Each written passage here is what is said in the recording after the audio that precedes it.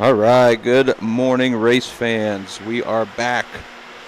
We welcome you to the round 4 of the Indoor Amateur Supercross Series here at Route 62 MX, fueled by Renegade Race Fuels. So right now we have riders meeting underway. We're excited to have you with us here to officially launch in the new year, and we have a treat in store for you today. We've got a full day of youth racing on tap with everything from electric balance bikes all the way up to super minis. So let's talk a little bit about weather here. It's cold today in Martinsburg. It's going to be in the low 30s, but luckily for us, we have a wonderful heated pit area. We have a great facility here. It's ranging somewhere in the low to mid 60s all day long. So this pit area is unmatched when it comes to winter racing. We've also got some added energy in the pits on the podium, in the podium area today, with Kevin Ott bringing you all of the coverage from the pits. He's going to be basically pulling the puppet strings down there today, keeping the flow of the race day going. If you're on site today and you're looking to warm up a little more, we've got the curbside grill. They will be on site all weekend serving up that hot food. Great stop for this winter race day. They got breakfast, lunch, and dinner. So get settled in, grab something if you need it, and enjoy the show. Gate drops are getting close. Building's filling up, and round 4 will officially be underway here at Route 62.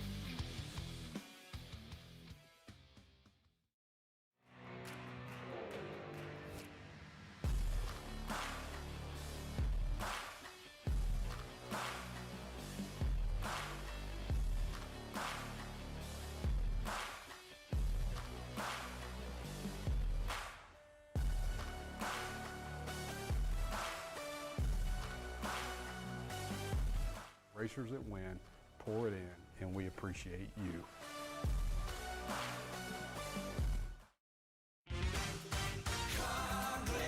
No matter where you are, Coghlan is there, in-store or online. CoglanCars.com. 13 new car brands, over 1,000 pre-owned vehicles, 17 convenient locations for sales, service, and parts, plus 4 state-of-the-art collision centers. CoglanCars.com. Shop locally owned, CoglanCars.com. Coghlan has the car for you.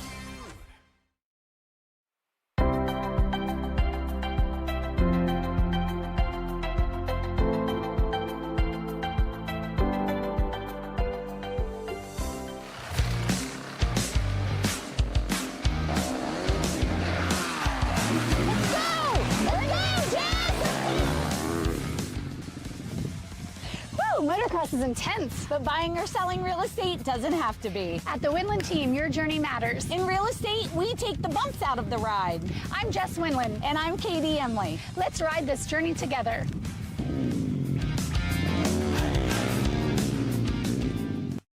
This is TJ with Premier Home Health. We proudly serve Licking County and surrounding areas for in-home therapy and nursing needs. If someone you love needs in-home care, choose Premier Home Health.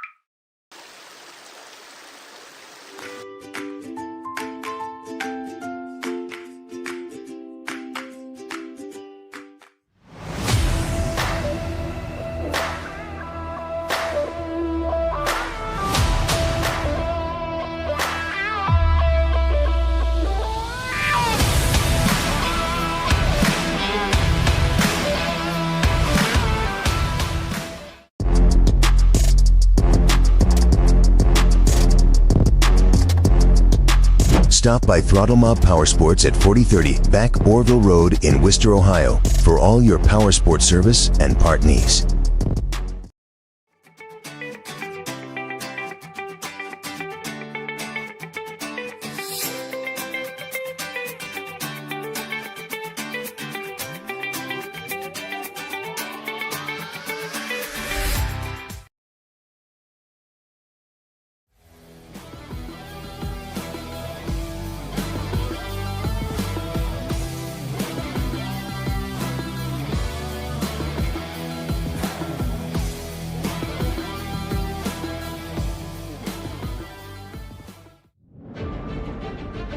Whether you're a motocross guy or you're a woods guy or you're like a hard enduro guy, we've got specs for everyone, for every bike out there, for every rider weight, ability level, you name it.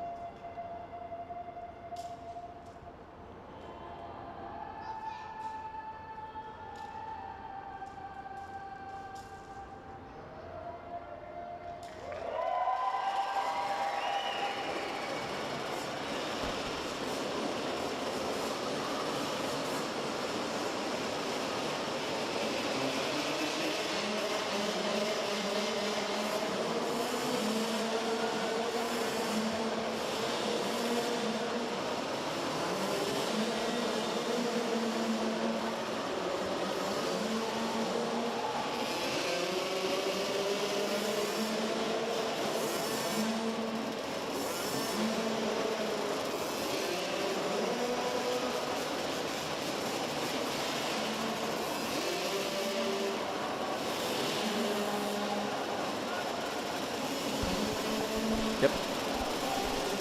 All right, so this is our first race of the day. This is Division 1 of our 50 open class, 4 to 8. The gate is down. We've got 12 riders in this one. Right off the rip, it looks like the 606 of Maverick Myers trying to control the pack. Up the inside here is the number 3, trying to make a charge to the front, makes the pass. That is Cohen McKittrick. Side by side, going into our big roller. These two are regulars in our Route 62 series. McKittrick leading them around for lap number 1.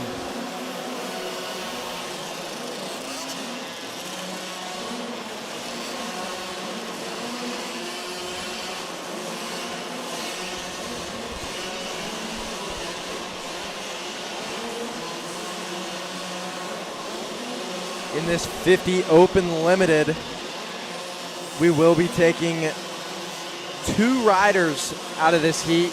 We have 4 total divisions, so that is 8 riders from our 4 heats going straight to the main event. Then we will have 3 consies, where top 2 out of those consies all go to the main events.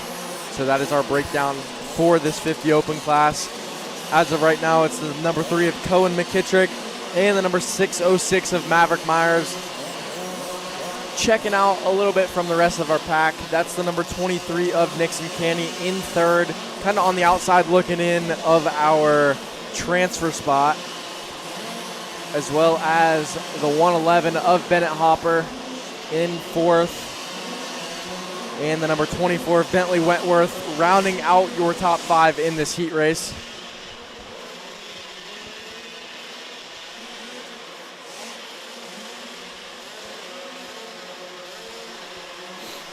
As the white flag comes out, we are running 4-lap heat races.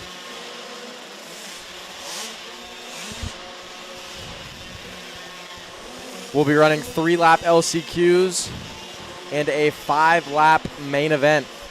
So as the white flag has flown for all our riders in this Division 1 50 open class, you can see our checkered flag in hand for the number 3, Cohen McKittrick, taking your Division 1 win with the number 606 of Maverick Myers in 2nd.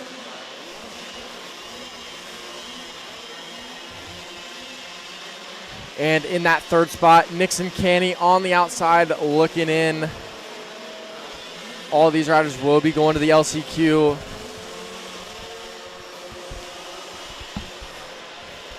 Bennett Hopper 4th. Bentley Wentworth 5th.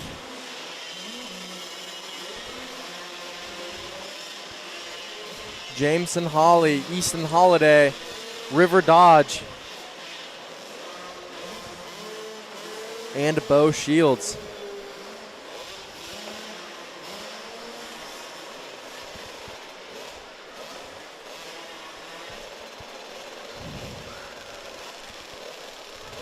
So we've got all riders off the track in this one. Division 2 of our 50 open limited. 11 riders on the gate for this one.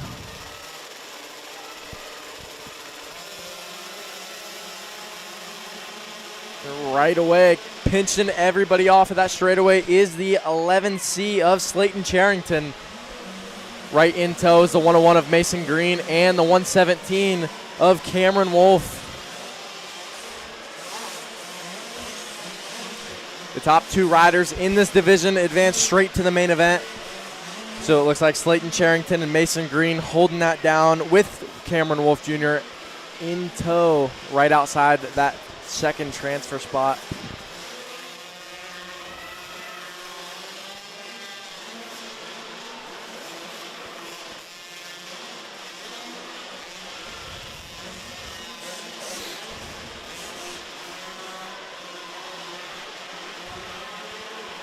In that 4th spot is the 218 of Ragnar Van Sickle. And in your 5th spot, that's the 322 of Henry Orwig.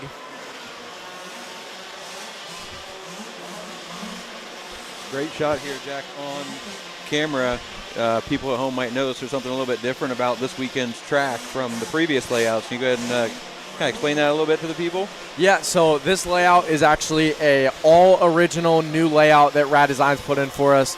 The track has never went this direction in the 4 years that we've been running races here, so it's kind of cool to see it switch up, and it definitely brings a new flow. You can see there's actually a lot more right-handers in this layout. A lot of people won't really pick that out. If you look, there's 1, 2, 3, 4, 5 right-handers versus 2 left-handers, which in our old layout, it was about 5 left-handers and 2 right-handers. So it's definitely something new. It's different. Yeah, definitely. I think it switches up how you come in and train. It's just different. Yeah, you don't have access to that right foot brake like you do when you're making all those left-handers. So definitely changing up. Shane with Rad Designs, just another great layout here. And really, it flows well, and viewing from home on the screen here, it looks really amazing. You can really watch all the action. That's right. And speaking of action, we actually have some really good action up front. Oh, our leader is able to survive the attack from the 101 of Mason Green, but Mason Green goes down, giving up that last transfer spot to the 117 of Cameron Wolf Jr. So Cameron will advance himself to the main event. Mason Green will now be in the LCQ. Sometimes it's a tough one because he was in a transfer spot going for a better gate position and kind of duffs it with 2 corners to go. Lets Cameron Wolf Jr. get that second spot and last transfer position. Yeah, bummer for sure. Looked like he just caught the rear wheel there of our leader and, just tipped over. So good to see he's up and going, and he'll have another shot to put himself in the main event here later on. That's right.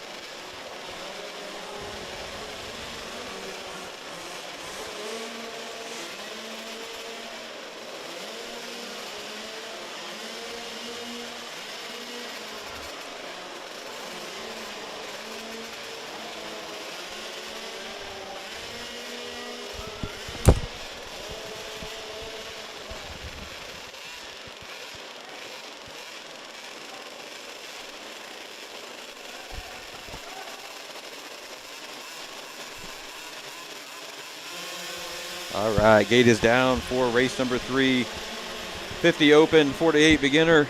This is our 3rd division, I believe, of 4 on the day here. So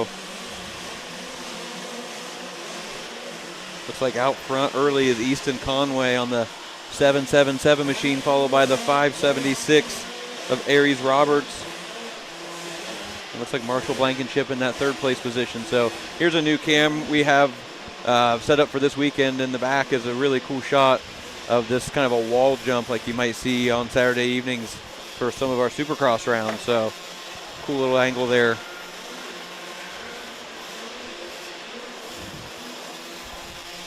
All we need now is an over-under jump. Then it's the real deal. We'll talk to Jimmy, see if it's in the budget. I think it was actually an option. Like, he was thinking about it. Me and Shane Fluharty with Rad Designs, we were kind of giving him the idea. He was like, if you guys can make it happen, we'll make it happen. Yeah, I'm no doubt about that. He is always looking to make it bigger and better here at Route 62. So I think the biggest part is we got to figure out a track layout where we would put it and what the need for an over-under would be. Yeah, definitely. But as you can see, that is the 777 of Easton Conway out front. The number 16 of Marshall Blankenship right on the heels there. Yeah, Blankenship's made some moves here to get himself into 2nd place there.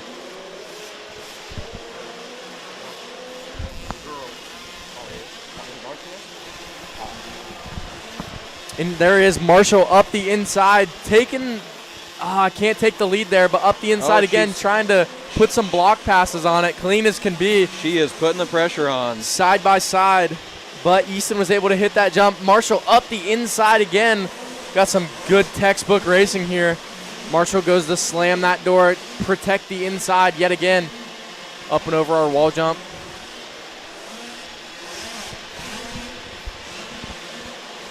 But Easton is not going to give up on our leader.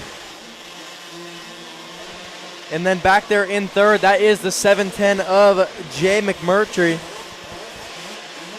And then in fourth is the 576 of Aries Roberts. Aries is pretty young for this class. He's our only 6-year-old. He's a very fast rider on the 50 junior, and he's finally stepping up to this 50 open class, just trying to get his feet wet and kind of make the young ones proud in this older class.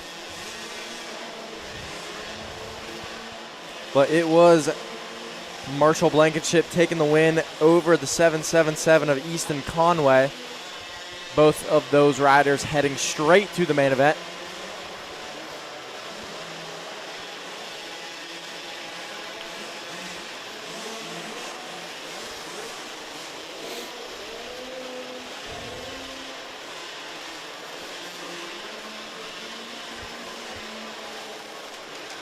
And now we have race 4 on the line. Card is going up.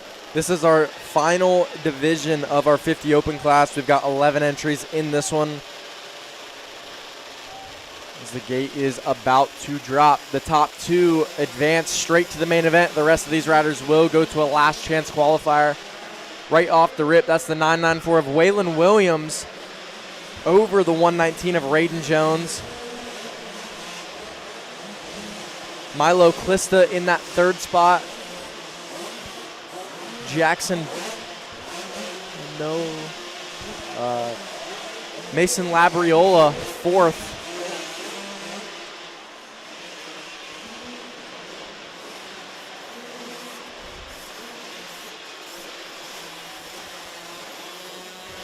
Waylon trying to pull a manageable gap early here over the 119 of Raiden Jones.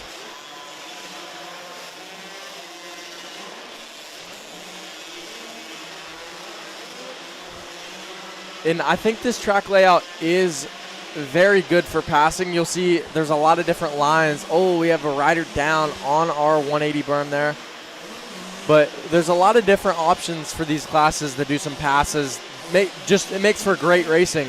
You'll see in like our 65 and our 85 classes, a lot of these riders will be taking the berms, kind of square it up and then get going down the straightaway. But in this 50 class, a lot of them are really protecting the insides.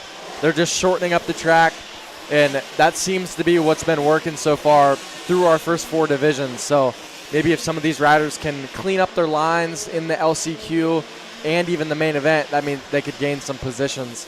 Yeah, definitely. We have no shortage of 180-degree corners here on this layout, so those definitely always make for some good passing opportunities. And then even on the bigger bikes, some of the lane options we've got will make for some good variances on, going quad, double, whatever it may be. So we'll definitely be seeing later on with our super minis probably some bigger options here.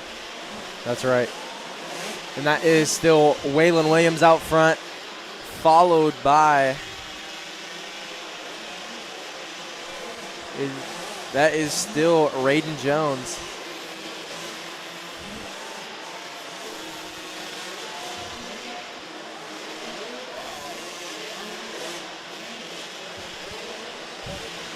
Milo Casta 3rd. We've got a pass for 4th. That's Colin Adair over our 5th place rider, Mason Labriola. Odin Barr.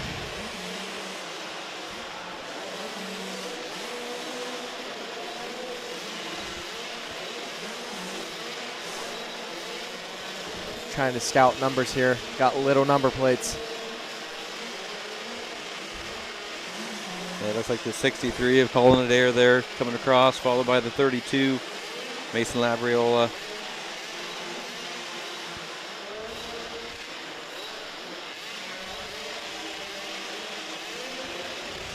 The 100, Odin Barr. That's the 517 of Colin Clifton and the 19 Archie Raber. 314 of Jackson Barston. Max Miller and Elijah Moody. And up next, we go to a bigger class. This is our girls 11 to 16 years old, race number 5. Revs are up and the gate is down.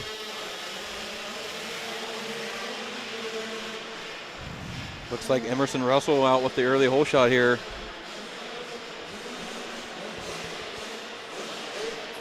Followed by the 26 machine of Hannah Main.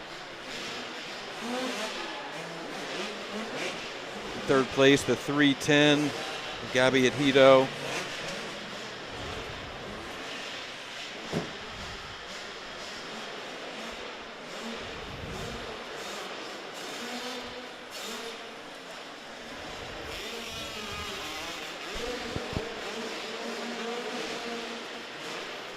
Oh, our leader getting a little front wheel high, trying to skim the tops of those 4 rollers there.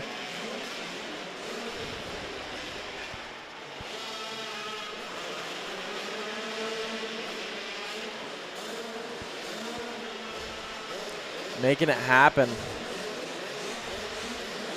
All these riders will advance to our main event. These 7 girls are just fighting for that main event gate pick right now. Got a 3-way battle here for third place, Jack, between, looks like the 541 machine of Olivia Vestpoint, the 310 of Gabby Adhito, and the 113 of Evie Beaker. So those 3 are working on that third place spot as our 2 leaders have kind of distanced themselves.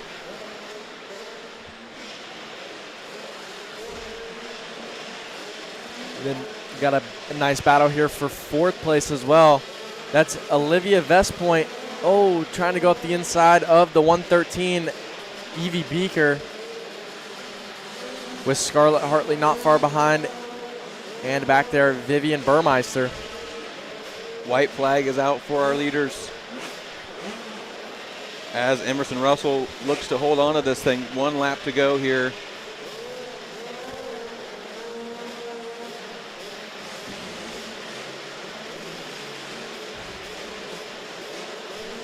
Little difference in lines there as our leader opts to do the jump on, jump off. As our second place rider goes inside and kind of doubles the triple part.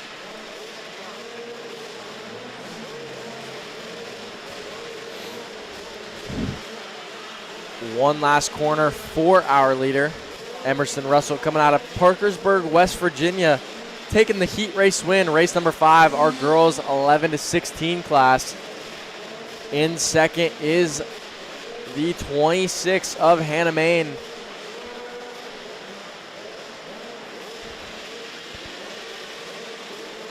Slightly in tow. Rounding out your top 3 is the 113 of Evie Beaker. In that 4th spot, Gabby Adhito. Olivia Vestpoint rounding out your top 5 with Scarlett Hartley 6th and Vivian Burmeister in 7th.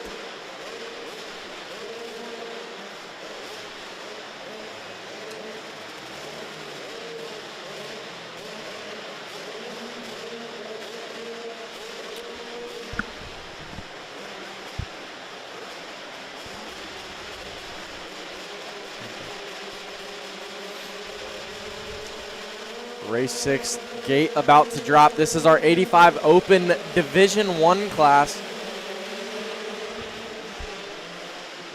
Looks like Messersmith with an early lead here with the hole shot, taking the green flag, followed by the 112 machine of Brayton McWaters.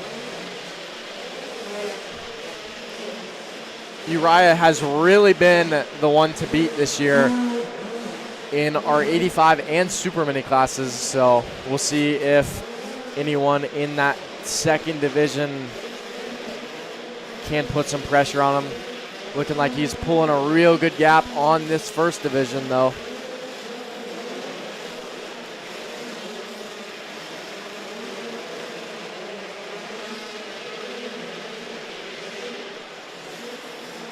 Brayton McWaters second.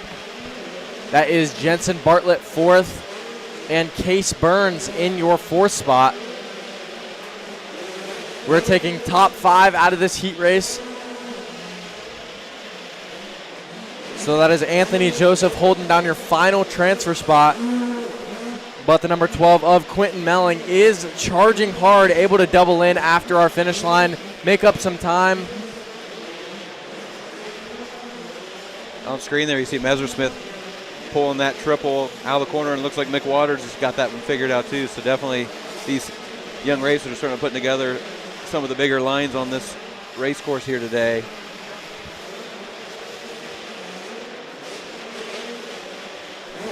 Messersmith switching it up that lap, going roll, double on, double off. Hugs the inside, triples out, table, table.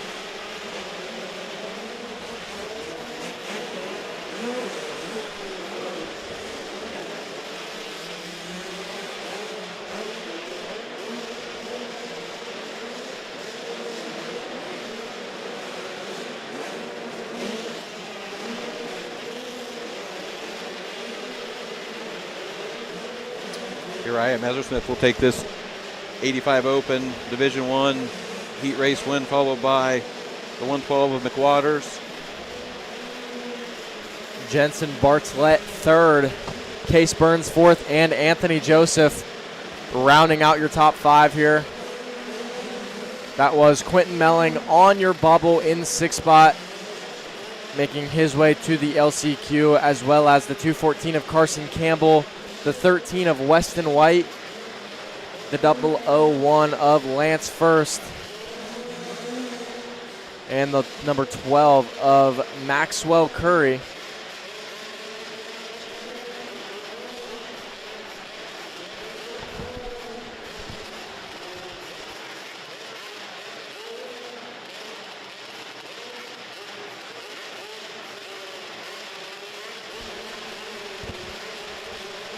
Are we back?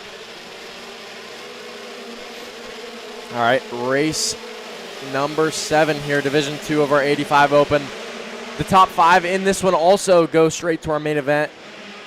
Early out front, that's number 50 of Joey Snyder with Gage Hall right behind him. Parker Chappell third. Up the inside, the number 526, Lincoln McPhee.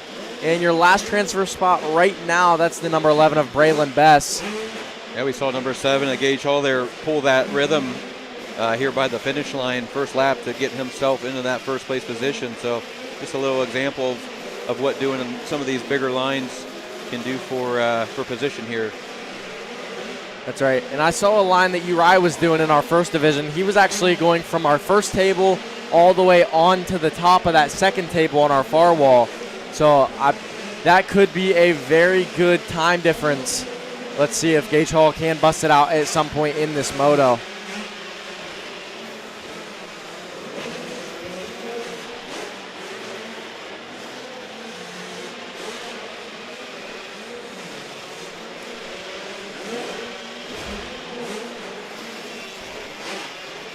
Looks like we've got a battle brewing up here in our second position between Joey Snyder and Parker Chappell.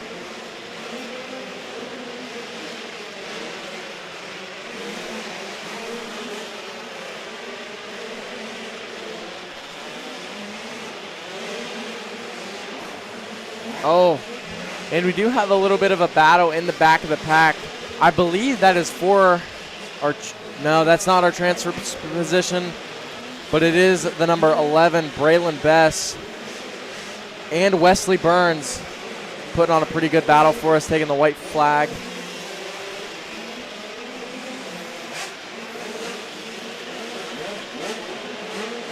Gage Hall with a commanding lead.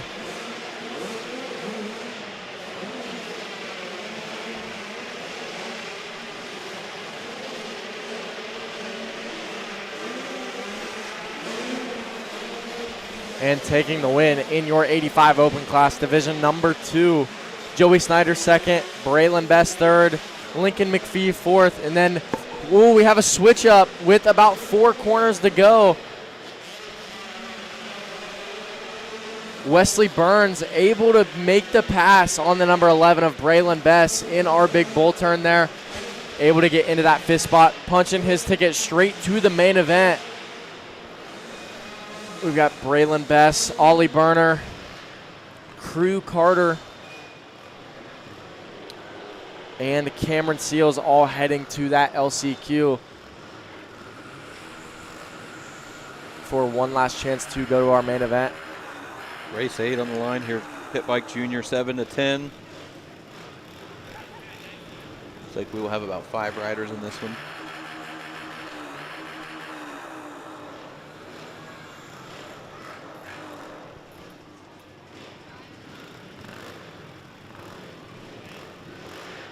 On the line, we have Aiden Luster on the 69 machine, Ryder Harris on the 75, the 91 of Colt Wendling, the 424 Rhett Fields, and the 524 of Paxton Gasaway. All ready for this gate to drop. And the gate is down. Looks like we have a lot of TTR 110s and then a couple Kawasaki KLX 110s in this one. It is the 3 TTRs out front leading the way. This is a non-points paying class. This is our Pit Bike Junior 7-10 riders. It's like Rhett Fields on the 424 out front, followed by Paxton Gasaway on the 524 machine, but they are bunched tight in this first lap.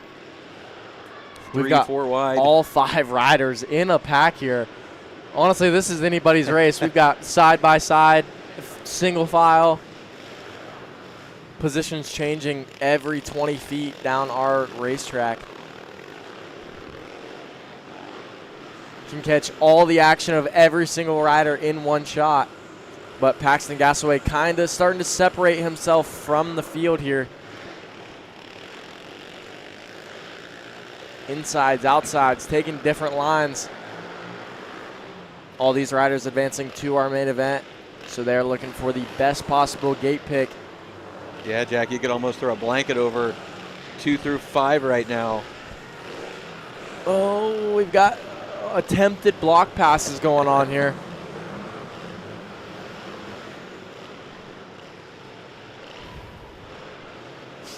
Great shot over the wall there.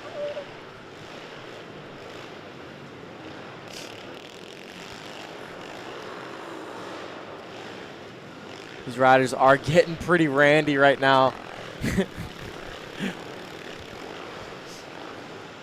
Single file through our 4 rollers as Paxton Gasaway is just leading them around this racetrack, putting a pretty good gap on everybody. Yeah, and you mentioned, Jack, this is a non-points paying class, so these racers are not eligible for end-of-the-year awards, but boy, you wouldn't know that by watching this race.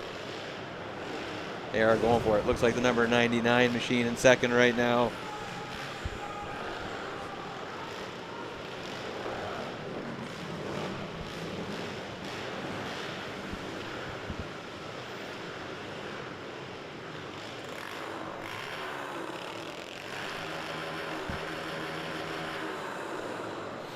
Looks like Gasaway has definitely pulled away from the group here, kind of out running his own race. And as you can see on screen, it looks like we're trying to get a battle for that second spot here.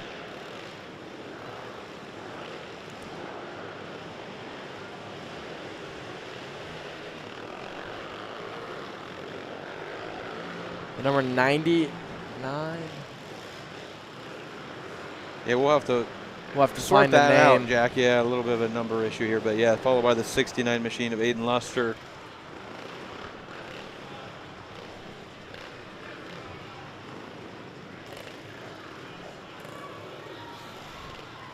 I think that was Ryder Harris maybe in third.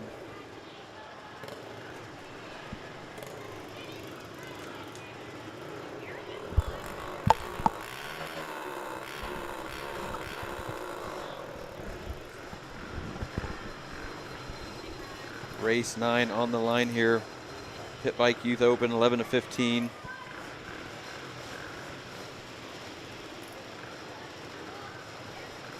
Looks like we have 9 riders signed up for this class. Aiden Myers on the number 10, Isaac Hartley on the 11, Maxwell Curry on the 12, Weston White on the 13, Quentin Mailing on the 36, James Johnson on the 66, Ryder Fields on the 424, Colin Benjamin on the 431, and Olivia Best Point on the 541. Oh, that's what they were doing down there. They actually had to switch bikes. It looks like Ryder Fields is, Ryder Fields wheeling out of the gate. His brother Rhett Fields actually was in that Pit Bike Junior right before, and Ryder is in this Pit Bike Youth Open, so they were swapping bikes, sharing a back-to-back bike. motos. So Yeah. I'm sure that was a little stressful for him, but Sure. maybe he was so pumped up, that's why he wheelie looped her out on the gate there. I believe that's the 66 of James Johnson leading us around lap 1, followed by the number 10 of Aiden Myers. Jack, that bike out front, it looks a little different than the rest. Can you kind of talk about that a little bit with the differences? It's definitely a standout. That is our only electric bike in this class. That is a Suron, and it is definitely taking a commanding lead over everybody else. We've got some trail bikes. We've got some 110s. Honestly, we've got a mixture of everybody in this class. Yeah, it looks like the number 12 machine just dove to the inside of the number 10 and took over that second place position here. Got a great battle for Weston White and Quentin Melling looking over at each other down that straightaway. Oh, we have a rider over a berm here. 2 riders down. We're getting bikes picked back up and firing. Yeah, when you fall over in these steeper bowl turns, it's definitely a little bit more challenging to get your bike picked up. Oh, that was Ryder Fields that is up in the tough blocks right now.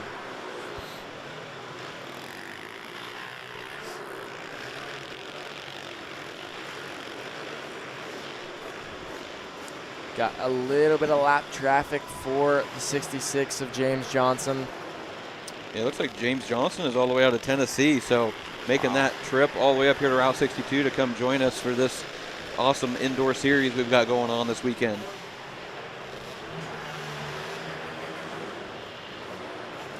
And we have another like 4-way battle here coming over the finish line, getting our white flag. You could throw a blanket over these riders as well. Weston White in that 3rd spot, Quentin Melling 4th, I think Colin Melling, Benjamin. I think he just got a 2-for-1 there on that corner. I believe he did. Maxwell Curry in your 2nd spot.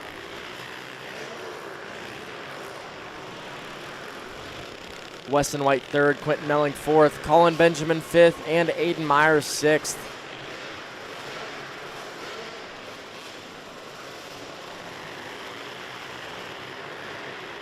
And then Isaac Hartley, Ryder Fields, as well as Olivia Vestpoint in this moto.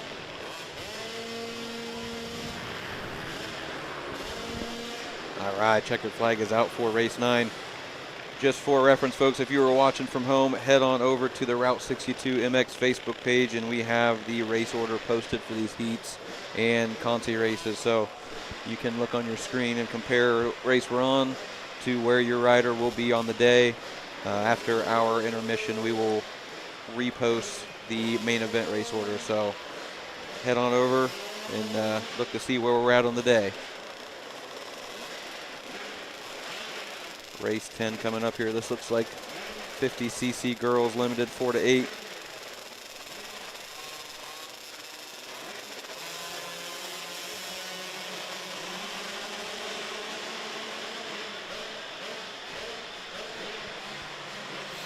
like Bergstaller and Grimm battling out for that whole shot. I think Bergstaller might have got it.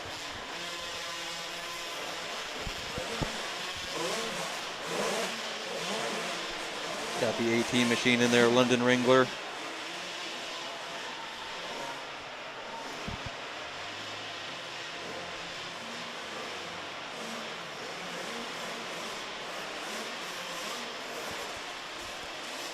It's good to see all these recognizable names in this 50 girls class.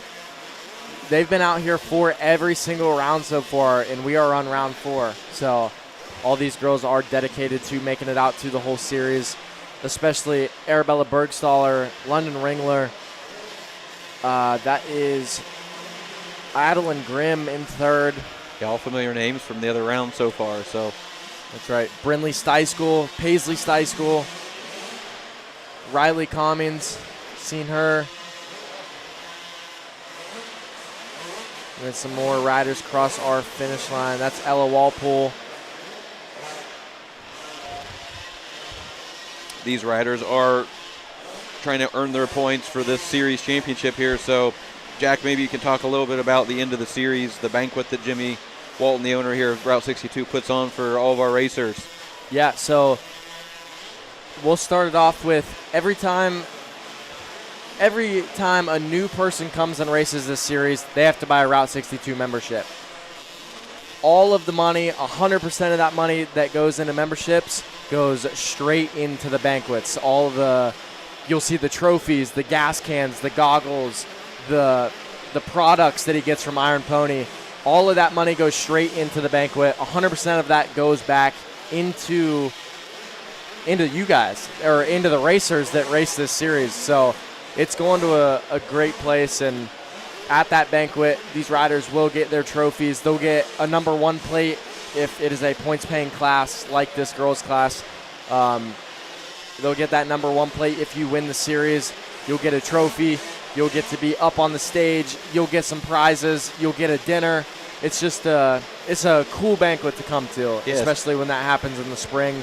I believe a lot of them actually ride our outdoor track in the morning and then come inside, get some food, banquet their awards in the evening. But that is a big thing for a lot of these riders, is winning this series. But like you can see here, that is the 01 of Arabella Bergstaller taking the win in this girls' class. Yeah, closely followed by London Ringler there. But something, Jack, that you pointed out there that stands out to me a little bit, kind of the motto of this whole series is making amateurs feel pro. And that number 1 plate, boy, that sounds familiar. It is. It's definitely an achievement, and I think that's what a lot of people strive to get, is because it stands out that you're a champion. Yeah, you're not just getting a trophy, but you're getting that plate, just like our highest level racers get at the end of the year. They get that number 1 plate, that number 1 plaque. So pretty cool what Jimmy's doing here at Route 62. And then like a couple rounds ago, we had a number 1 plate, but that was also for a different meaning. That was a state championship number 1 plate. Yeah. Certifying you are a state champion. Yeah, that's awesome. So definitely these racers would like to put both of those up on their mantle this year. So yep. Looks like we got our Super Minis up next year, race 11.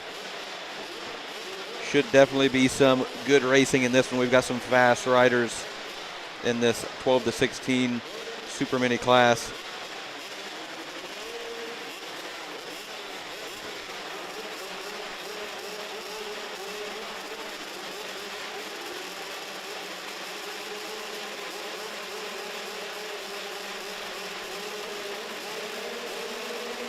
All right, board sideways. Here we go.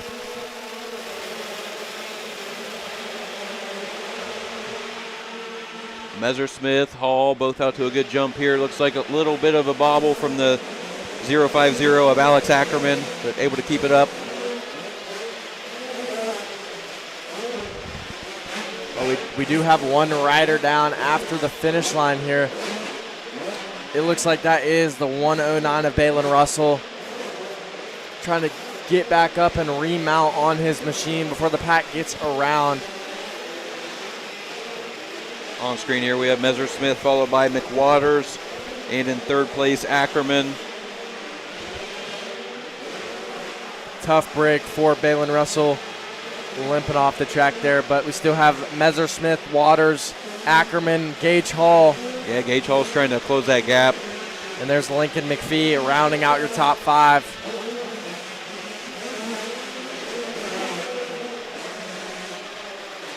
Wesley Burns on the 14 machine, Case Burns on the 10 machine. The 230 of Ollie Brunner. Looks like rounding out this group might be the 11 of Braylon Bess. I'm wondering if these two are twins. Same age, same name, same city. So I think you're on to something. We might have to figure out that a little bit later in the pits, go wandering. Yeah, go grab them for an interview.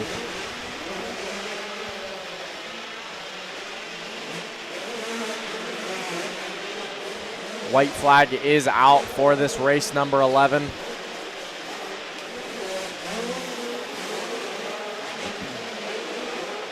Oh, we just saw Messersmith send the table to the first jump of the double-double. So we mentioned it earlier, you're going to start to see some of those lines open up. And that's a good eye. And I was actually here last night for practice.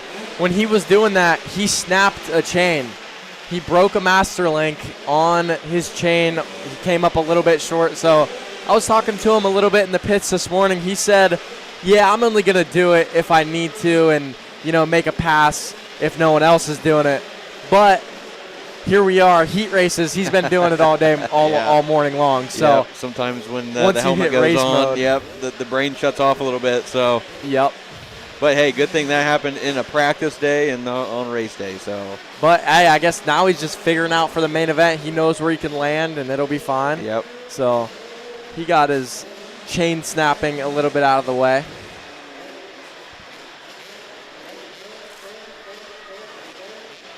All right, race 12 coming up here. 85 junior, 9 to 11.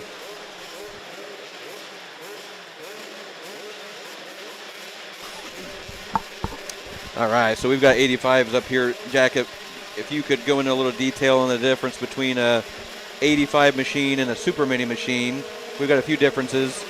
Yeah, so as you can see right now, our 85 junior 9 to 11 class has dropped. And the difference between our 85 junior class or our 85 senior and our super mini class is the displacement of their engine being the one big thing, where you can only run an 85cc motorcycle in this junior class. And then a super mini class, you can run essentially a big bore, which is a 105 or a 112cc machine. So more displacement, more power. Right, in that 85 frame. And when you're in the super mini class, you can also have bigger wheels. I believe some people even put on a longer swing arm. And that's about it, but these are a lot faster. The bigger wheels definitely make a difference. But right now that is Jensen Bartlett leading us around with Parker Chappell second. Carson Campbell third, Bentley Hanna fourth.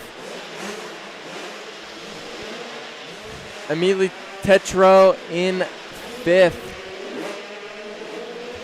And all these riders will advance straight to the main event, fighting for that gate position right now. So I was catching up with Tetro again. I like to grab him in the pits when I see him and ask him about his trip, because they drive about 12 plus hours from Canada. And he was saying the temperatures up there were about the same, but the only difference was they had about 2 feet of snow to deal with. So wow, they definitely had a little bit of a challenge making their travels down. But once again, they made it, and they are here to race.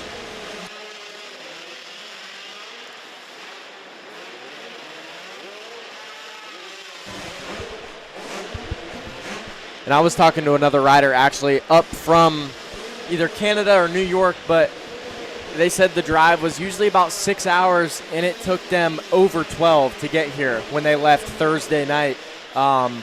So the snow is definitely playing a factor. I hope we haven't lost any riders because of not being able to make it for slow. But yeah, on screen here, Jack, we've got a great battle for first and second here. Parker Chappell slides out, but Bartlett made it a mistake also. A block pass with 1 corner to go. Jensen Bartlett takes the win in this heat race. 85 junior, Parker Chappell second.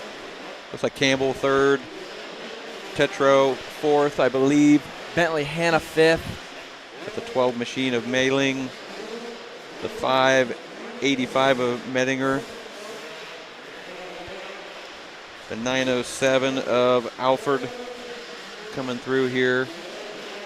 It looks like rounding out this group will be the 221 of Owen Hobb.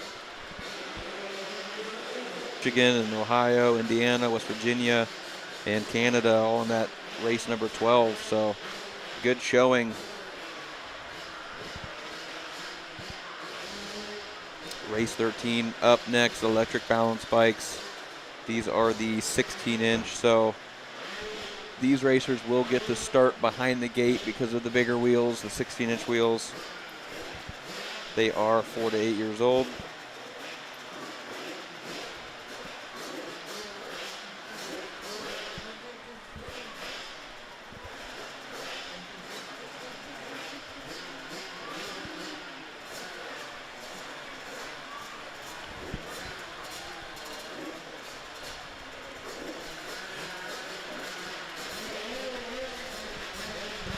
All right, we do have our Stasic riders our electric balance bike riders up here in race number 13.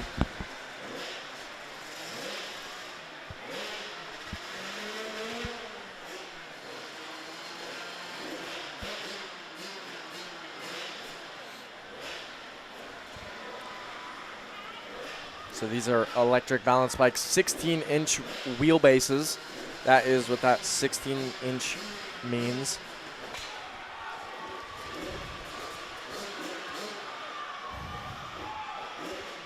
These riders are all aged 4 to 8 years old.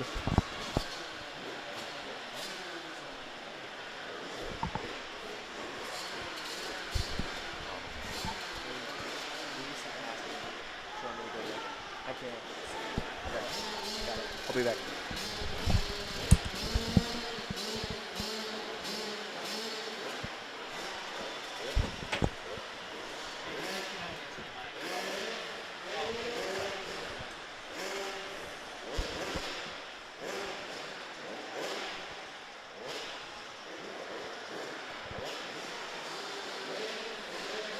All right, looks like we got a pretty good three-way battle here for our lead in this 16-inch electric balance bike class.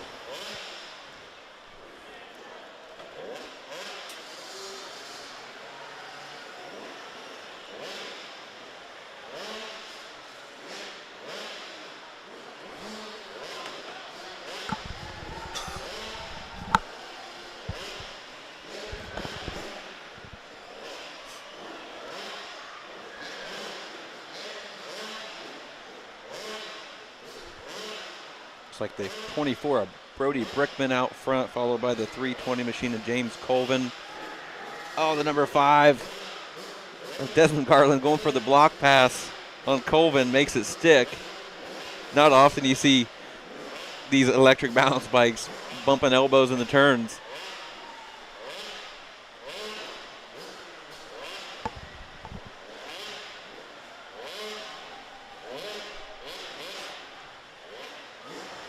Coming around in fourth, we've got the 11 machine of Archer Yoder.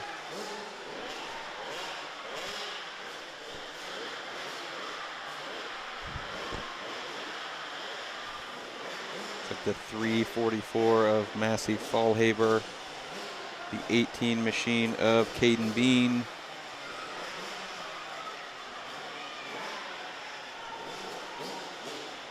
The 25, I believe that's the 25 machine. These little number plates are hard to read.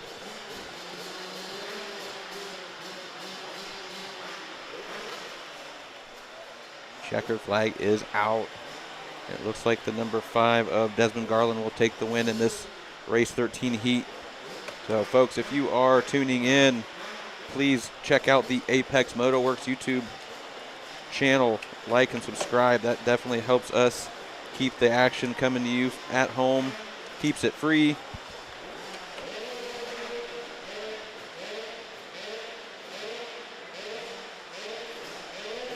As we finish up this race 13, we'll go ahead and thank a few of our sponsors here. We've got, of course, Route 62 MX, Rad Designs, Apex Motoworks, Iron Pony, Trail City 4x4, Full Throttle Images, S&S Landscaping. We've got Holmes Rental, FCR Suspension, Mid-Ohio Power Sports, Electrics, Minton Cycle, the Winland Team at Caldwell Banker Realty, Coughlin Cars, Tough Trucking, Thomas Boys, and Schmitty's, all helping to bring you the action at home.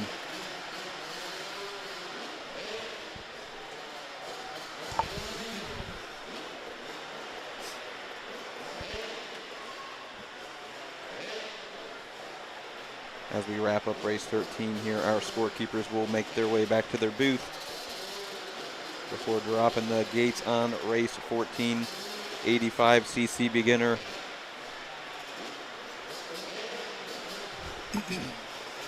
In this one, we've got the 12 of Maxwell Curry, the 26 of Hannah Main, 32 of Ryder Fields, 176 Crew Carter, 216 Lennox Helsel, 338 of Gannon Casto, 431 of Colin Benjamin, 541 of Olivia Vestpoint, and the 905 of Mason Fields.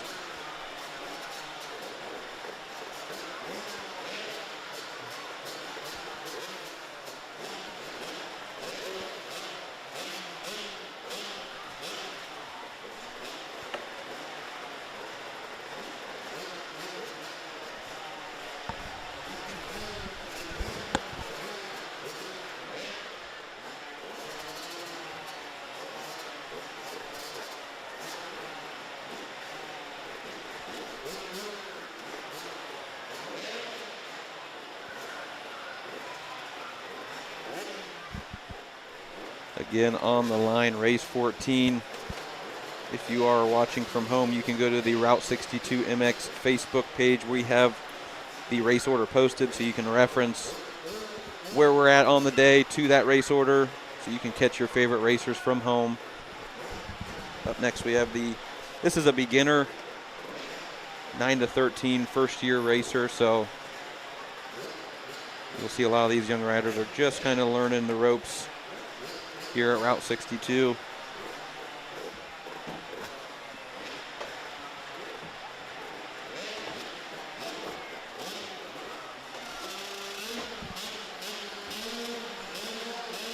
All right, looks like we are set to go here. Number 2 board is up.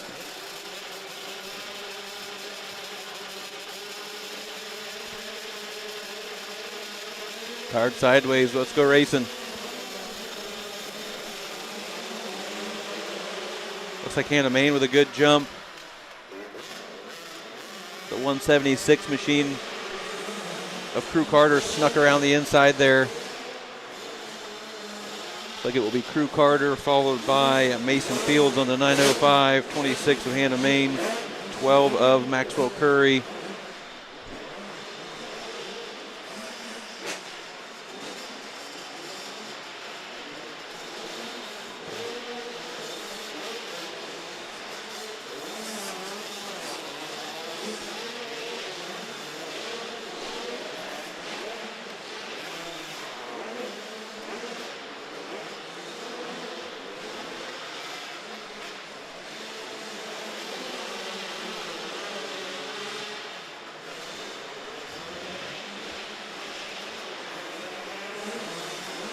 I believe the number 12 machine of Curry made a move and put himself into 3rd place here.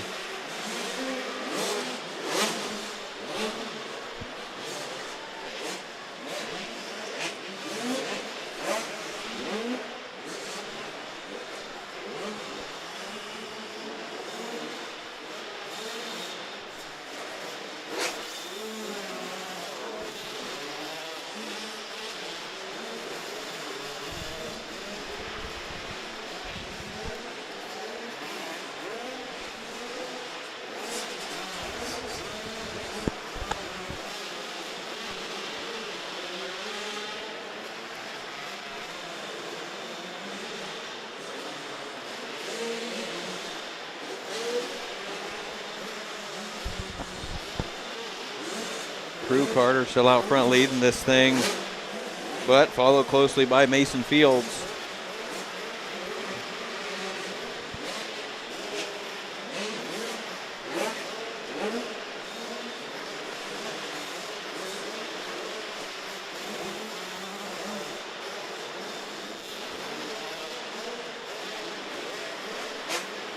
This is your 85 beginner class here. And there is only one division, so all of these riders are racing for gate position in that main event a little later on the day. So the 176 of Crew Carter will take this heat race win, followed by the 905 of Mason Fields in 2nd. 3rd place of Maxwell Curry. 4th is Hannah Main. Lennox Helsel in that 5th place position. Ryder Fields coming across the line.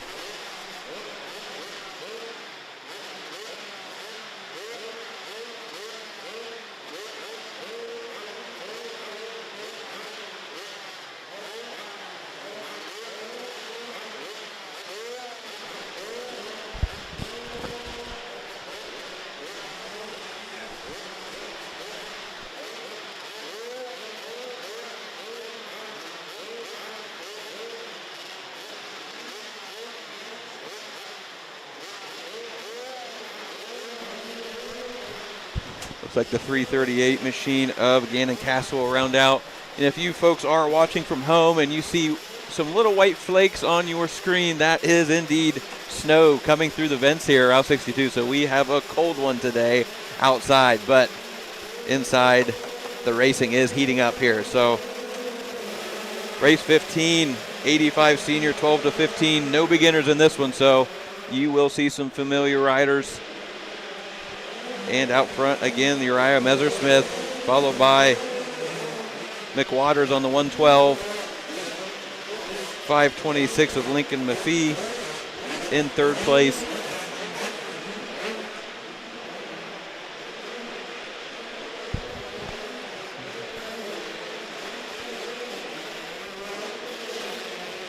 Messersmith out to an early lead here, opting not to do that big table into the double-double section.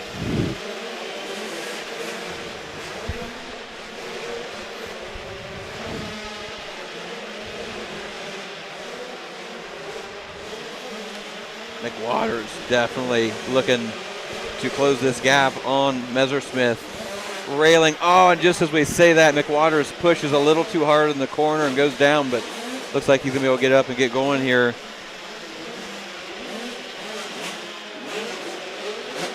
That will leave Messersmith totally by himself out front.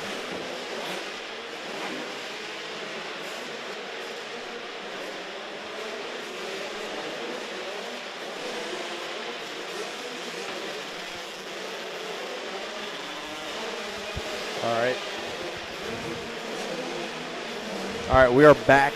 All right, we got Jack back. Jack, Oh. you just missed it. Messersmith out front, and McWaters was really pushing hard, trying to close that gap and just push the front into one of the corners. And Yeah, I don't know if you saw that, but that was the number 11. Braylon Best just went cartwheeling, oh no, which he's up and everything's good, but I think he went over the bars at the end of our 4 rollers and yes, the bike went flipping. He's Good thing okay, it didn't go over a berm. He's up and riding away, so. I think he's got the Ronnie Mac front fender. Right. Hopefully he's got another one so he can run it for the main event, but I'm sure yeah. it's tough to race without one, honestly. Sure, I think he's having some trouble looking at that front tire instead of a fender. That would be a weird sight to look down and see. Oh, we've got 2 riders down, though, in the straightaway. I'm not sure what happened there.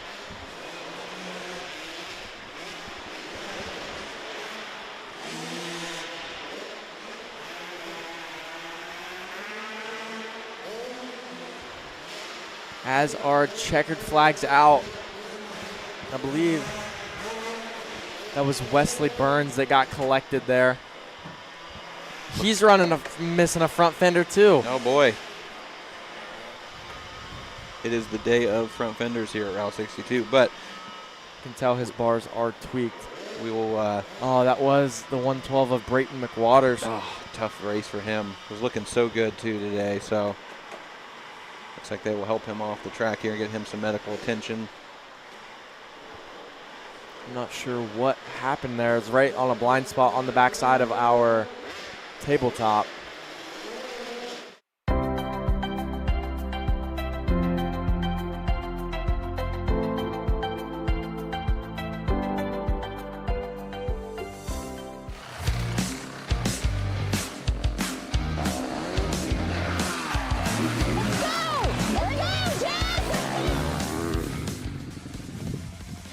Motocross is intense, but buying or selling real estate doesn't have to be. At the Winland team, your journey matters. In real estate, we take the bumps out of the ride.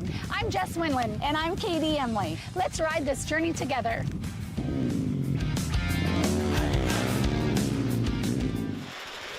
All right, we are back for race 16. This will be the 85 senior, 12 to 15-year-old. This will be the Division 2. So these riders will be fighting for a direct transfer into that main event a little later on the day. Again, you'll see some familiar racers from earlier. Oh, the 276 gets a great start, but Joey Snyder, very aggressive in that first turn, taking the lead. Perfect execution by Snyder there. Dove in and took the line away.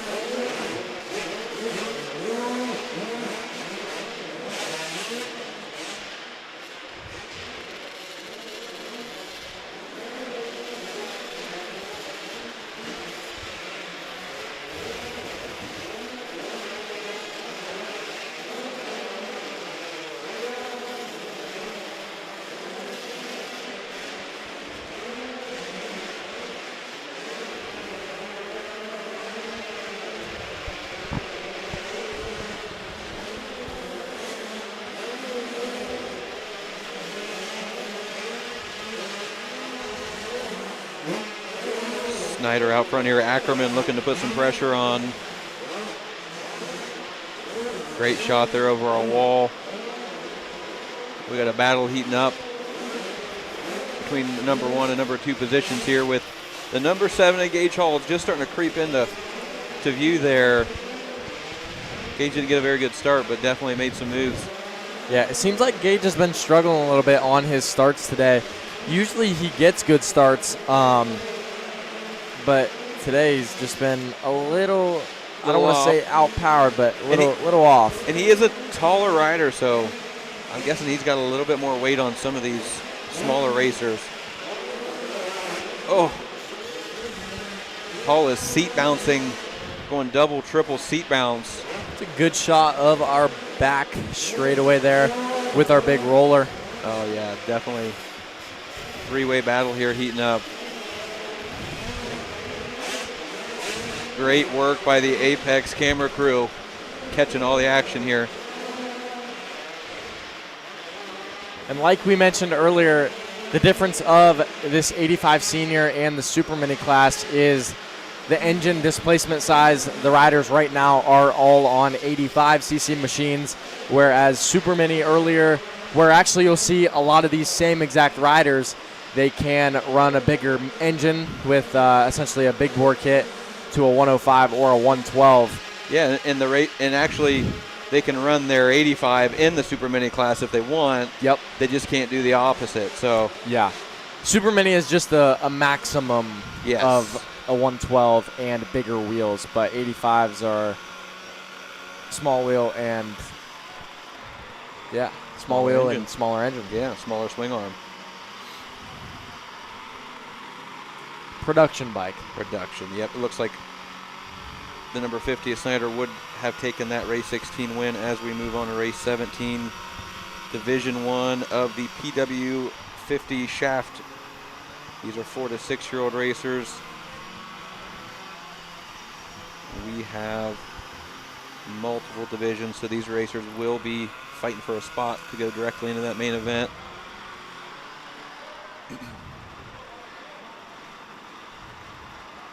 It is brisk trackside, folks. You can see the breath from some of the parents here.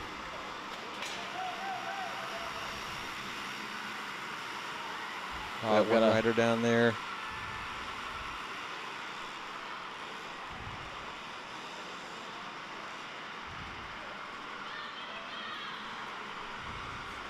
Looks like Colt Stice out front early here, followed by Connor Harrison. Owen Ramey in third. Andy Marshall. Oh, we do have a rider down here picking his bike up immediately. That's the 333.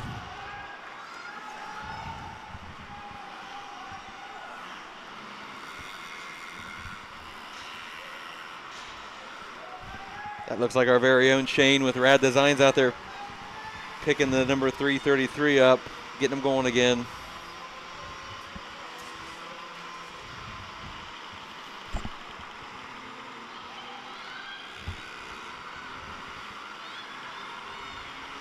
So we have 35 riders between our 3 divisions of 50 Shaft Junior. So 35 P-dubs in these next 3 races. We will be taking the top 4 out of this division, and the rest of these riders will go to a last chance qualifier where they can still compete to get in that main event. But for now, we're just taking the top 4. So it looks like these racers will have to, whoever's in that race will have to win that last chance to get their spot into the main.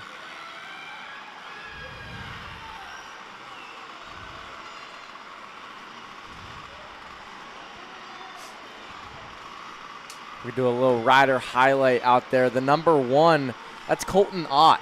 That is our guy, Kevin Ott's son, out there on that all-black PW50 number 1. Old Snuggie.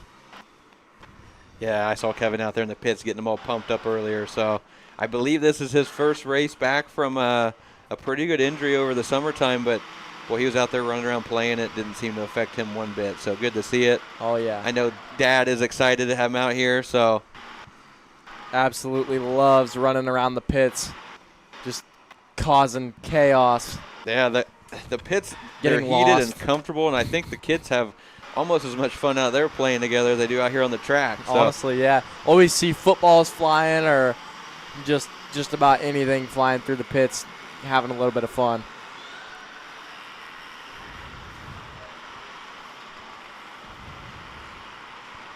But our white flag is out right now for race number 17.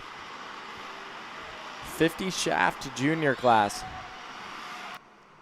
See if we can find our leader through all these riders. I think Steisel's going to take that from start to finish here, followed by the 44 of Connor Harrison.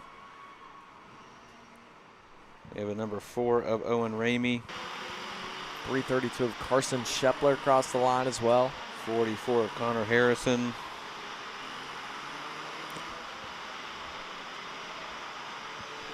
And there is Wilder King, Brody Brickman, Andy Marshall, Colton Knott,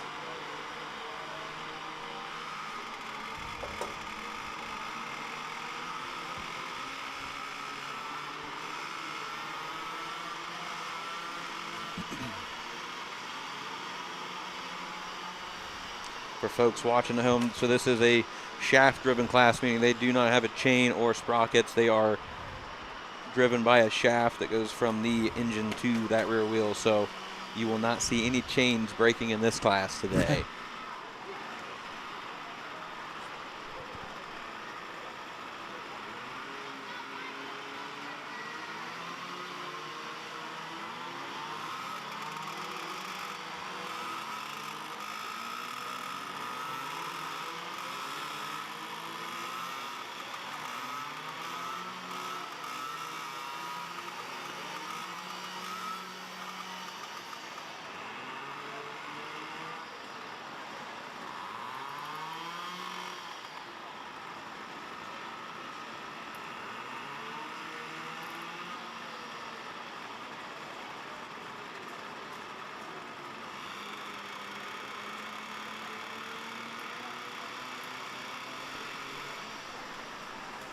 All right, Jack, so we are looking at the board here, getting ready to go sideways.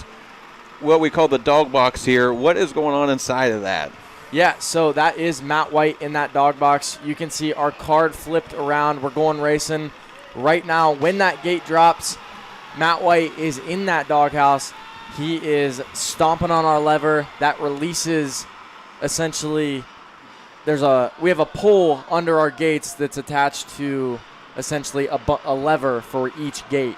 And once that pole drops, the levers drop on each gate, and then we go racing. The gate is down, and the riders cross that gate, and yeah, we're going racing. Here we go. Yeah, so that box, it conceals the worker that's operating that gate, because the rider right next to the gate could have an unfair advantage by just watching our worker drop it. So definitely have to conceal that a little bit so they can't tell exactly when he's going to push that lever and drop the gates.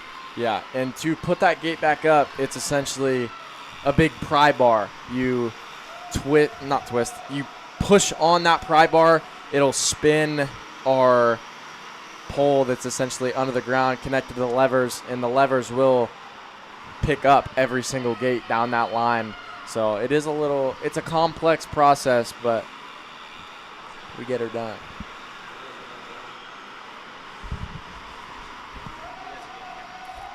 I don't care. Yeah, that's fine. Okay. But out front in this division number 2 of our 50 shaft junior class, I believe it's Forrest Evans on the 111 machine. you're right, and that is the 49X of Matthew Cowell in your second spot.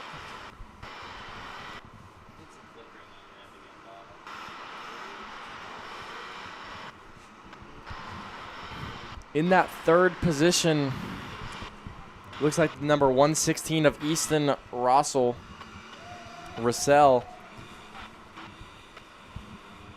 then the 17X of Colton Wolf, rounding out your top 4 and transfer position. So you'll see our rider in 5th. That's the number 19, I believe, of Kason Blair. Yep. On screen here, great shot going over that wall. And Jack, these two, running 1 and 2, they are on the same bike, but they do look a little different. So can you tell us a little bit about maybe what they got going on there to stand out from the rest of the pack? Yeah, so these are both PW50s. As you can see, our leader, Forrest Evans, he has those blue wheels, and then our second place rider, Matthew Cowell, really stands out from the rest. He's got that frame, he's got his wheels, looks like it's powder coated. What would you say that color is? Like a neon green. Yeah, neon green. Really, you can see him anywhere around the track. So yeah, definitely pretty cool. Definitely pick him out with some white plastics and a seat cover. And then in that third spot, we see here the 116 Easton Russell and Colton Wolf advancing all to the main event. Kason Blair kind of on the outside looking in. Pulled a pretty good gap from the rest of our riders, so we'll see if he can have a good last chance qualifier and put himself in the main event.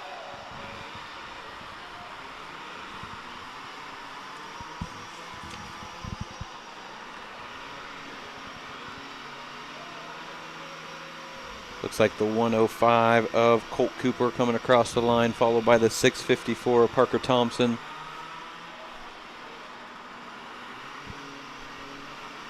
A couple more riders on track here to round out this Division II. Like the 20 of Cooper Blair will cross the finish.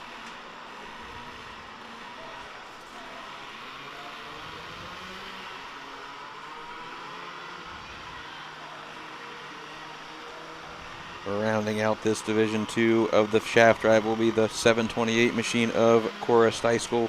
We will see Cora later on in the last chance qualifier race. On the gate now, we've got race 19. This is Division 3 of that PW shaft drive class, 4 to 6 year olds.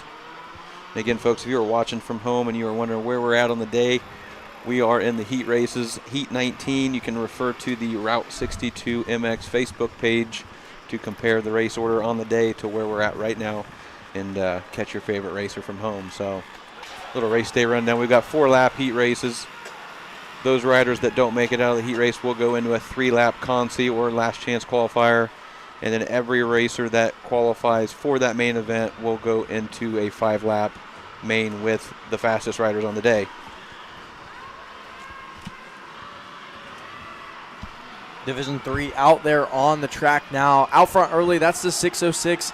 Maverick Myers getting a pretty comfortable gap, even though we're about a half a lap in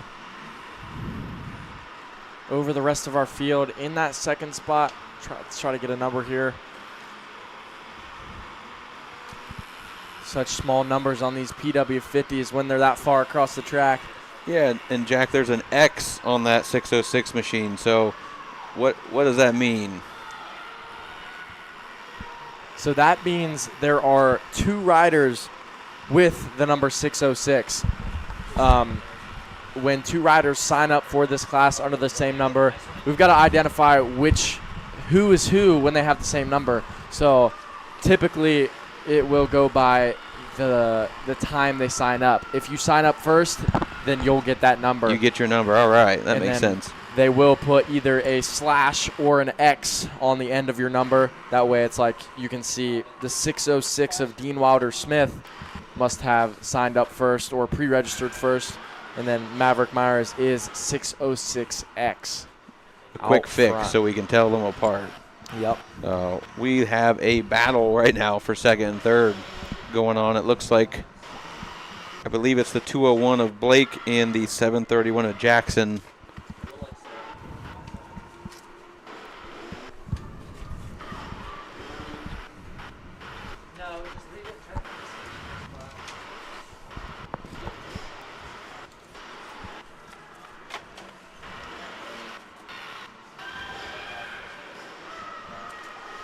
Maverick Myers out front will take the white flag here. 1 lap to go as we still have a great battle for second and third going on between Blake and Jackson.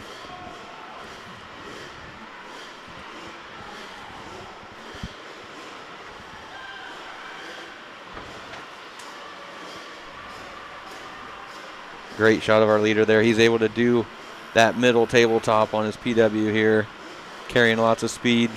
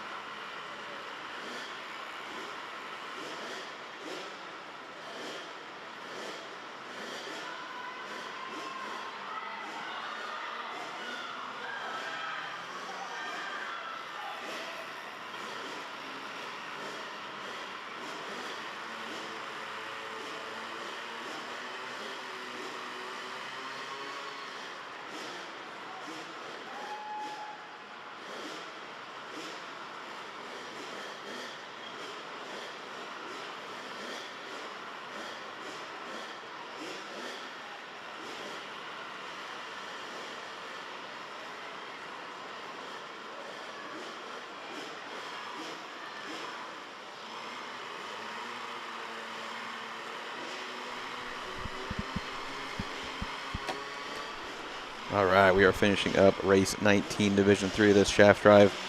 606X of Maverick Myers will take the win in that one.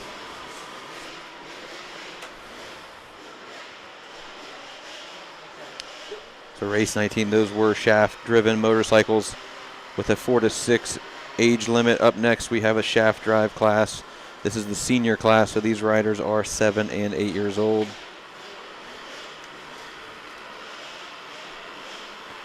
Gate is down on race 20 here. Looks like Brindley Stice out front. Oh, we have a rider tipping over in that first turn. The number 5, Machina Desmond Garland in second, followed by Elliot Marshall. Then the number 90, Rowan Wilkinson.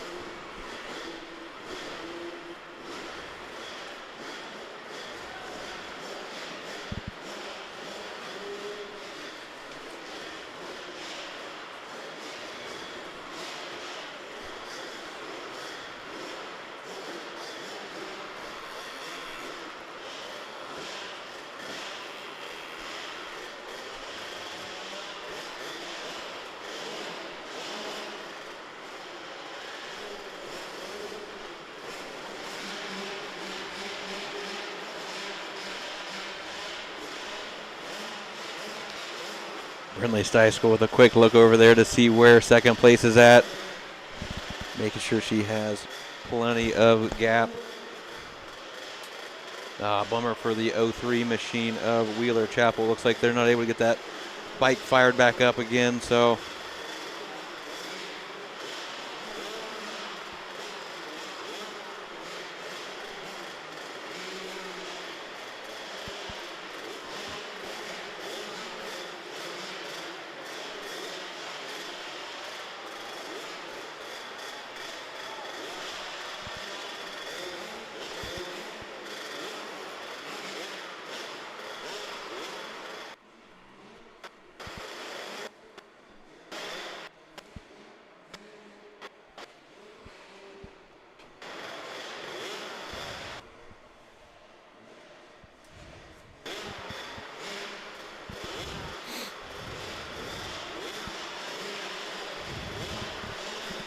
good little battle on screen here. It looks like the 562 of Marshall and the 90 of Rowan Wilkinson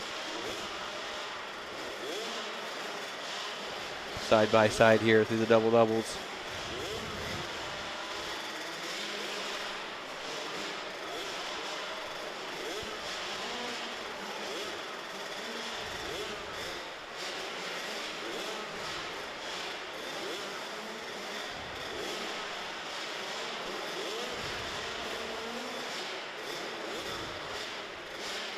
The These riders will come around here to get the white flag, so there will be one to go as Deichel is out front.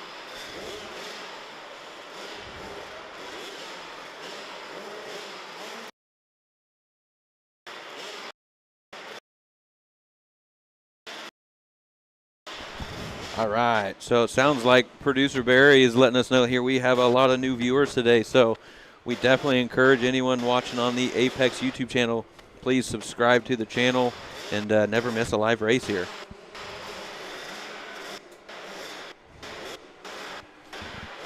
Yeah, we do have the checkered flag out for race 20 right now. That's our 50 shaft senior riders, only PW50s. And on the line, we've got race number 21. That is our 65 beginner. These are first-year riders. A lot of these riders are not jumping yet. They are just on, this is their first year riding, their first year racing, dipping their feet into the motocross scene and amateur supercross scene that we're putting on here at Route 62. So we have 12 entries in this race 21 coming up. So let's see, we've got Morrison Tutterow. We actually interviewed Tutterow a little bit earlier. This is his first year racing, and yeah, they're having a blast out here. They've been to all the rounds so far, and they are on No Budget Racing is their brand. But Tutterow, Wentworth, Luster, Mays, Klista, Helsel, Lennon, Dodge, Wendling, Steber, and Mason as the gate is down. But that is Wentworth with the whole shot, taking our green flag. These are 4-lap heat races.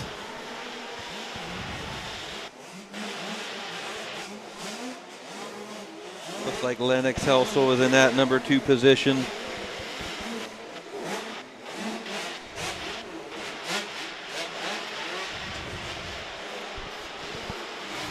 And this is a single division class, so all these racers will be racing again later on in the main event.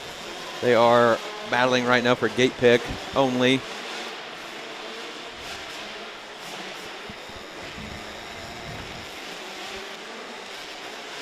Like in third place, we've got the 33 machine of Aiden Luster.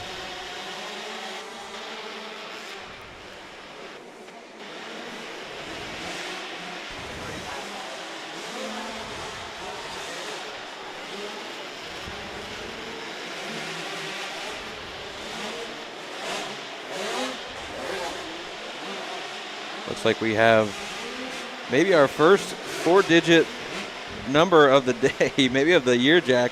7216 of Nash Mason, I believe, in 4th right now.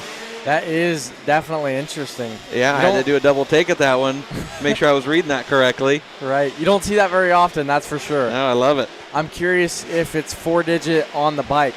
It is. Is it? It really? is indeed.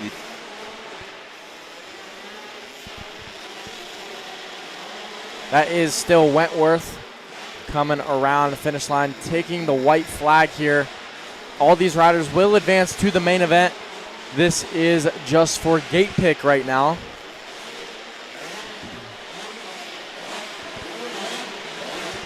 We have our leaders on screen, but coming over the finish line right now, we have the 353 of Alec Lennon, the 7 machine of Blake Tutterow, the 474 of Colt Wendling, 212 of Milo Klista.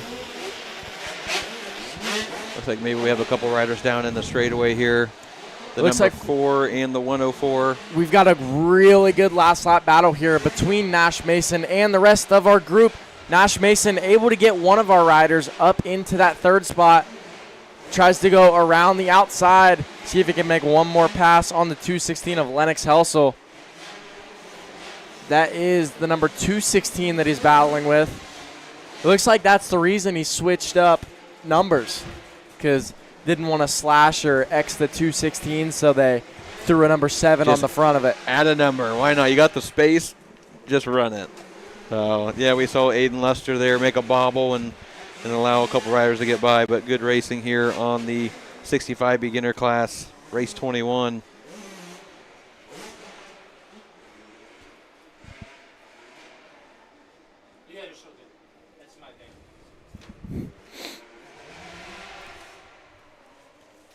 And then up next, we do have our e-bike open. That is race number 22.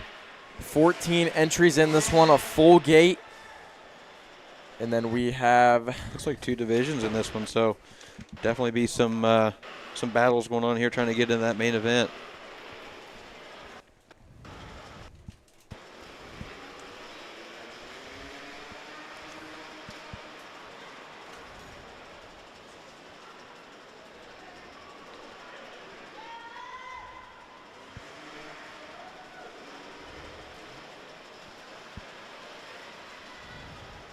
So these bikes will be fully electric. They are full-blown motocross bikes, though, so these are definitely different than the Stasic balance bikes that we saw earlier on. So these are full-blown motocross machines, but instead of a little gas engine, they have an electric motor and big old batteries in there to give them the power they need to get around this Route 62 course here today. And they are off.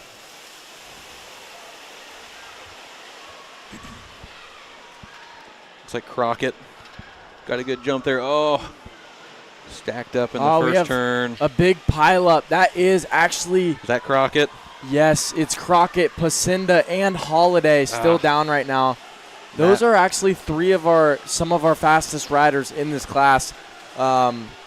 Grayson Crockett is 3rd in points actually in this class for the series. Pacinda and Crockett are actually tied in points in this whole entire series. So they've got these 2 work riders cut out for them. Have some work to do in this division if they want to get back up and try to get into that main event tonight. The beneficiary of that little pileup, Maverick Myers, opening up a gap already here out front.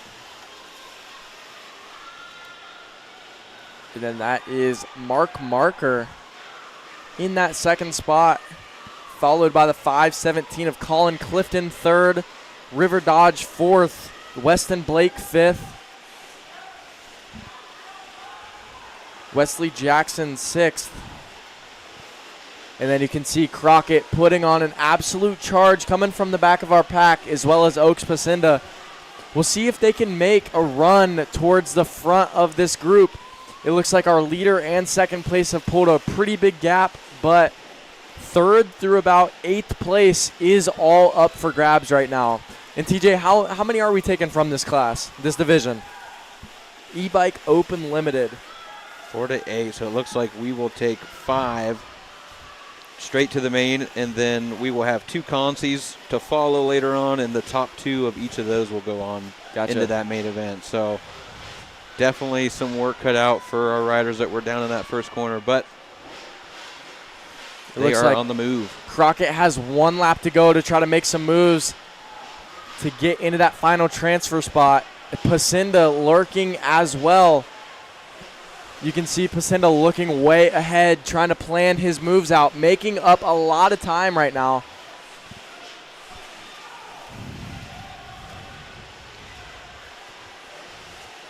They are knocking on the door for that 5th place and final transfer position right now. It looks like we've got 4 riders all starting to come single file. Grayson Crockett trying to come up the inside. Pacinda right behind them as well, knocking on the door.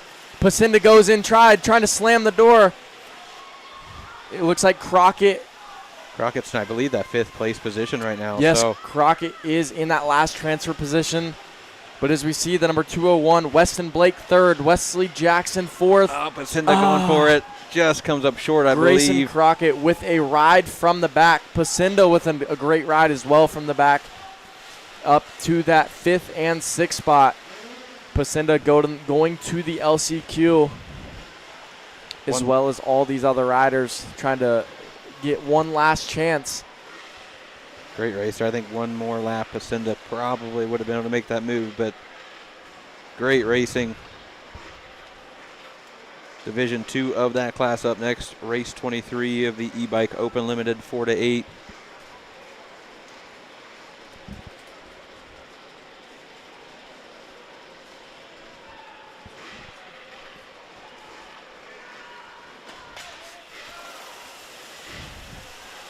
Division 2.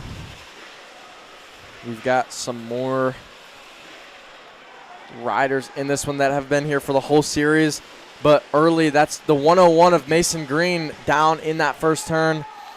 All these riders are going for it. As you've seen in that first division, we had some points leaders go down in that first turn, as well as this Division 2. Mason Green down early, trying to make a charge from the back. He is actually your points leader for the whole entire series in this class. So he is all alone in points, but that may change if he cannot get into today's main event. Looks like out front we've got the 118 of Braxton Webster.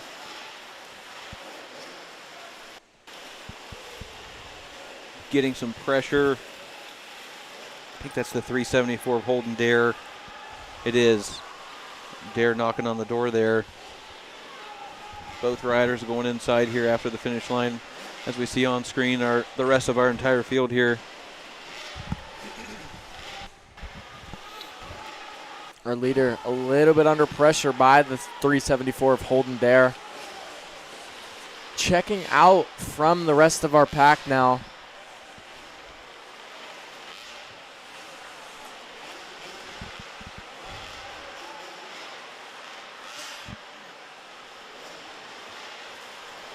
You can see we've got a battle for third now. Mason Green trying to make his moves, coming from the back, and a first turn crash. That looks like... Oh, Dare.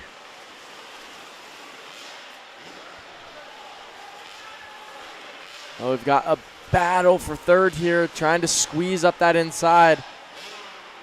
I believe that's a 737 of Jude Lennon, doing real well to hold off your points leader. And there is the 413 of Roman Baronio in that fifth and final transfer position. The 116 Bo Shields, sixth. Our leaders are going at it here. Brody Brickman, Caden Nip on the outside looking in, as well as Riker Morano, Bentley Aycock, and Elliott Marshall taking one lap to go. Holden Dare But puts the move last on our corner. leader. That was definitely one. I hope they got a photo of that one to hang on the wall. Great move. Up the inside, clean as can be. Just Rubbins racing. That'll be a fun one for Dare to go back and watch.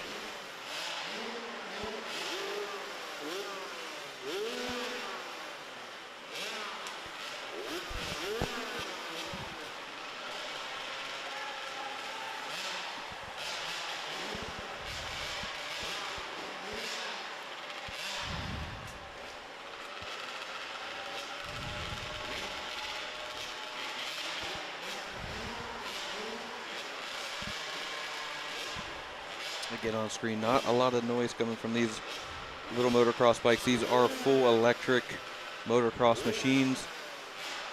They are quiet, but they are definitely very powerful, very competitive little bikes. As we see the 501 machine of Elliott Marshall round out this division. Up next, we'll have race 24. These are the 65 senior 10 to 11-year-olds. No beginners in this one.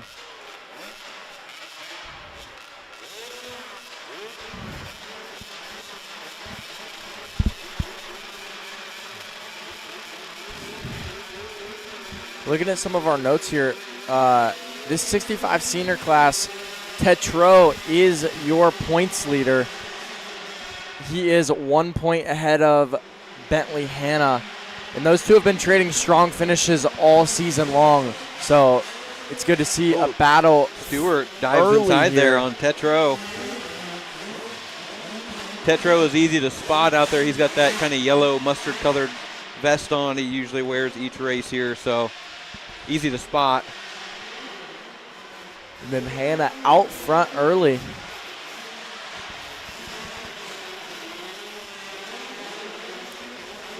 Declan Stewart been a strong name here.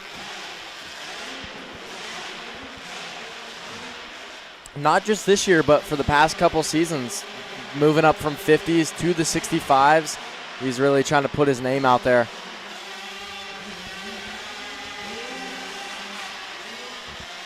Stewart into the lead here. Looking aggressive today.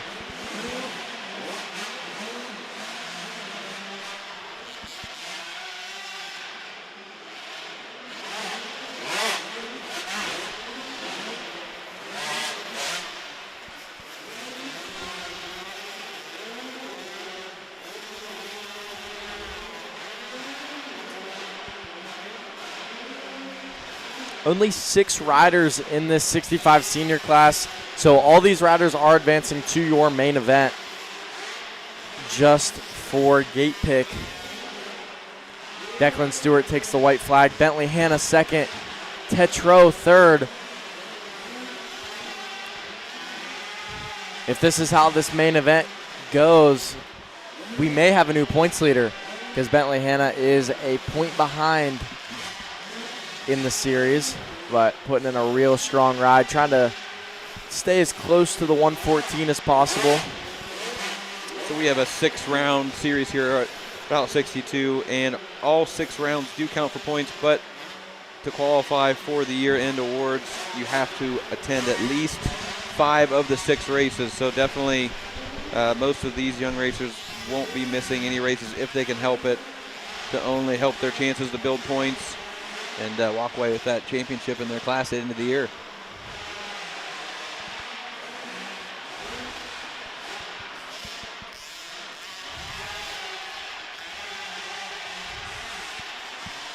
We've got the 32 machine of Colt Lambert on screen, getting ready to cross the finish line, followed by the 75 Ryder Harris.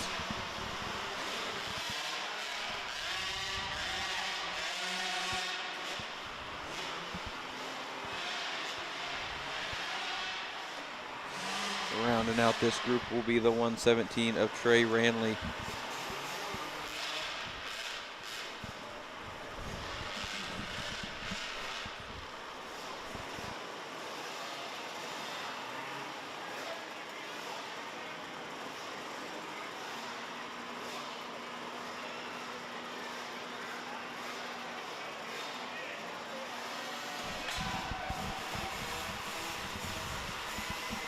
So we've got the gate down on race number 25.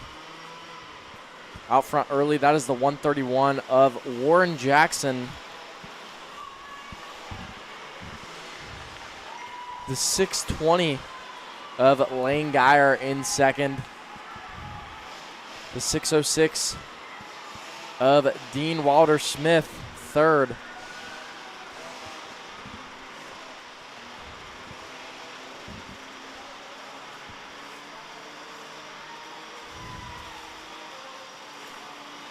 Looks like we have another big turnout for this class, Jack. There's a total of 31 riders, so we will have 3 heats. Each one we will take the top 4, and then we will have, I believe, 2 consies to follow up. It's good to see we have a lot of stacked classes today. We've got, a lot in each class. 38 in that 50 senior, 45 riders in our 50 open, 31 in the 50 junior beginner, which is this class out there on the track, and then 35 in the 50 shaft junior. Yeah, 4 classes, well over 30 signups each, so another good turnout here this weekend.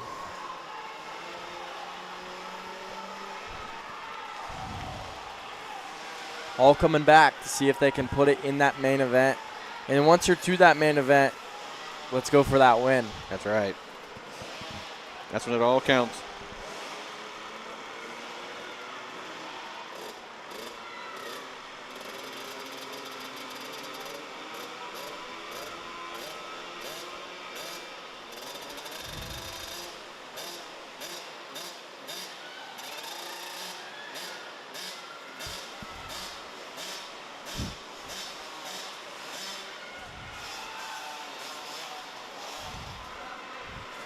And as the white flag flies,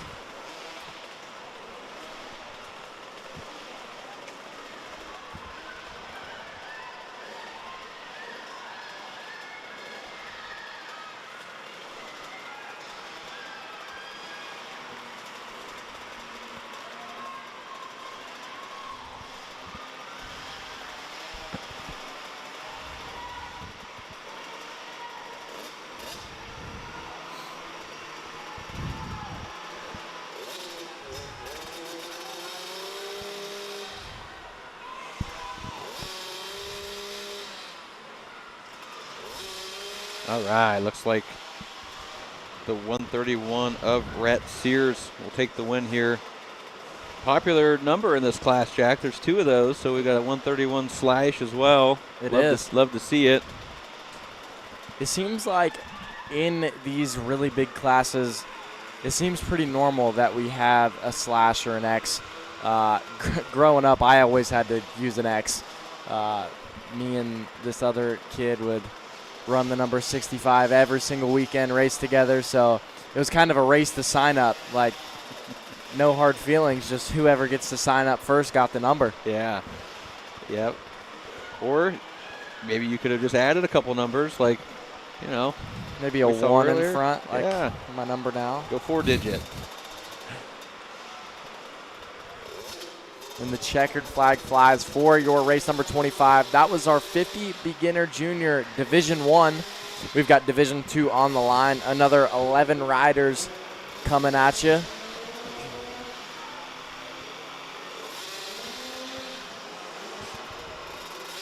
So in this next one, we've got Cooper, Young, Bean, Wolf, Blair, Acock, Cosma, Lennon, Kennedy, Loarden, and Dudley. 11 familiar names. Definitely seen plenty of these throughout the whole series.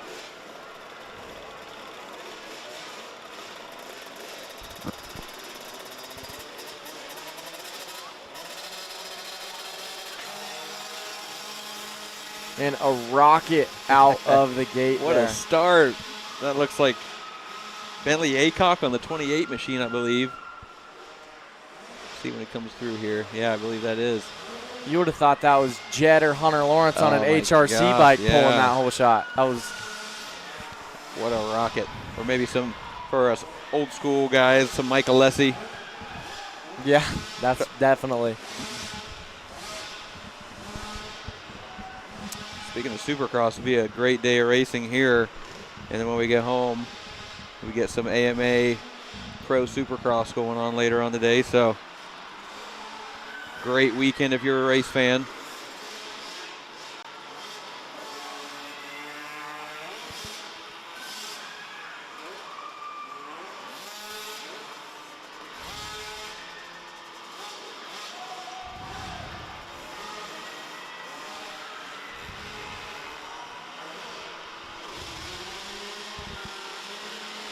One, 2, and 3 are holding steady in this 50 beginner 4 to 6 junior class. So how many? Okay, yeah, 50 junior beginner. We've got 4 riders advancing to the main event here. 3 heat races between our 31 riders. Yeah, another big class here.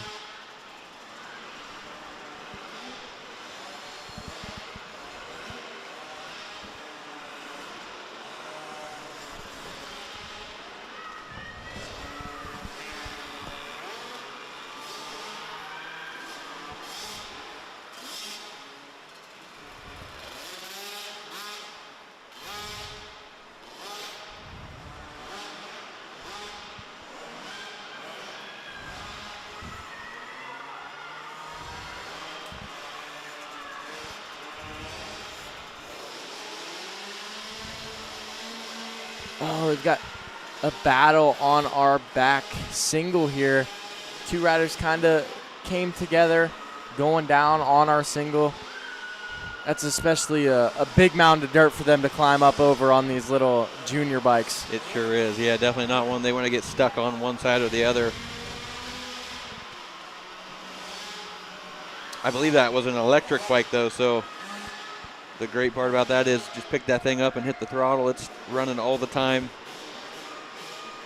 No kickstart to worry about.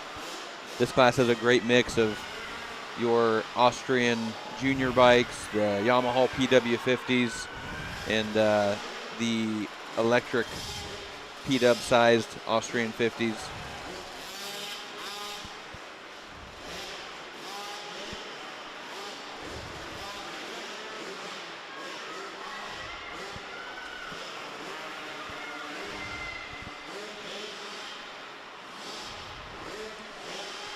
The white flag comes out. And now the checkered flag comes out for the number 28. That is your winner, Bentley Aycock, of this race number 26, 50 beginner junior class, Division 2.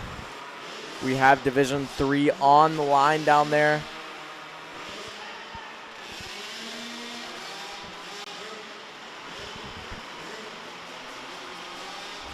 That is Bo Kozma. Yeah, he crosses the line after the 199 of Scarlet Linen. And then here comes the number 333 and the number 19, as well as the 105.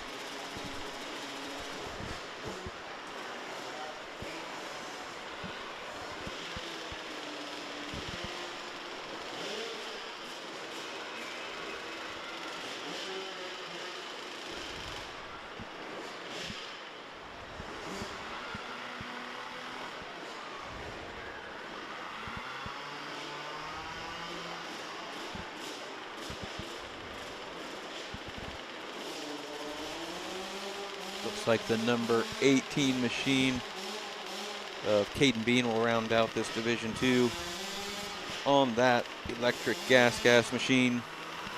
I believe that was a rider that went down on that wall earlier in this race, so we'll have some work to do to try to get into that main event later on here.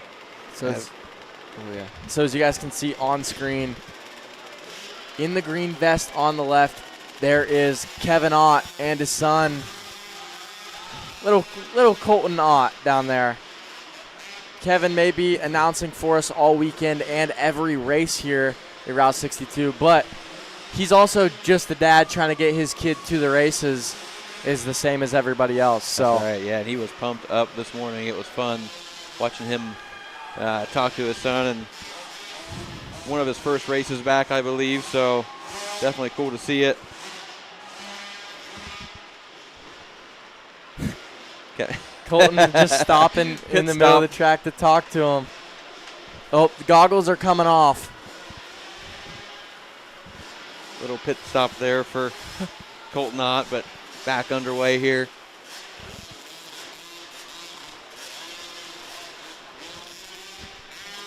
Got to do what you got to do sometimes. Maybe they were fogging up a little bit. Yeah, for sure. So need that clear vision. But out front in this 50 beginner junior class, that's number 113, Laurel Maxwell, followed by the 320 of James Colvin and Owen Ramey. Or, excuse me, Knox Doby and then Owen Ramey. Yeah, sometimes these little bikes disappear out of view for us from the booth here, so. That's right, we got to put a set of eyes on all these little bikes. The 536 of Lane Thompson.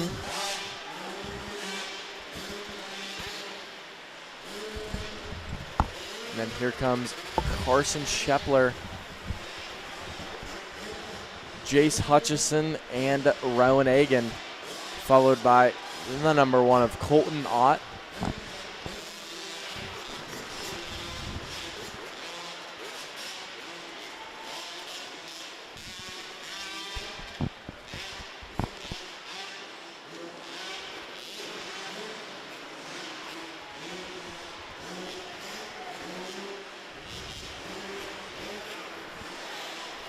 As our white flag flies for this race number 27, it is still the 113 of Lauren Maxwell out front, kind of all by herself right now. James Colvin in that number 2 spot, just lurking. If she makes a mistake, he will be there to capitalize. But over the rest of our pack, they have about half a track on our 3rd place, so these beginner riders are really good. Yeah. Yep, definitely a big class, so a lot of competition here. And for those that aren't going to make it straight into that main event, they will have another shot later on this morning, this afternoon, whatever time it is, to get into that LCQ. try to advance themselves onto the main event here.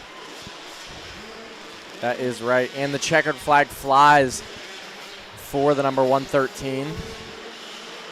So those riders, let's see if we can get all these riders to the main event. So Laura Maxwell took the checkered flag and your win with James Colvin in second. In that third spot will be the number 5 of Knox Doby, Owen Ramey in fourth.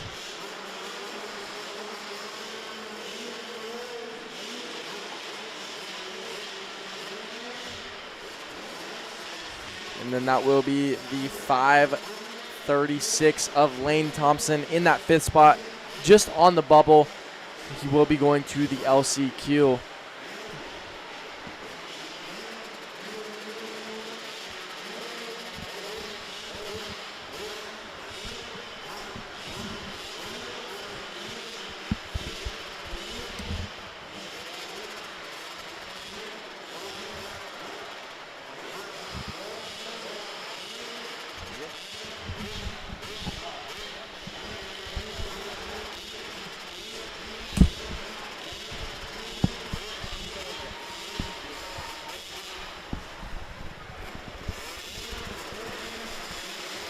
All right, and we have race number 28. This is our 65 junior 7 to 9 class. And this one is another nail biter when it comes down to our point standings. Wyatt Miller actually is our points leader right now. He leads Owen Burmeister by about 1 point. And Declan Stewart is just 2 points back. So that championship is still completely up for grabs. Division 1. You can see we've got Wyatt Miller and Owen Burmeister in this, but we have a little bit of a pile up here, about 4 riders down right now. Things were looking good, and then it got tight all of a sudden. So that was Beckley, Williams, Luther, and Gasaway all in that first turn pile up. And out front, it is the 104 of Wyatt Miller, followed by the 91 of Burmeister, Marshall Blankenship, Ryder Bennett, Grayson Crockett. Oh, Beckley down, but able to get back up. Tough ride for Nolan Beckley right now.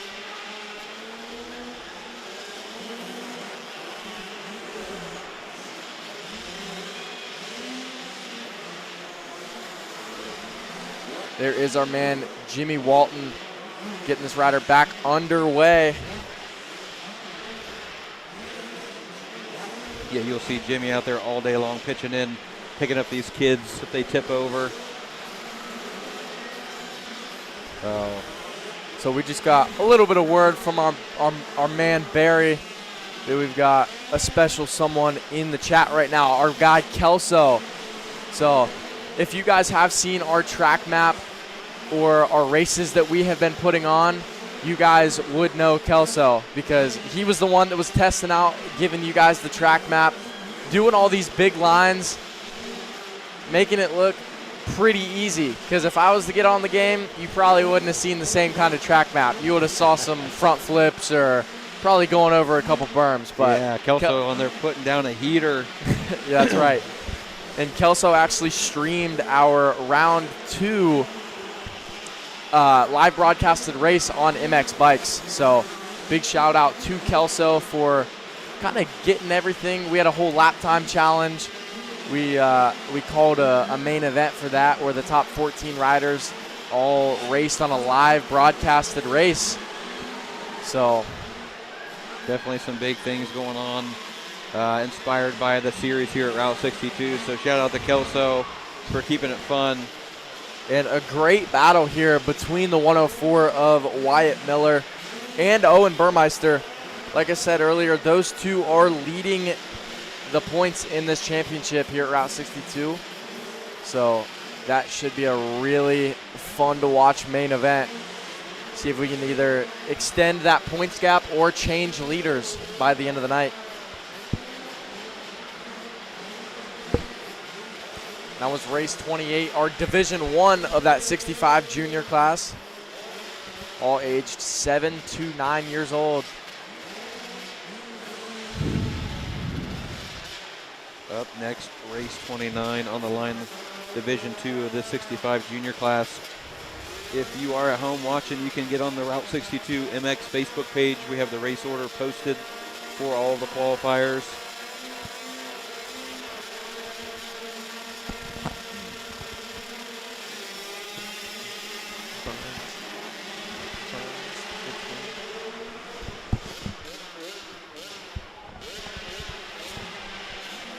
So as we go to the green flag lap, that is the 55S of Spencer Fair, taking your whole shot early.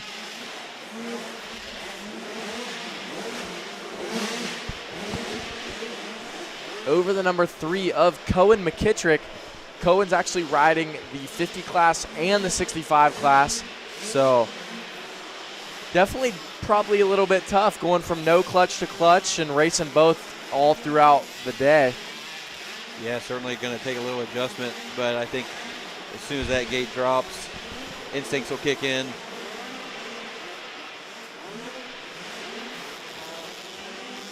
Looks like Walker Lambert on the 24 machine in third place.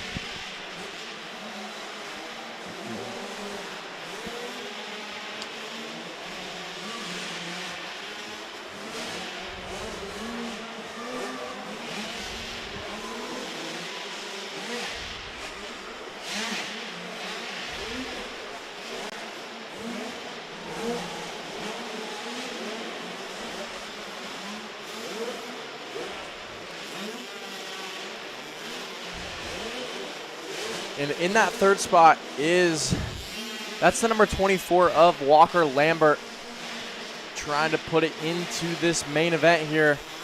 The number 907, Gage Alford, in that fourth spot. And the number 22, Emery in Case. your fifth position. So Emery Case is holding on to that final transfer position in fifth place. We have 21 riders between these two divisions, so we are taking the top 5 of this division. So it looks like right now the number 22 of Emery Case is your last transfer position. We've got a good battle for about 6th, 7th, and 8th right now.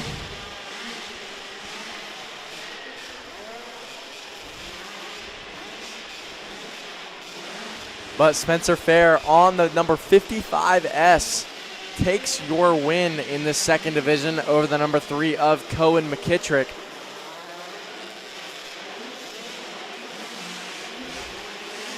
Walker Lambert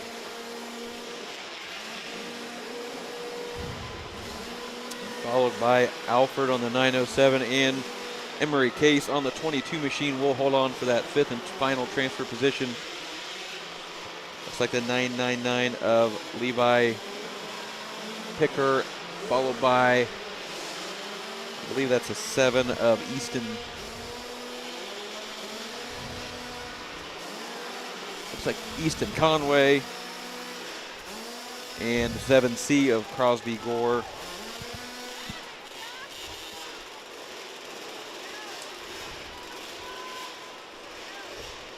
And then we've got race 30 on the line. This is our 50 junior limited class, Division 1. 15 total riders between two divisions, and the gate is down. Got some pretty fast riders in this one as well. That is the number 576 of Aries Roberts, out to the lead early. This little guy was actually here for practice, and he was he was really impressing me with some of his corner speed. Like this right-hand berm after the finish line, just smooth as could be, steady throttle, like honestly textbook corner. So whoever's not plugging, but whoever's teaching him is doing a real good job. No. And then in that second spot is the number 19. We have two number 19s, so see which one that is.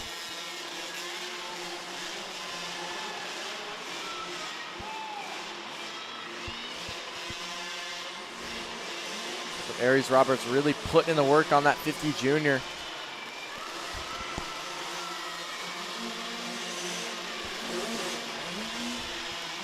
That looks like Archie Raber in that second spot, followed by the 19 dash of Kaysen Blair. Yeah, both 19s are on Cobras, so had to really focus in there to see which was which. But in the fourth spot is the 925 of Levi Bond. Looks like Matthew Cowell in 5th place on that PW50. Taking that final transfer position straight to the main right now. 6th place and on will go to that last chance qualifier. That way they're not just one and done at 12:45. That's right. So they get the same amount of racing whether you go to the main event or the LCQ. Yeah. These riders are all young and full energy, so even 3 races won't bother them a bit. Yeah. Even going to the LCQ, it's not always a bad thing. Maybe it's just some extra seat time, some more time to see the track, or right. Maybe they had an issue in their heat race that they want to get sorted out before the main event. White flag is out on race number 30.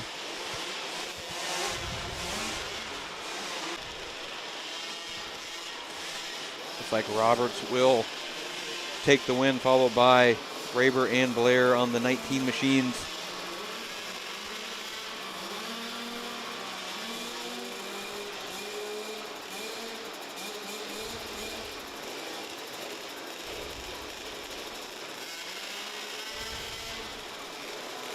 Race 31, Division II on the gate.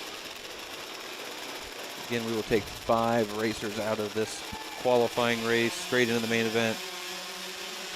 Gate is down.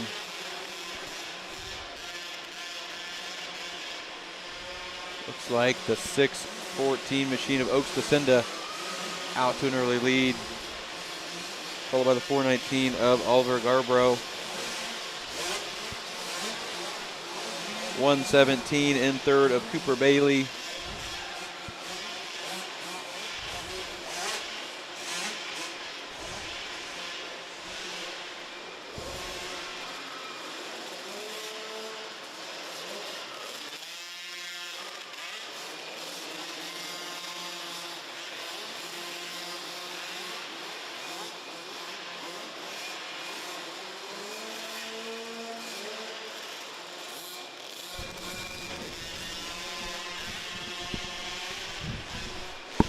All right, and that is Oaks Pacinda out front early on the number 614, followed by the 419.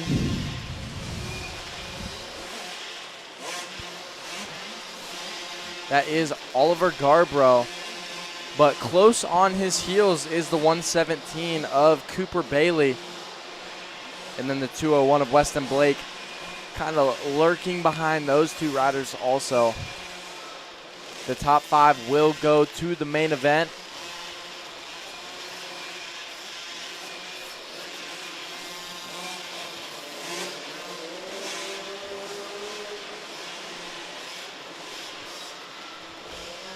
But Oaks putting in a really good ride here.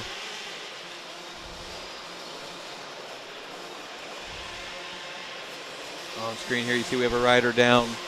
That corner's kind of been giving some of these young racers problems all day. I don't know if they're not maybe seeing a little bit of a drop off on the berm. Yeah, I think the biggest problem with that corner is it is not a full rounded 180 berm. It's kind of like a, I don't know, maybe it's like a 130 degree berm, to where a lot of them are going to have to go up to the top of that berm and more so square it off. Cut down, yeah. So whereas I've been seeing a lot of these riders, they're trying to round it like a normal berm. and the berm kind of ends. And it kind of ends, and they're just going off the edge. Yeah. So that's one of those things where if you know the track, you got to be looking ahead. You kind of find your pivot point instead of just trying to round the whole berm like the rest of the track is. So it takes a little bit of strategize and looking ahead. And Pacinda looks like he tried to throw a no-footer and almost ended up a Superman. Yeah, I think it was a Superman. And then there is the number 117 in second, 419 in third, and the number 201 in fourth. And then rounding out your top 5, it looks like that's the 314 of Jackson Bartson.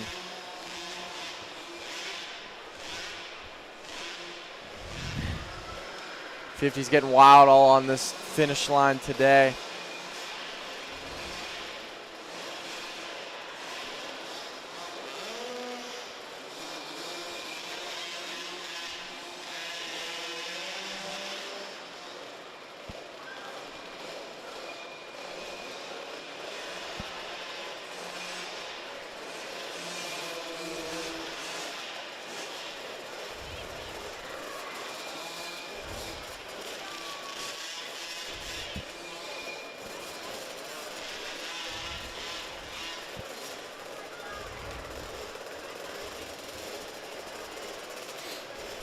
And then we've got race number 32 on the gate here. That is our 50 beginner senior first year riders. So we have 11 entries in this one. All these riders will go straight to the main event. This is not a division. Looks like Riley Cummings had the whole shot but lost it to the 626 of Beal.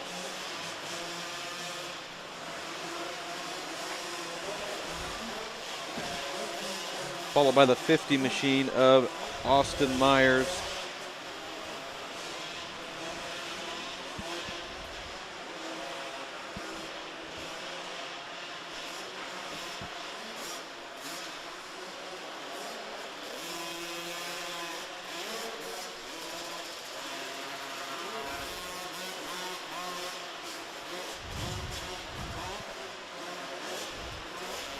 Beal out to a healthy lead here over the number 1 machine of Cummings.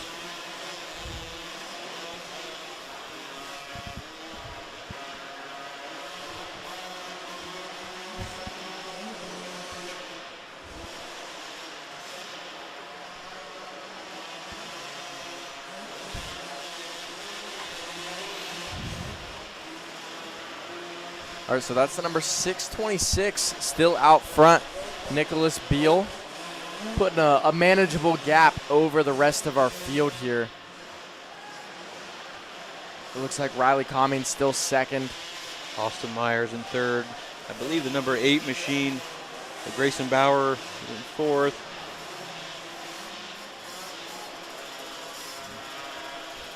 A lot of these riders have came a long way since round 1. They're turning from first-year riders to experienced riders, you could call them. Just the way that they have progressed through these 4 rounds. Definitely put in some seat time in between in the last 2 months. And then these riders will have to bump up to the next size class, like your 50 senior class, not just your 50 beginner senior class.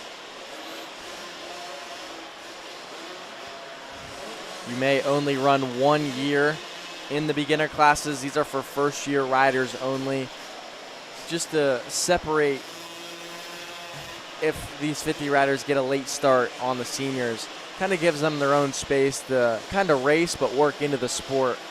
Yeah, a little less intimidating and really safer too. Exactly. Riding with other riders of similar skill level. So, but I bet it's really fun for you, Jack, because we know that you get to spend a lot of time here at Route 62 helping out with the kids, working and riding yourself. So a lot of these racers here today, you've kind of got to see them kind of start to grow up a little bit and see the progression. Yeah, and there's definitely a bunch of these riders that come to the rentals. So typically Mondays and Tuesdays, there's about 2 rentals a day, which are depends on the week, but most of the time it's really 50 riders. They want to get their time in on the track, as much ride time as possible, and yeah, honestly, just get better. I know that some of the groups bring in a trainer and do their training on top of the rental. I've done a couple of training sessions with some 50 riders, and it's cool to see them excel from some first-year riders like they are right now to some of the mid-pack and the top of the pack senior riders like you'll see later in this race order. Yeah, and you mentioned those rentals, so that's another really cool feature that Jimmy Walton does here at Route 62. So if you can go to their Facebook page, you can actually look at his calendar, and he will post the days that he does rentals, and you can reach out and maybe try to get one of those set up. That is right. And a little bit more details. It is 4 hours. You guys get the track all to yourself, a maximum of 10 people, and it is $550 for that 4 hours with 10 people. So honestly, a great deal, and it keeps the people coming for it. If you want to do a birthday party, a training, or just a ride day.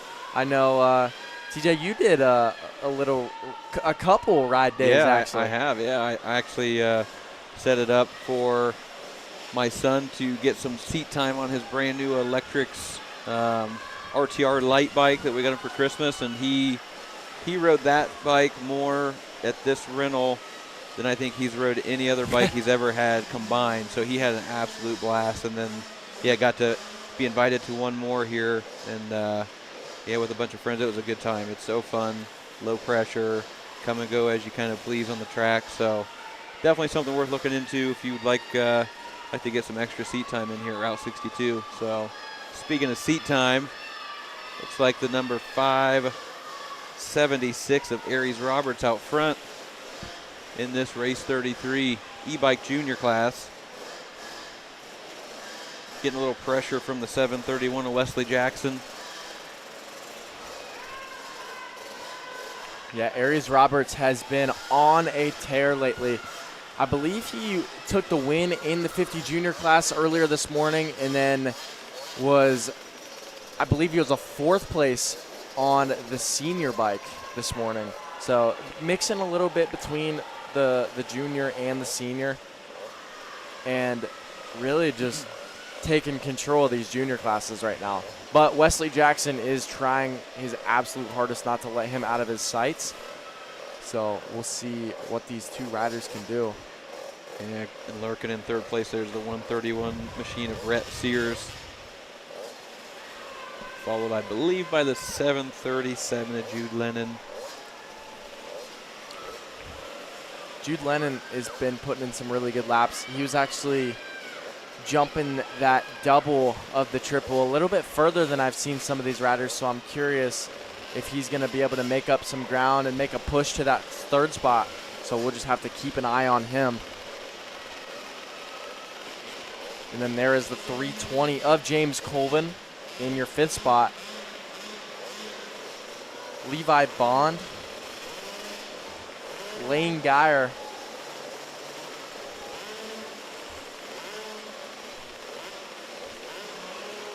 Briar Hoy, and Andy Marshall coming through, as well as Jensen May and the 330 of Clutch Soder.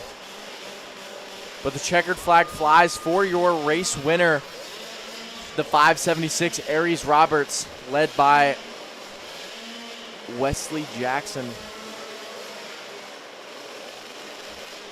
The 131 of Rhett Sears and Jude Lennon. All these riders will move into the main event. That was just a heat race with no division. So their finish in this heat race will be their gate pick for the main.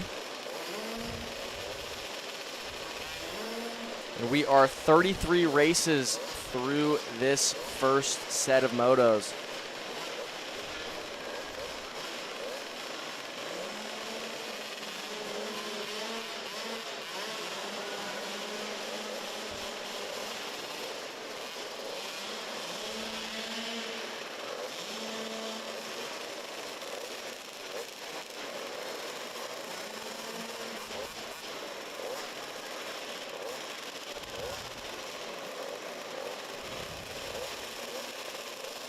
And the card is up for race number 34. Our 50 senior limited class. This is one of our fastest classes when it comes to 50s. Some of the oldest riders. You'll see a lot of these riders in the 50 open class as well. Just trying to battle it out. All right, Jack, bear with me here. We got a little bit of a commentator camera. Checking it out from the booth here, folks. This is what we see from up top. So we have, you guys can't see it, but TJ is on a mobile camera right now, trying to give you guys the best action. He's seeing. This is what we see from up here in the booth, so definitely really cool angles. We kind of have the best seat in the house, honestly. That's right. So it looks like we are all seeing the number 212 of Milo Clista out front early, leading over the 641 of Grayson Crockett, but Grayson goes inside, takes the lead away, and there's the number 117 of Cameron Wolf, also able to sneak by into that second position. We are taking the top 4 out of these divisions of the 50 senior class. So right now, it is Emery Case in your 4th spot, your last transfer position. And that is the number 5 of Adeline Grimm, kind of on the outside looking in, trying to shave a few seconds off her lap time to get up into that 4th spot and put herself in the main event.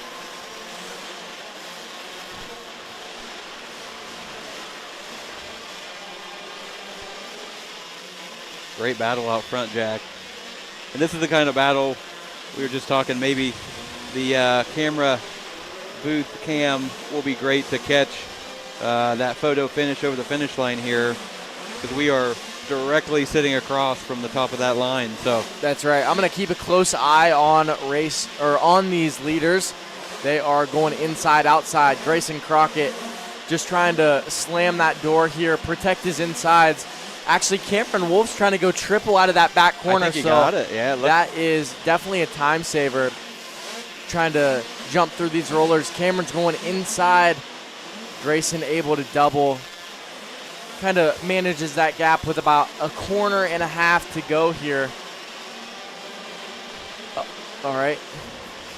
Yeah, so Grayson Crockett, the number 641 out of Midland, Michigan, taking the win over the 117 of Cameron Wolf Jr. The number 212, Milo Clista, in 3rd. Emery Case 4th, taking that final transfer position to the main event. And the 119, Raiden Jones, actually ending 5th. Adeline Grimm 6th, and Colin Adair 7th. And here comes some more riders. Maverick Rathman, Bentley Wentworth, Vito Juliano, Ella Walpole, Grayson Doby, and Duke Pohl coming across your finish line momentarily.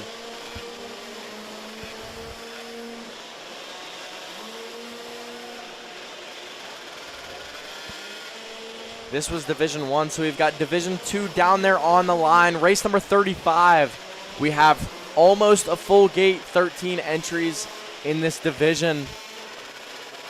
So we're going to have some action-packed battles for that top 4 and try to put themselves in the main event straight from this heat race.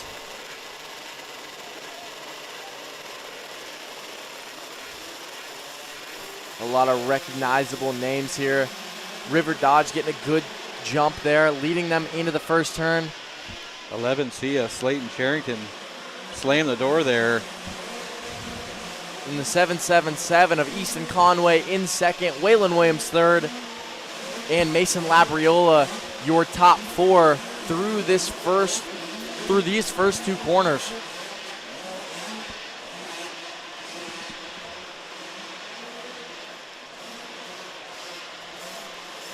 The top 3 starting to space themselves out a little bit from the rest of the pack, putting in a fast pace right off the rip here. Oh, we've got a rider down the corner there. As you can see on screen, those bowl corners get a little bit steep, so you get a little off balance and tip over. You can see our runners out there helping. That was the 0-1 of Arabella Bergstaller. But she is up and going. Tough break for her in this heat race.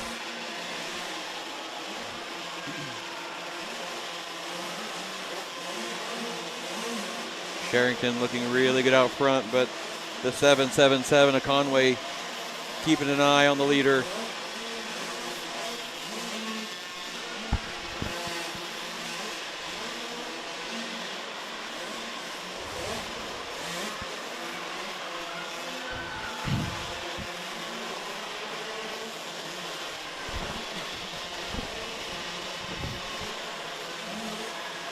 Oh, and we've got a battle here. Oh, that was for our transfer position. The number 32 of Labriola was able to shut the door on, that was the 216 of Ragnar Van Sickle. Ragnar was trying to put in a good charge and try to go up the inside, just tagged the back wheel of Labriola and kind of whiskey throttled just a little bit. So right now, Labriola has a decent gap over 5th place, trying to put himself in the main event. Nixon Canny now in that 5th spot, charging hard with about 3 corners left to make a pass stick.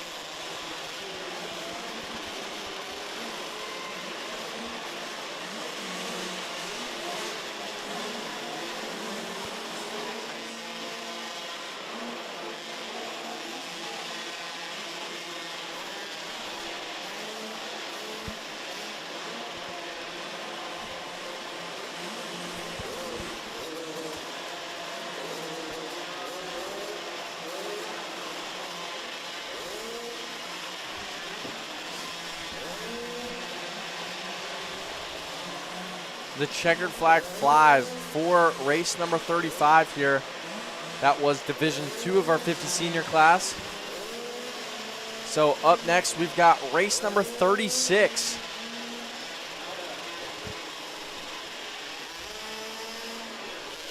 Looking down on the line, we've got 12 more entries here as the card is about to go up. Little rider highlight for this class, we've got the number / Max Rippin Moreland. This guy is just moving up into the senior class, and yeah, if you guys were wondering, middle name is Rippin. So middle name is the nickname. Yes, perfect. Max Rippin Moreland. Yeah, so sounds like Max did some pretty good work down at Loretta's. Max this year. Avoiding a little bit of carnage in that straightaway. Had some riders crossing there. So we've got, that is the number 16 of Marshall Blankenship out front. Cohen McKittrick 2nd. Henry Orwig 3rd. Mark Marker 4th. Mason Green 5th. And our boy Max Rippin Moreland in 6th. He's trying to make some passes.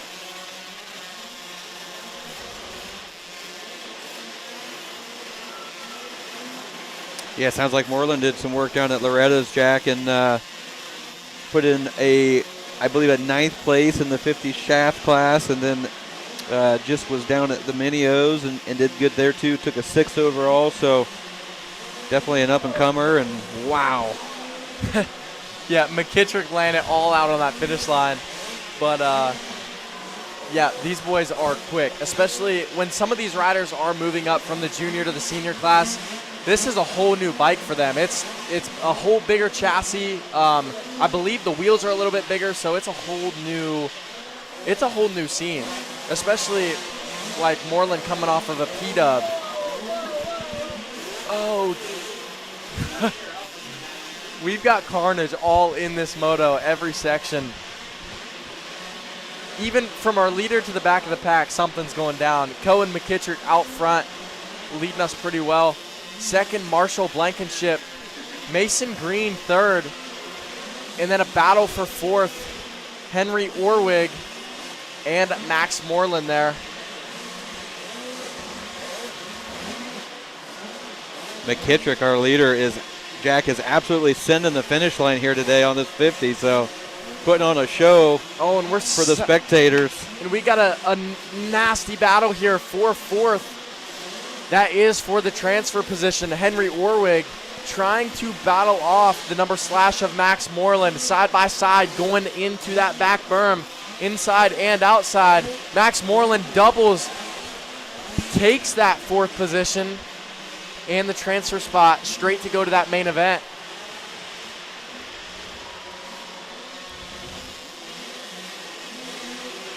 Great battle down to the line here.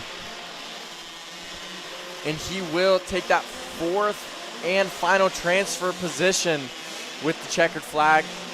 Henry Orwig, Mark Marker, and Jay McMurtry all heading to that last chance qualifier. But some good battles in this race number 36, 50 senior class. Oh, that was our third division. 111 of Bennett Hopper throwing some swag over the finish here, followed by Levi Picor from, looks like out of New York here on the 999 machine.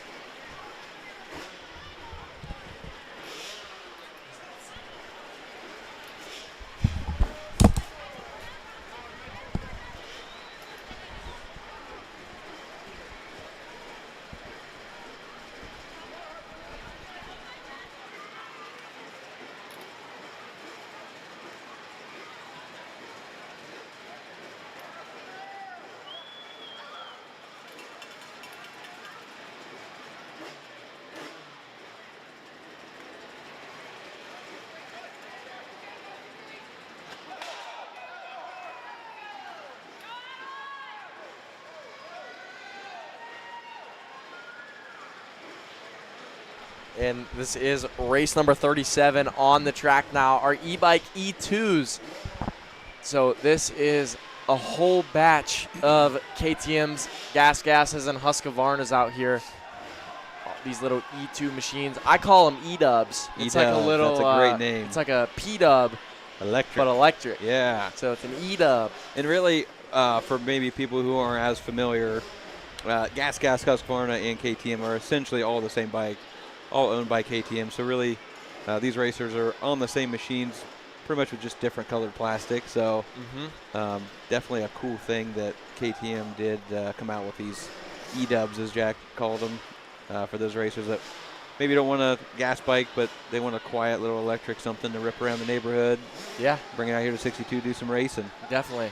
It's like an alternative to a PW50 if you want to go electric. So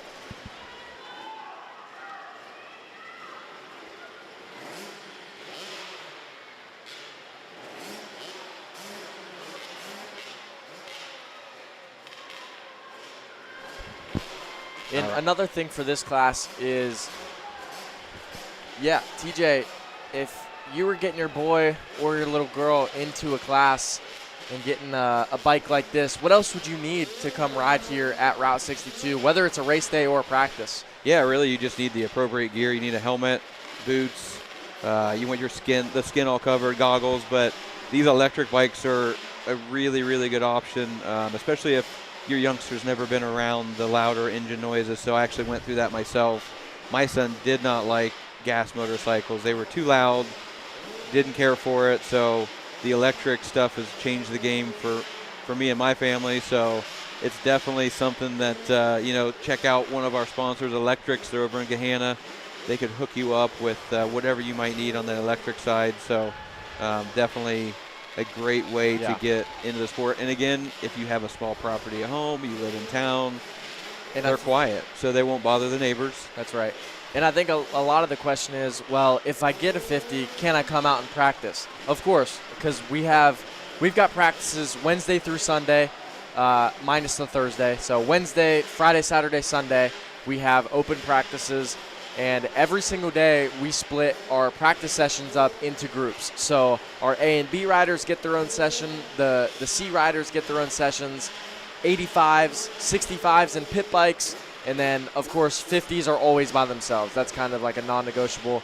And if we have a bunch of 50s, we'll split them up between 50 senior or 50 junior or 50 shaft, kind of depending on the crowd that day. Yeah, but, so we're dividing up the practices not only by bike size but skill level too. So it keeps everybody safe, keeps everybody having fun. Again, low pressure, so you don't feel like you're in the way out there, or vice versa, like you're going to land on somebody or run into somebody, maybe a lower skill level. So definitely, these 50s get their own track time.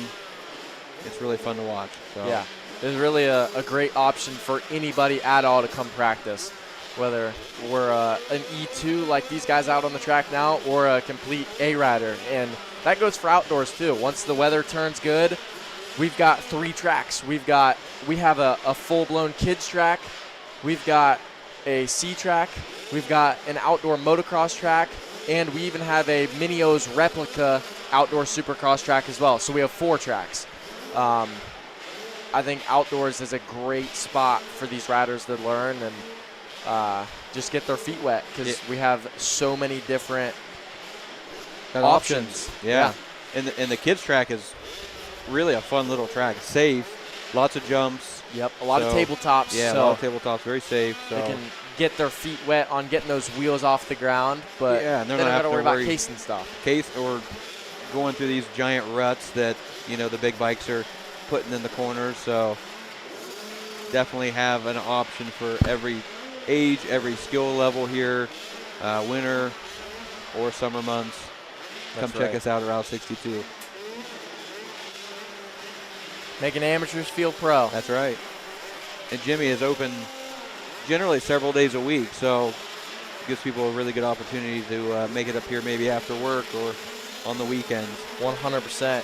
And as we are shifting from gas or electric back to gas, this is our 65 open class, race number 38. Division 1, this is a full gate, 14 riders in this one. Tetro leading them early into that first corner. Hannah, I see Beckley, McKittrick, Burmeister, Miller, and some more names in this one. And this is a multi-division class, so these racers will be battling it out to try to get themselves straight to the main event.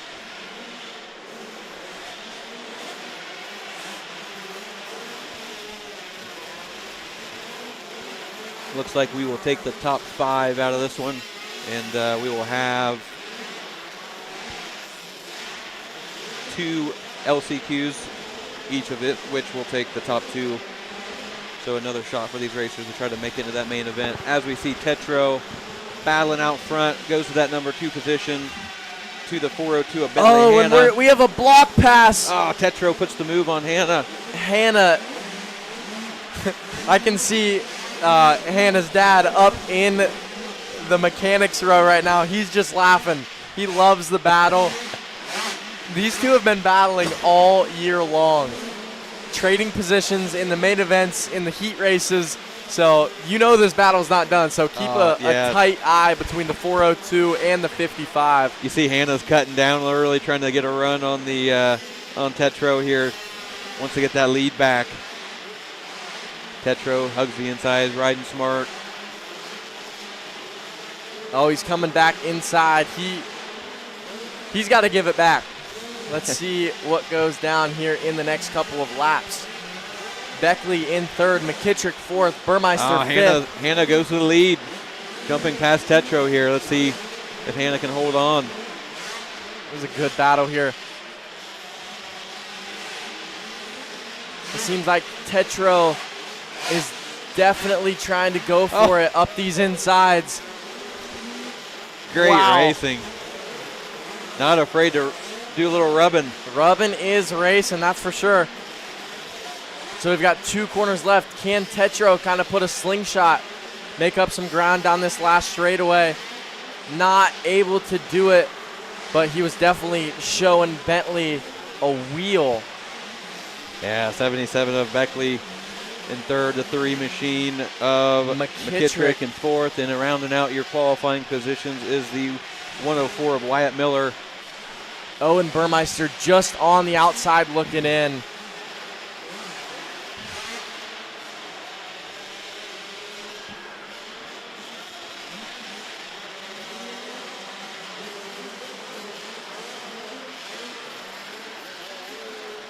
All right, race 39 on the gate here. Let's see if this second division of the 65 Open class will be just as action-packed as division number 1.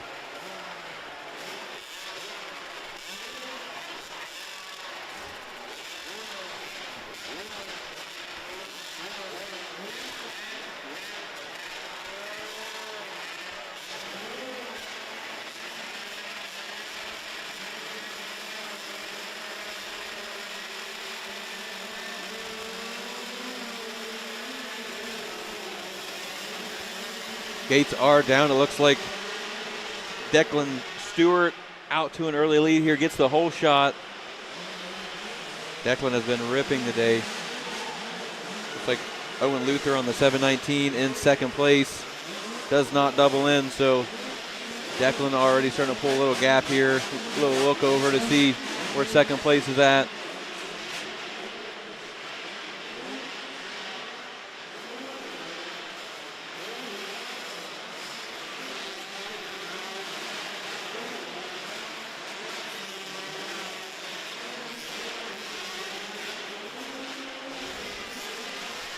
Declan is out front, really charging hard from that first lap, trying to put as big of a gap as he can on the rest of the field. But that is the 719 of Owen Luther in second. Spencer Fair third, the 75 Ryder Harris fourth. And then we've got a little bit of a battle here that you can see on the corner of our screen for fifth place. That's the 474 of Colton Wendling and the number 18 of Cole Wentworth. They are banging bars here. They are.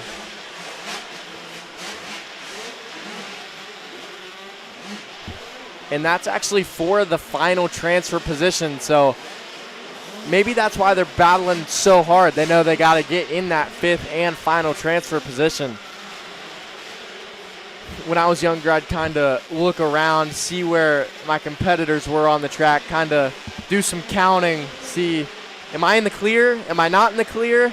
And once you kind of figure that out, it's like, all right, I can't lose this amount of positions. I got to get this many. Yeah. So it's like keeping your thinking head on ahead a a swivel little out bit. there. So stay in school. I feel like a lot of times, Jack, there was maybe not a lot of people in front of you. Oh, dude. You'd be surprised. Had to start somewhere, right? Yeah. I actually started on 65s on dirt bikes, so came a long way, and I was definitely not at the front of the pack for quite a while. Looks like our leader, Declan Stewart, will come across here and take the checkered.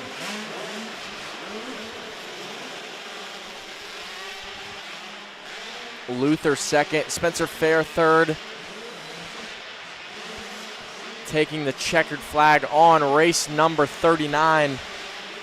Fair kept Luther honest there in that qualifier.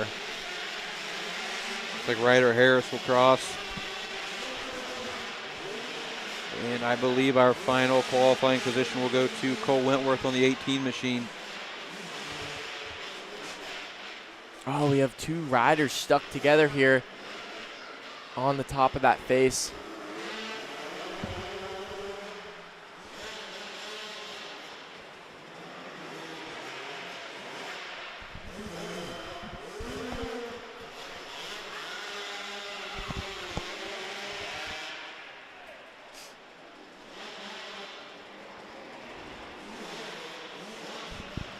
All right, up next, race 40, e-bike senior limited. Max Rippenmoreland on the gate again on the 381 machine. Nice, nice. So, folks, if you've got a fun little tidbit about your racer, feel free to drop us a little something in the chat. A little bit of a rider highlight. We Yeah. will we'll try to sift through the messages and highlight. So if you guys have a race number, the race name, just let us know, and we'll try our hardest to kind of point those guys out for you. We'll sprinkle in some of that fun information. So looks Looks like the 381 machine out front of Max ripping Moreland. Oh, Holden there getting a little bit sideways off of that big single. But Max absolutely ripping here. Whoa. What a perfect nickname. Love it for a little racer. Michigan boy. So got a lot of fans, a lot of family back home. Holden there trying his hardest to get up to the lead here. Moreland losing a little traction, but hangs on to the lead. Getting some pressure some by the different lines. Moreland getting caught by surprise up the inside of the 374. Holden Dare to the lead. Great move by Dare there. As you guys can see, we've got plenty of good racing from our 50s all the way to our 85s and super minis. The insides, the outsides, these riders are taking different lines all on the different parts of the racetracks. Great battle for the lead here.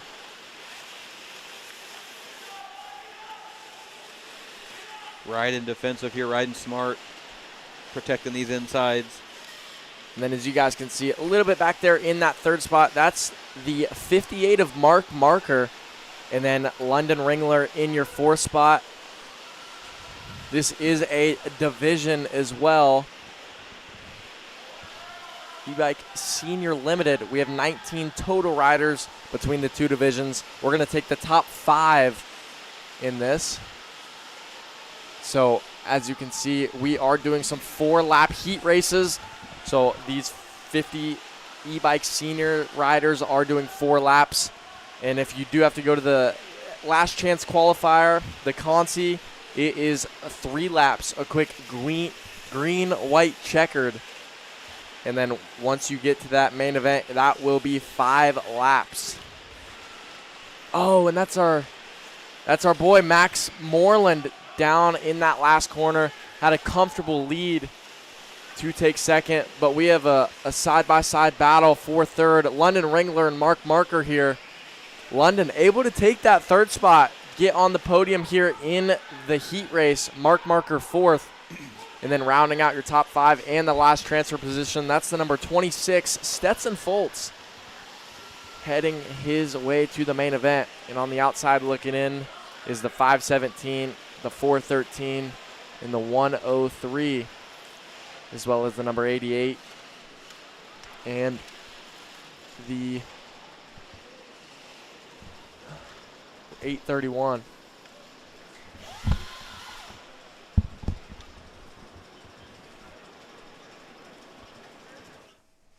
All right, we're here in the booth, Jack, and so far we've had some really good racing with these youth classes. So we've seen some bar banging, some riders go down, and yeah, some really fast racers here today. So that's right. Yeah, so pretty much we've had an action-packed day here. Yeah, we're 40-plus races deep, and pretty much every race has been a good one.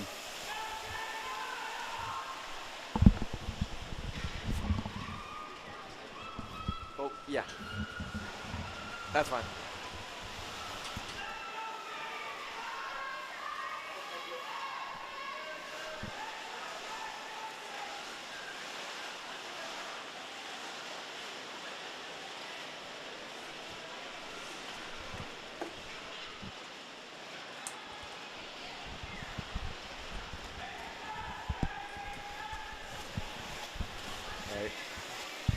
Back in action now. Had to get our Consi list here.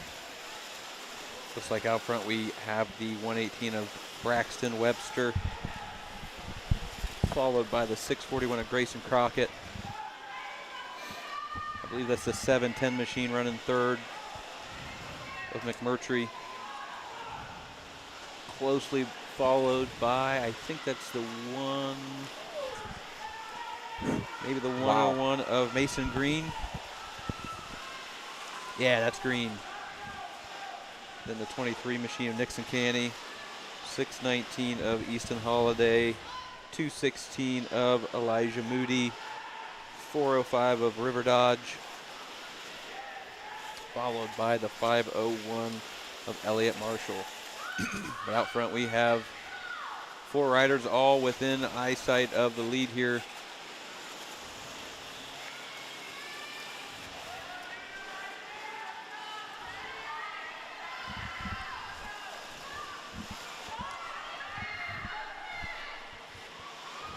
Webster stingy with those insides, protecting his line.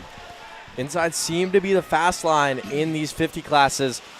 And you know what I see on Webster's bar pad is an Apex Motoworks sticker. All right. So, might have us cheering for him. Not might, we are cheering for him now. That's one way to do it. And then Grayson Crockett in that second position.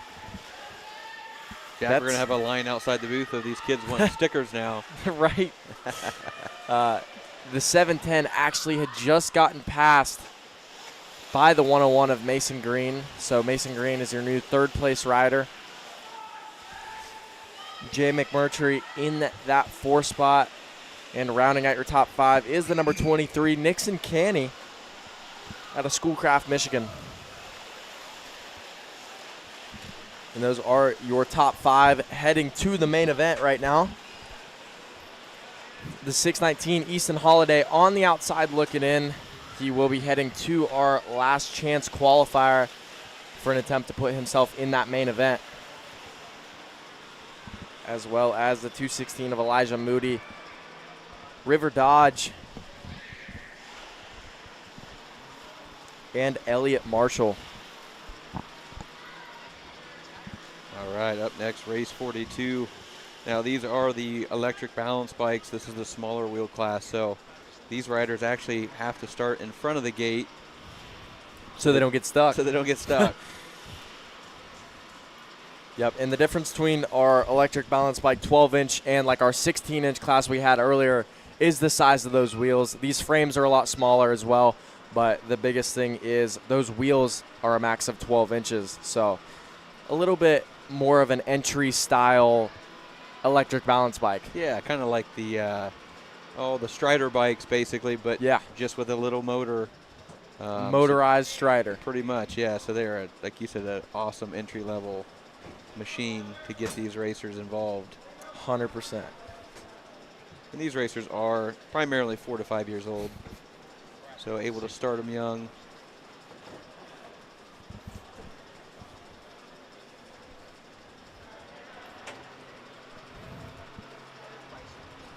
And another thing we do have to do for this class is, since these number plates are so small, we've got to bring some scorers trackside just so they can see all these number plates, get the accurate readings on these numbers.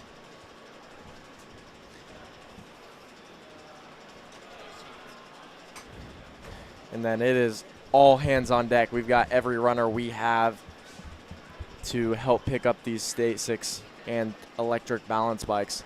That way none of them get kind of caught up on these large jump faces or like our wall jump we've got in the back there. We don't want any of these little guys getting stranded, so all hands on deck. All hands on deck, that's right.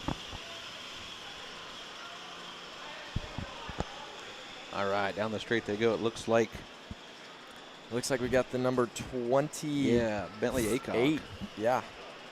Out front early here. Momentum is key, too, for these little bikes to try to make it up and over these jumps. That's right. You'll see some of them swing it wide, carry some speed. Looks like the number 5 machine out into second there of Menninger. And as the day goes on, kind of like we've mentioned in past broadcasts, past races, it gets tougher and tougher for these little guys because we get more braking bumps, we get more acceleration bumps. There's no suspension on these things, so it's like they're riding a totally rigid 100%. motorcycle, essentially. You got to find the smooth lines, maybe some insides. Yeah, definitely. The quickest way around the track for these little ones. The good thing about the electric is the power is instant. And you'll see it even on like the, as you call them, the E-dubs. They can make the insides up over the jump faces a little bit easier than the gas motors just because they have that torque available right off the twist of the throttle. So you'll see the line choices change primarily based on what bike they're on, honestly. And kind of like when you mentioned torque, you'd be surprised at how fast these little things are, or I guess torquey, because when they're trying to get up these jump faces, they may get stuck at the top, and if they grab a handful, that thing's doing a wheelie all the way up the face. Yeah, the electric is super impressive. Got to be careful with them sometimes. But that is the 28 of Bentley Aycock in front. The number 5, Cam Menninger, in second. The 5'11 of Connor Clifton in third.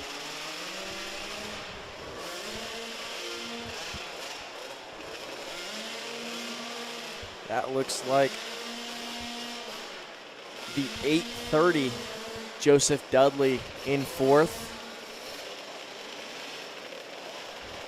And Leonardo Thompson in that 5th spot. All these riders will advance to the main event.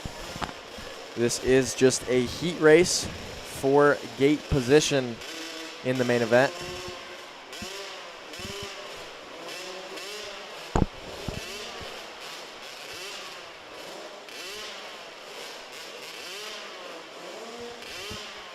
Again, Jack, we had some questions in the chat earlier about how to get a youth rider into the sport, and this is another perfect example of something that's super easy, super convenient, can ride around the neighborhood.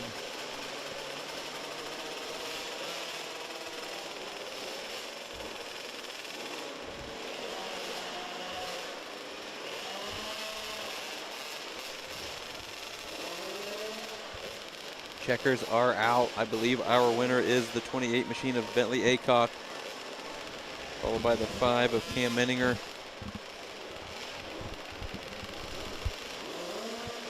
Coming over the finish line is the 5'11 of Connor Clifton. Yeah, and that was race 42. That looks like that was the last heat race we had for the day. So now we are on to the consies. And when we go to these consies, these are going to be 3 laps. They're going to be a green, white, and a checkered. So it'll be a little bit quicker of a sprint race just to give them that last chance if they had an issue in that heat race. Or, just try to. You definitely see these riders going for it. They definitely want to find their spot in the main event, especially for some of our racers that are holding maybe points leads, or they're up there higher in the points. They definitely do not want to miss one of these main events. So, yeah, like we've seen a couple classes, there has been a couple first turn pileups or first turn crashes that some of our faster riders actually didn't get a chance to show their real speed, but you get that last chance qualifier. When you get yourself in the main event's what counts. That's right. That's where the points happen. So these LCQ races are generally pretty exciting. Looks like the number 3 of Leonardo Thompson will make a little ghost ride over the finish line here. We got Shane from Rad Designs out there giving him a hand. Oh, down again.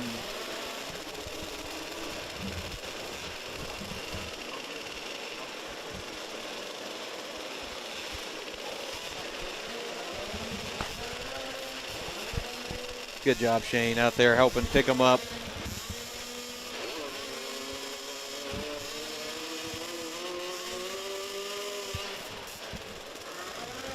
All right, on the line, Consi number 1 of the day, race 43 total, 50cc open limited, 4 to 8.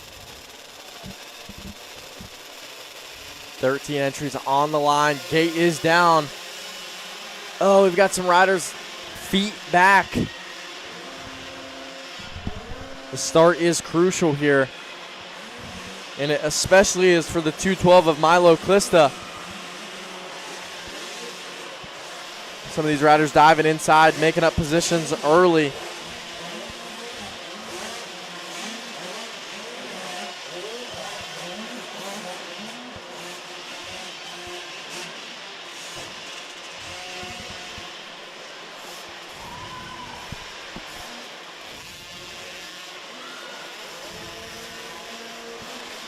As mentioned earlier, we will have 3 consies for this class. I believe we'll take the top 2 out of each of those to advance on into that main event. So definitely higher pressure situation here. Last chance to get into that main event. Put in the ride.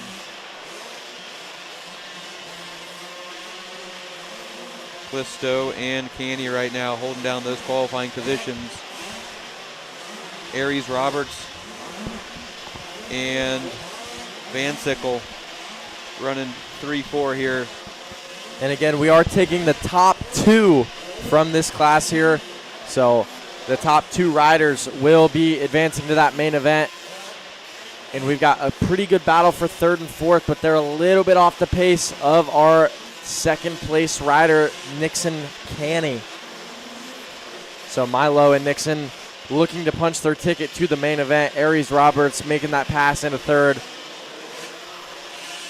As the checkered flag comes out, Milo, the number 212, and Nixon Canny, the number 23, punching his way to the main event. Aries Roberts just on the outside looking in, as well as the 218 of Ragnar Van Sickle. As well, coming across the line is a 523 Rode Harris, the 013 of Jameson Hawley, 3075 Kyle Paris, Odin Barr, Bo Shields, Jackson Bartson, and Maverick Rathbun, as well as Luca Rashawn and Levi Rhodes.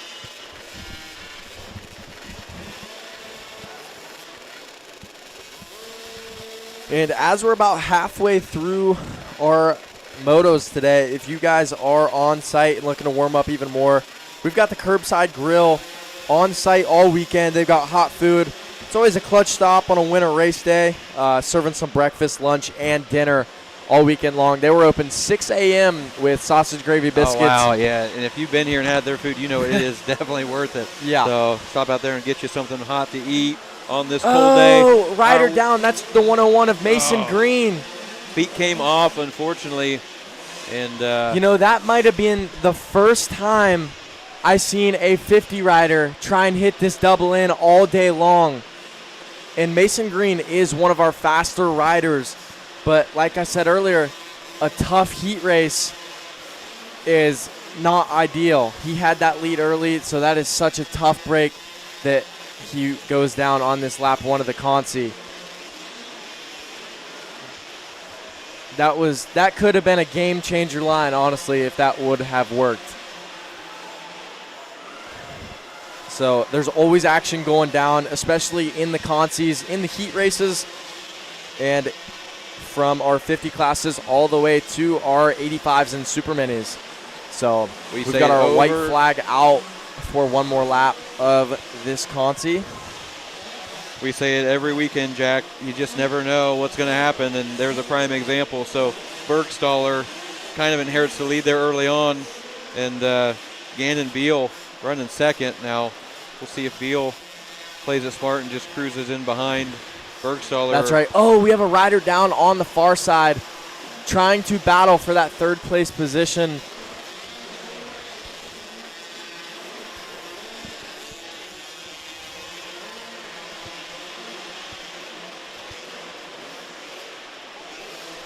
Looks like Bergstaller is going to take this Consi win, followed by the 626 of Gannon Beal. They will be advancing on. That was the number 63 on the outside looking in. That was Colin Adair. As well as the 621, the number 111, 5/, the 619, the 104, the 831, and the number 7.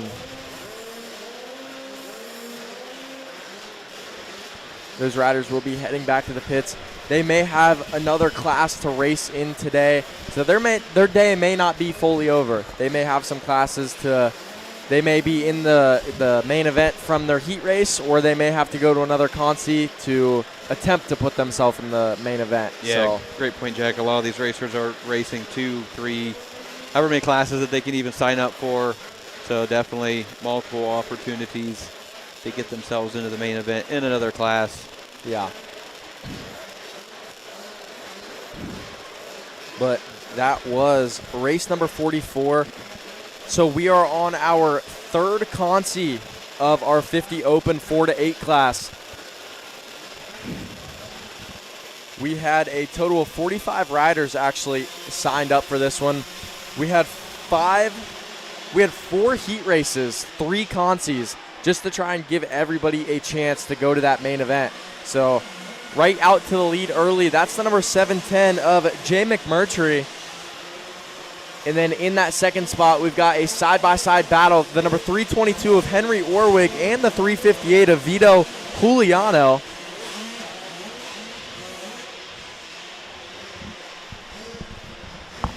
But again, we are only taking 2 riders out of this consi. So it looks like Jay and Vito are in a good spot to punch their ticket to the main event.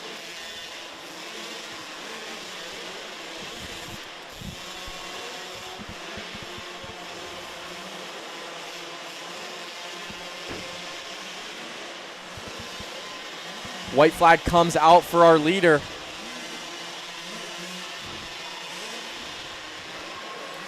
Jay McMurtry and Vito Juliano running 1 and 2.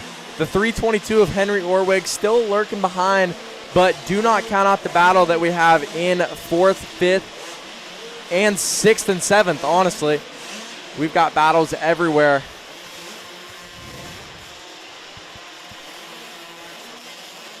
As you guys can see, coming down that far lane, we've got 6 riders all in that one shot there.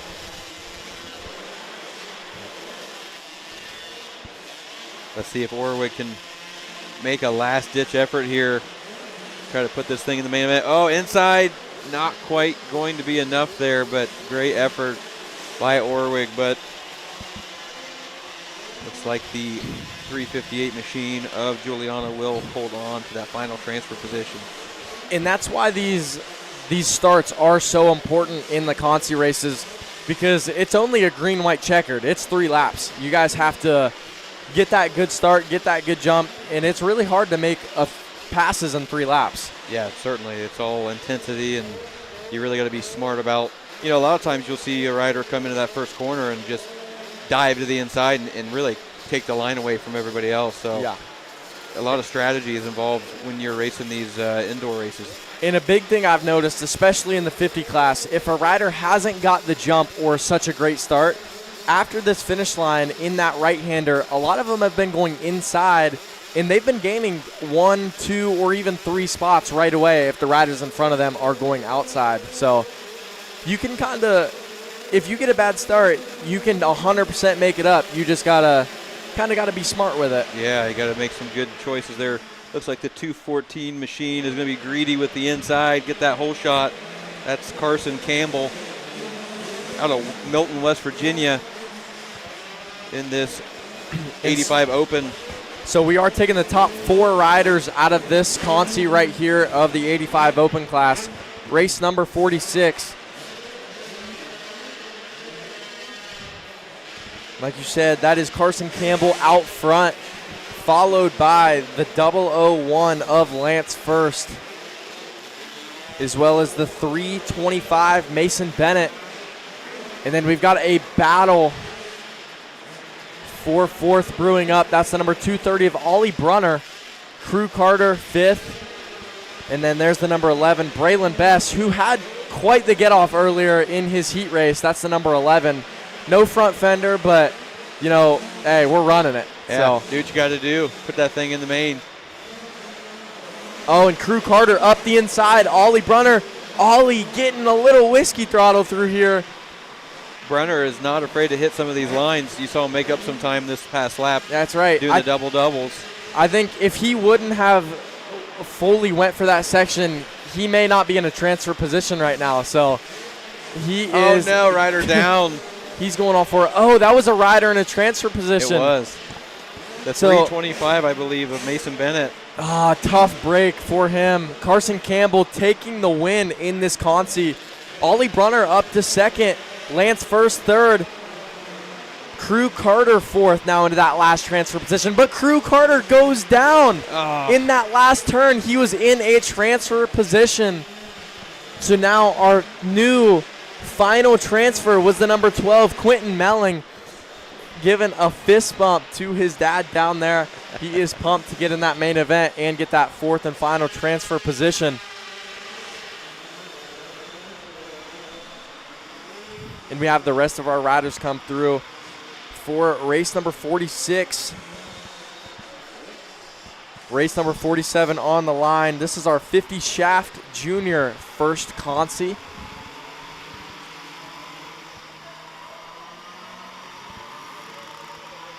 We will be having 2 consis for this class. The winner of both of the consis advanced straight to the main event. So we've got 12 riders and only 1 is going to the main event. All right, looks like right out front, I believe, is the 606. Let's see when he comes by here. Yeah, the 606 machine of Dean Smith out of Kentucky. Trying to put this thing in the main. Followed by the 20 machine of Cooper Blair. In the 469 of Baylor Miller.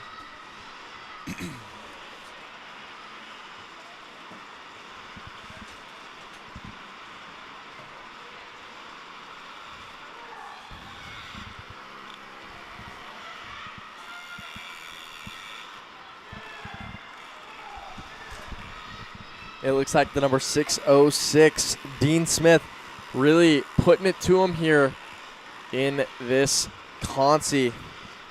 He knew he had to get the win in here, so he put a good start in. He is executing, and he's trying to put himself into the main event. That's right. The number 20 machine of Cooper Blair is trying to hold on here and maybe hope for a mistake out of our leader, but so far so good for the 606 machine here, putting in a pretty flawless ride. That's right. And this, with these consis being 3 laps, they are sprints. Yes. They've got to be getting down and dirty, really. They got to execute early. Yeah, there is definitely no time to feel out the race. You just got to hammer down and go. And I can see our guy, Kevin Ott, our lead announcer down there, cheering on his boy, Colton Ott, the number 1 out there on the PW50. He is just having the time of his life. In his heat race, he pulled over to his dad, was like, take my goggles off, and raced his whole entire heat race with no goggles. So he is just out there for pure fun at this point.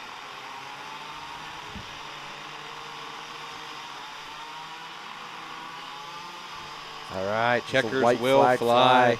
The number 606. Yeah, there we go. We had a rider a lap down taking the white. 606 of Smith will take it and go straight to the main. Kevin leading traffic out here for our P-Dubs.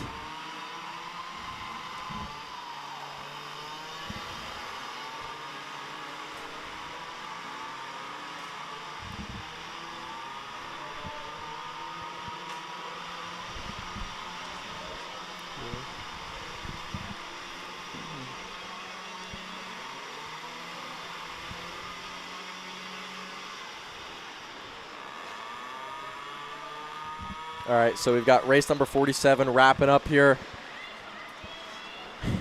Race number 48, our 50 Shaft Junior. Consi number 2. Again, only 1 rider will advance to the main event here out of 11 entries.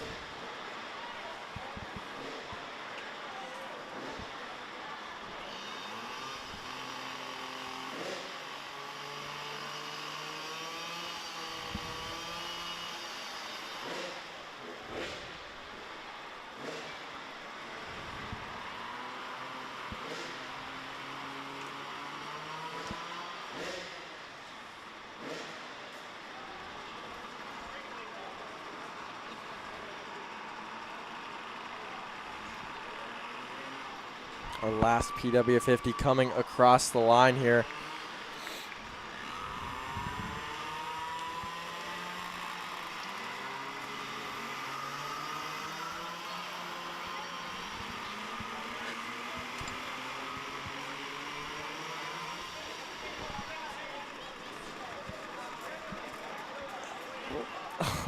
You're good. Thank you. Thank you. All right. Gates are down. Race 48 underway.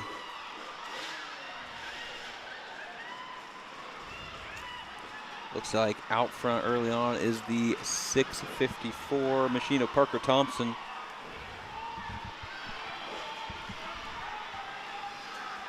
Again, we are only taking the top rider out of each consi into this main event, so very important to get that start, hold on to that lead. We've got a real good shot of our racing 3 wide over our big single there. And again, only taking the top rider of this consi race.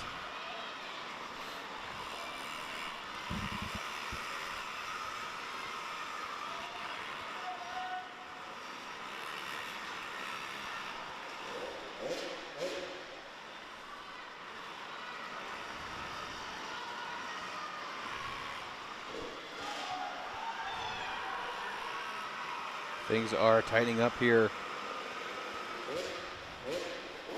Looks like we've had a change of lead. I believe that's the 131 machine. Rhett Sears has put the move on Parker Thompson.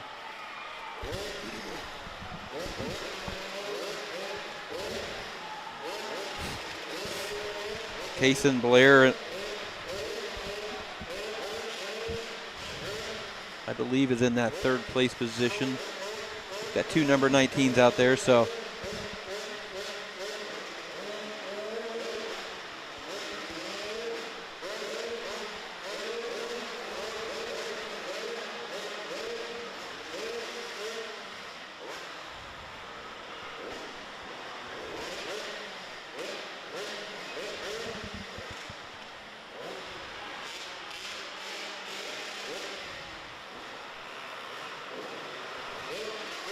Rhett Sears full tuck down the straightaway.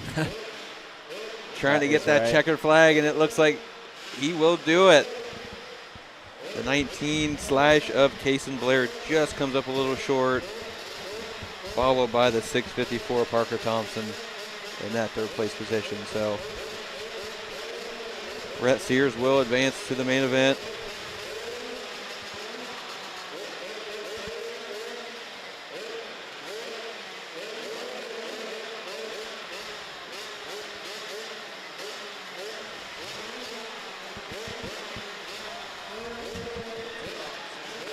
T-Boggs, what's up, dude?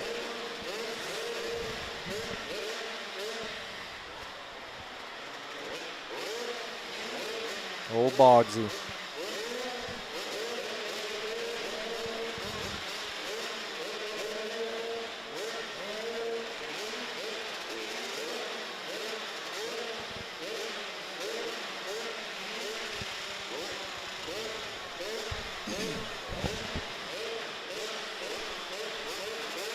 Race 49 is on the gate. This is 85 senior, 12 to 15.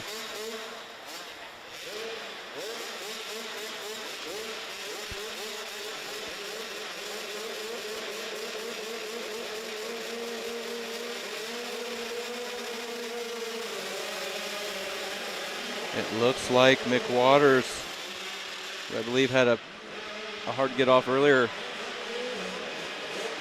going to go in right into the lead on this one here. Mick Waters followed by the 14 machine of Wesley Burns.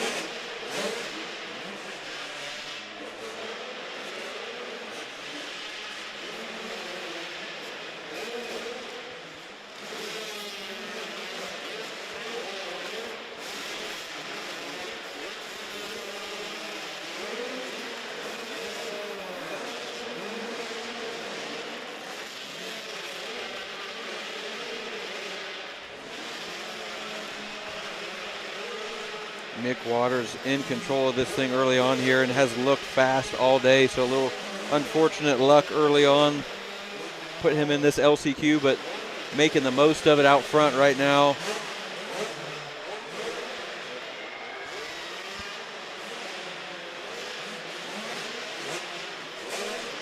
It looks like we will take the top 4 out of this Consi race straight into the main event.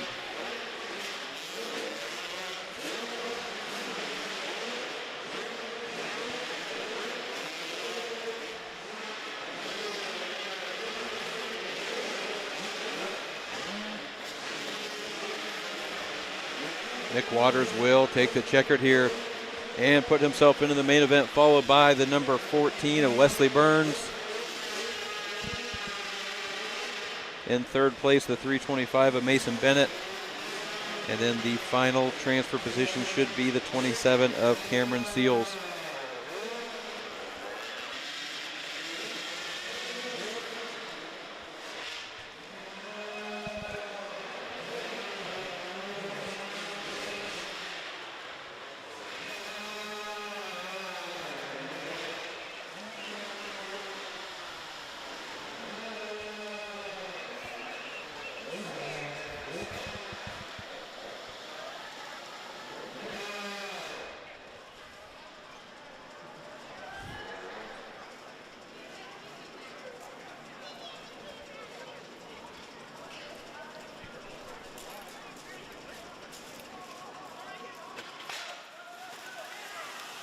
That is race number 49, 48, 50. Sorry. There we got her. Couldn't find her there. We are on race 50. I got A lot of races today, I got the Jack. wrong sheet there. That's all right. Yeah, we had an update. We'll get her straightened out. So race number 50 is on the track, confirmed. And River Dodge is out front early. Sorry, Oaks Pacinda is out front early. River Dodge is in that second spot. Some of these riders had an issue. I believe Oaks Pacinda was actually in a first turn crash in our heat race and had to come from the back. Ended up 6th, 1 position out of getting straight through the main event in his heat. Yeah, Pacinda really put on a good ride and charged to come back and just came up a little short there.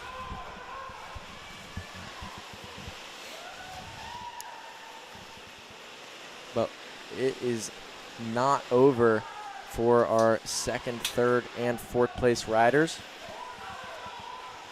We are taking the top 2 out of this Consi. So as of right now, River Dodge is in the spot to advance himself to the main event.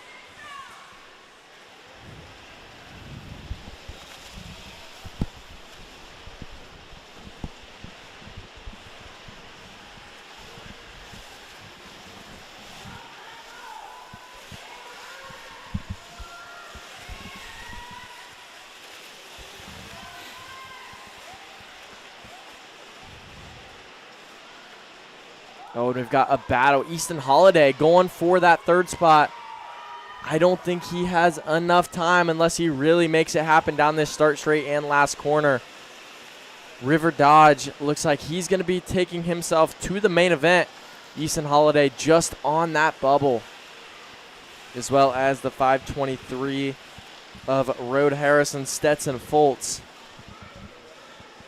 and the 104 of Max Miller and the 216 of Elijah Moody. So that wraps up race number 50. Race number 51, e-bike open limited Consi number 2. These same bikes, different riders out here. A quick 3 laps. Green, white, and then checkered.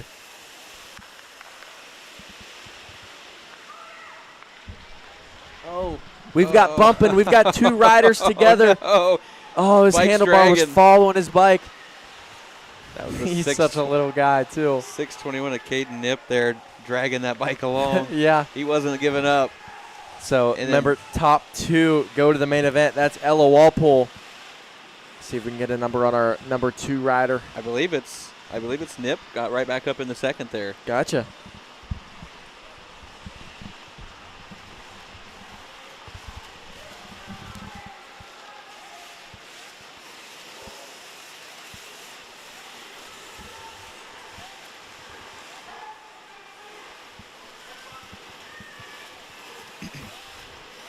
Oh, and we've got a battle Yes, we for do. the lead here. Trying to go up the inside of our leader, Ella Walpole.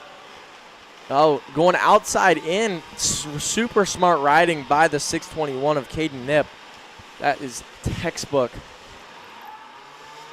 Instead of playing follow the leader there. Yeah, great move there on the leader. Both of them still in transfer position to go to the main event with the number 116 of Bo Shields. Kind of on the outside looking in right now. Any mistakes by our two leaders, and he's going to try to capitalize, get in a transfer position, and put himself in the main event. We have seen it time and time again. It's never over till the checkered, so anything can happen. Shields definitely not 100%. out of it. But good job on Nip for holding strong in that first corner and fighting to try to get over to that main event, taking over that number 1 spot.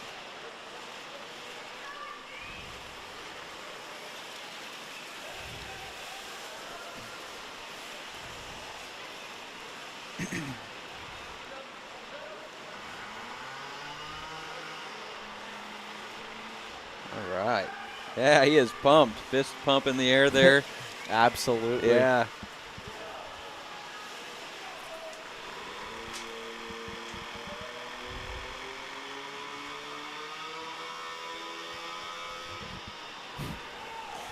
Wrapping up race 51.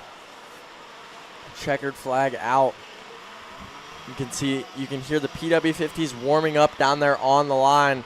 That's race number 52, our 50 beginner junior class. Our first year riders. Consi number 1.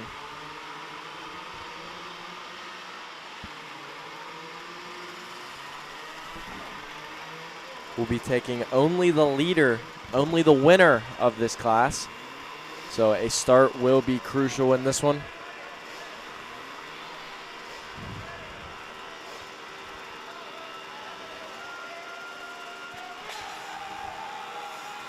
All right. Oh, Oh, rider down off the start. I think Oh, that was one Lorden, clips him.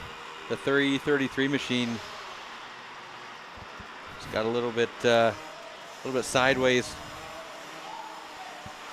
Out front early, Lane Geyer, the number 620 on the gas.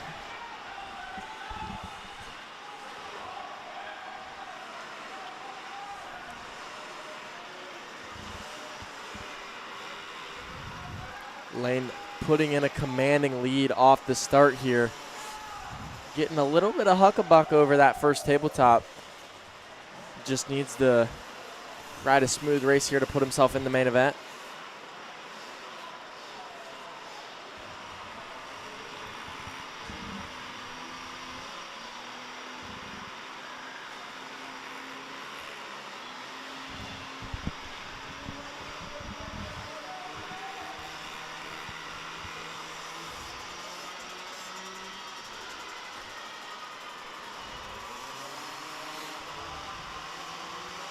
The white flag flies for our leader.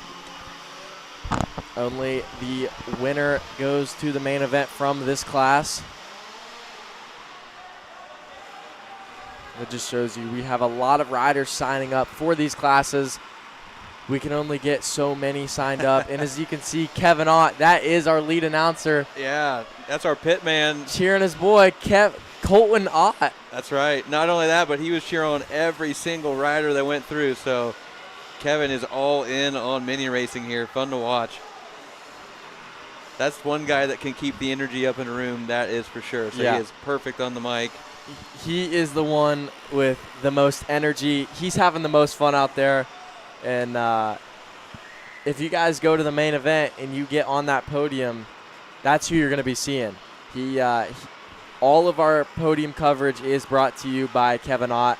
He'll be down there interviewing the kids, keeping the atmosphere lively as the day goes on, and just bringing the added energy in the pits and podium and the riders meeting. He does it all. He really does. He does. He knows everybody in the pits.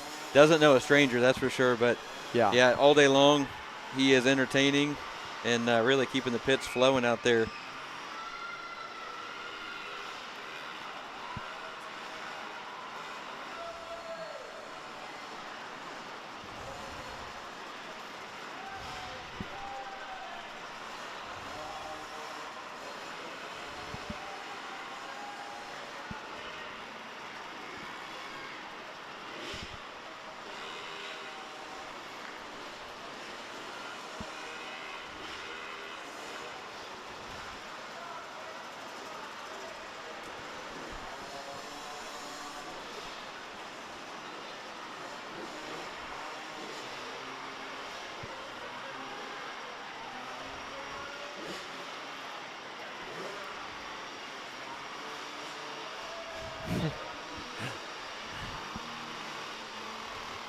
So that concludes race number 52.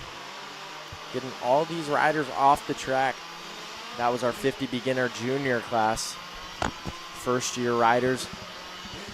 So we have another batch of these junior first year riders for Consi number 2, where only the winner will advance to the main event in this class as well.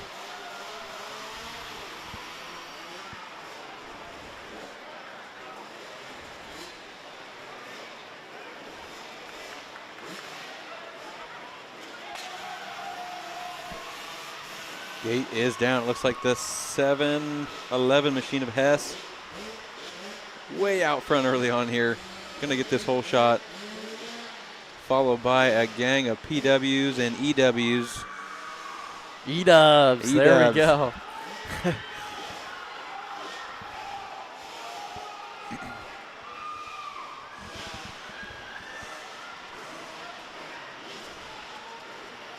Looks like the 05, a Colt Cooper in second place.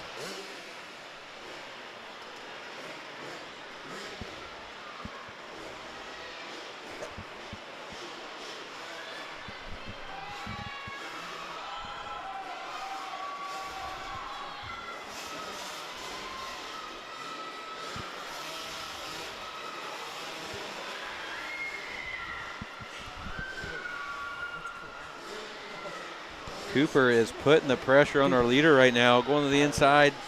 Can't quite make it happen. Hess will hang on to the lead here. Looks like the number 19 of Hudson Wolf is starting to creep into the picture. Good battles going on here.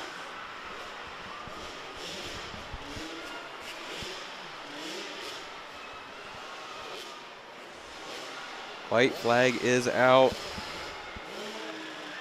Oh, we've got a rider down before the finish line there.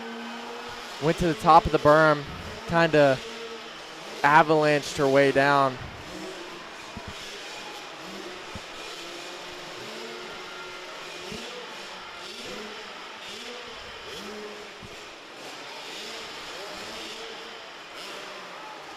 Wolf putting the pressure on Cooper. Cooper trying to put the pressure on our leader.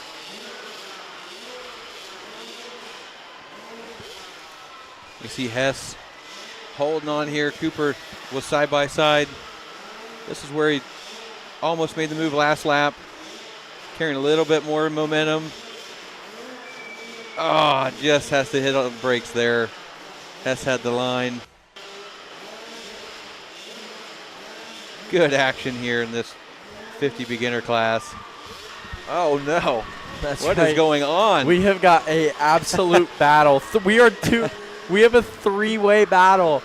Who's going to come out with the win and advance themselves to the main event? It's the number 19. Wolf. Oh, Hudson Wolf played that so perfect. Swooped in, went from third to first.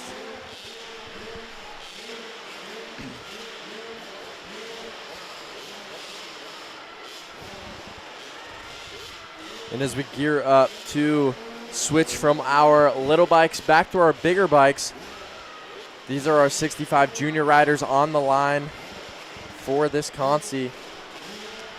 One Consi. All these riders came from a heat race. We'll be taking the top 4 to the main event out of this next one. And they are just a short 3-lap moto. So green, white, checkered.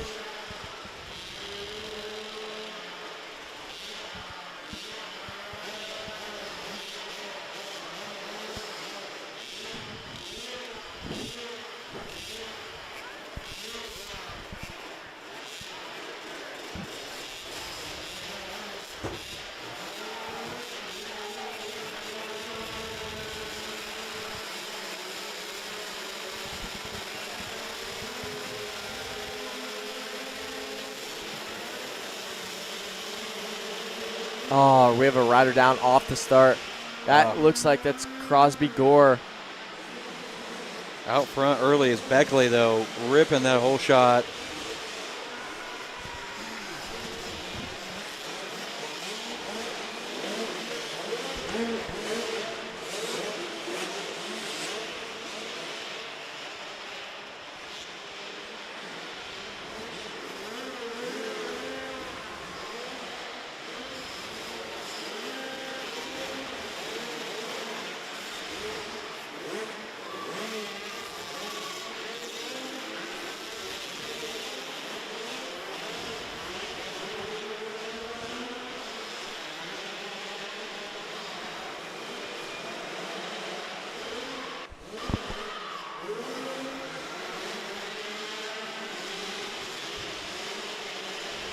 That is the 77 of Nolan Beckley out front early in this Conti, trying to take this thing start to finish. The 719 of Luther in second. And then we've got a pretty good battle for our third, fourth, fifth, sixth, and seventh spot. They're just all about right there. the rest of the field. So Yeah. we take the top 4 out of this one. So it is anybody's game right now.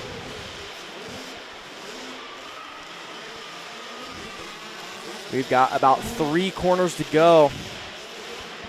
That's the 689 of Jesse Angel in your third spot. The 743 Paxton Gasaway in that final transfer position. But the 929, John Dutton, not too far behind, could capitalize on any mistakes. But it is your same top 4 coming across the finish line.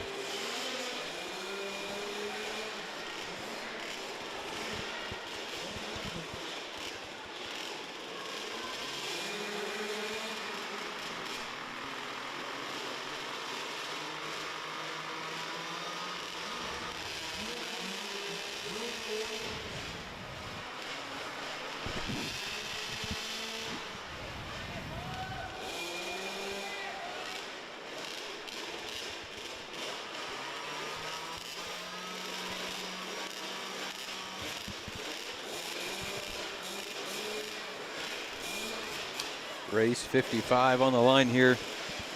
This is the 50 juniors, 4 to 6. This will be, I believe, the one and only Consi for this class.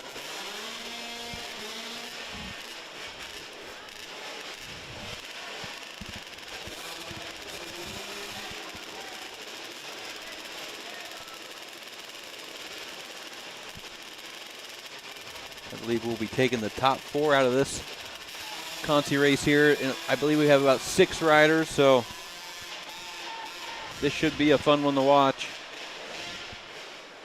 The 925 machine of Levi Bond gets the whole shot, followed by the 67 of Isaac Rhodes, followed by the 44 machine of Connor Harrison, 67 of Isaac Rhodes.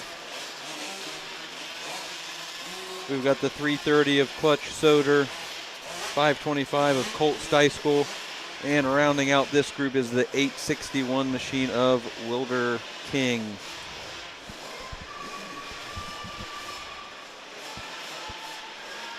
Good battle here for second and third.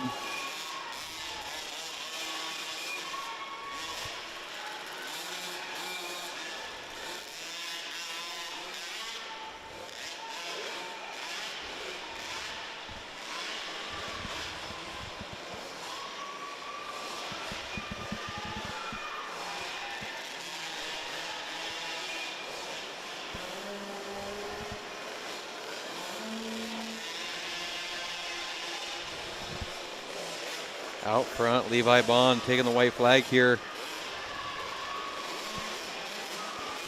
Followed by Connor Harrison on the 44 machine.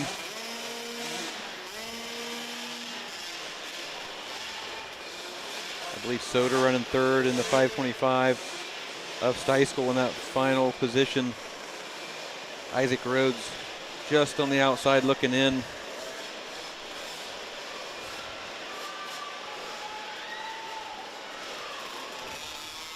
Connor Harrison putting the pressure on our leader right now.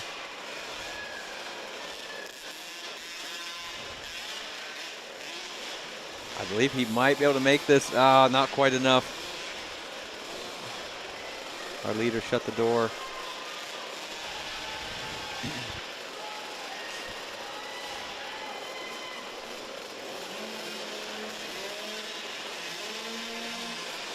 Great ride for our leader and race winner Levi Bond, followed by Connor Harrison on the 44 PW50 machine.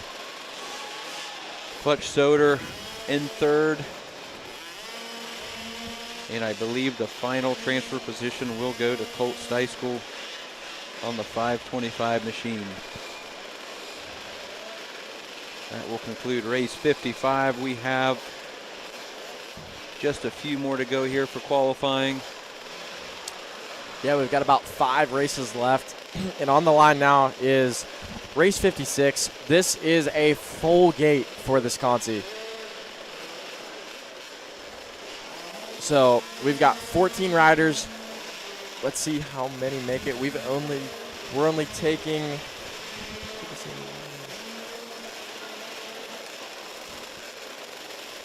It looks like we're only taking 1 out of this full gate. So this will also be another fun one to watch here. this will come down to a start. But Henry Orwig getting a really good jump, rocketing into that outside. That is 7-10 Jay machine. McMurtry. Yeah. To the lead, though. Playing it smart, Jack, just like you mentioned, hugging that inside after the finish line and really protecting that line. 100%. Takes a little bit of strategy involved with it, too.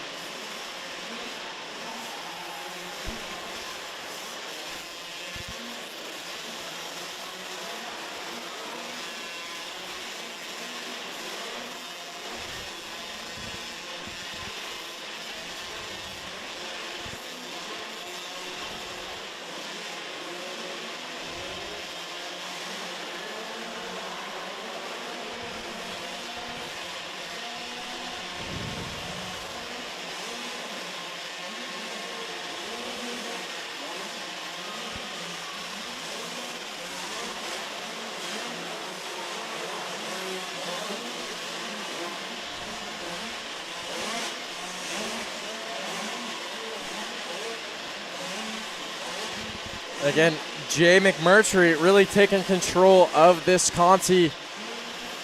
They got a good start, made that pass early for the lead in our second turn, and is just checking out from here. He is looking to put himself straight into the main event here. Checkered flag in hand, about to wave. Henry Orwig second.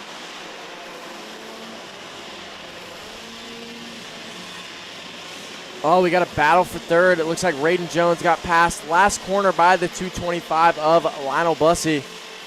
And then the 63 Colin Adair, followed by the 216 Ragnar Van Sickle and Bentley Wentworth, followed by the 999, the 03, the 907, the 375, the number 88, the number 5 slash, and the number 6.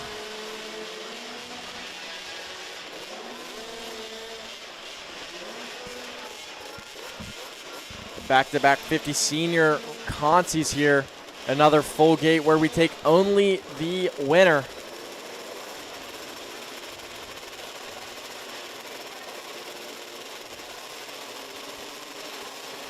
The card is sideways and the gate is down. Who is it leading the pack? That looks like the number 5, Adeline Grimm, getting a rocket of a start here. Nixon Canny second. Up the inside of Adeline Grimm there. Arabella Bergstaller up the inside as well, making up a couple positions. Mark Marker third, Bergstaller fourth. Marker just bouncing through that rhythm, trying to make some spots up there towards the front. That is right.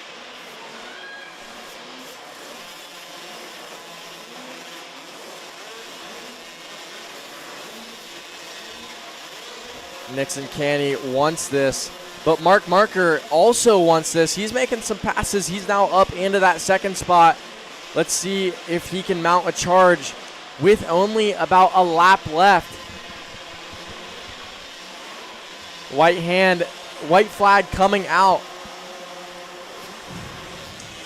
Mark Marker going inside, trying to make up some time on our leader, Nixon Canny. Adeline Grimm still in third, Arabella Bergstaller fourth. Bennett Hopper fifth. Vito Juliano sixth. Odin Barr, Jameson Hawley, Easton Holiday, River Dodge, Max Miller, and Grayson Doby all and Maverick Rathman, all your riders in this race number 57.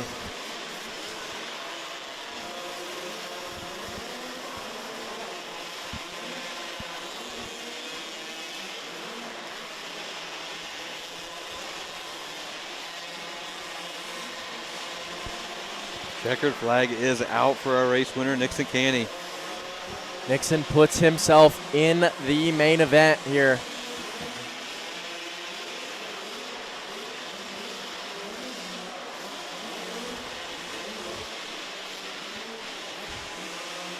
DJ, I'm kind of looking out that door we've got in front of us, and I'm seeing a lot of snow. So it's good to be in here. Some of the weather conditions haven't been ideal, especially with it being in the low 30s. So it's going to stay chilly pretty much throughout the day. Potential snow, but, you know, luckily inside the building, the facility is heated. We've got some track doors open for ventilation, but when we've got all the tube heaters, we've got the torpedo heaters on there as well. It's about 60 degrees in there, so yeah, our riders don't have to worry about freezing in their trailer. The pits are toasty. Or outside. For sure, yep. Jimmy does a great job of keeping the pits heated. The track is a little bit chillier just because of the building and having to keep some of that ventilation open, but I tell you, when you're out there on track, you don't notice it a bit. So right, you're probably sweating more than you're being cold. That's right.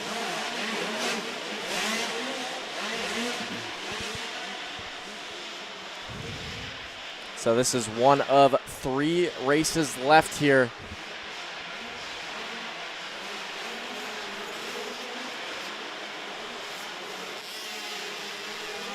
Looks like Walker Lambert out front on the 24 machine.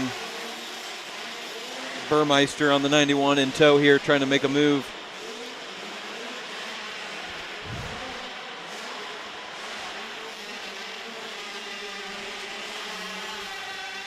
Burmeister around the, well, great move there around the outside. Just did not let off. Put the move on Lambert to take the first place position here in this 65 Open 7-11. And we are taking the top 2 of this race to the main event. So as of right now, it is Owen Burmeister and the 24 of Walker Lambert.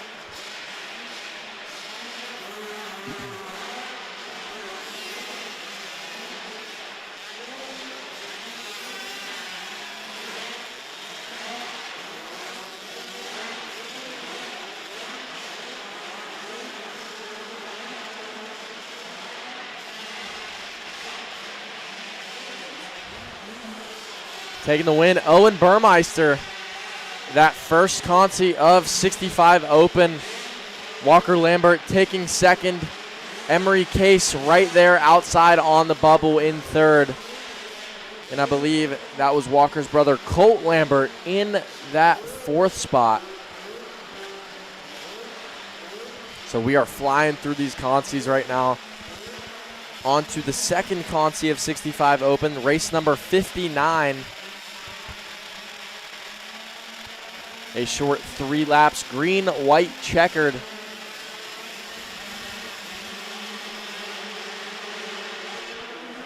Then Gasaway down. And we have, it looks like Paxton is up. But that is a tough break for our leader. And now we do have a 3-way battle for the lead and 2 of our transfer positions. Such a tough break for Gasway. He looked so good on that opening lap. He did. He was starting to lead the way around. As of right now, it's Colt Wendling in the lead. Trey Ranley second. And the 55 of Landon Koziak in third. Only those top 2 positions will make it to the main event.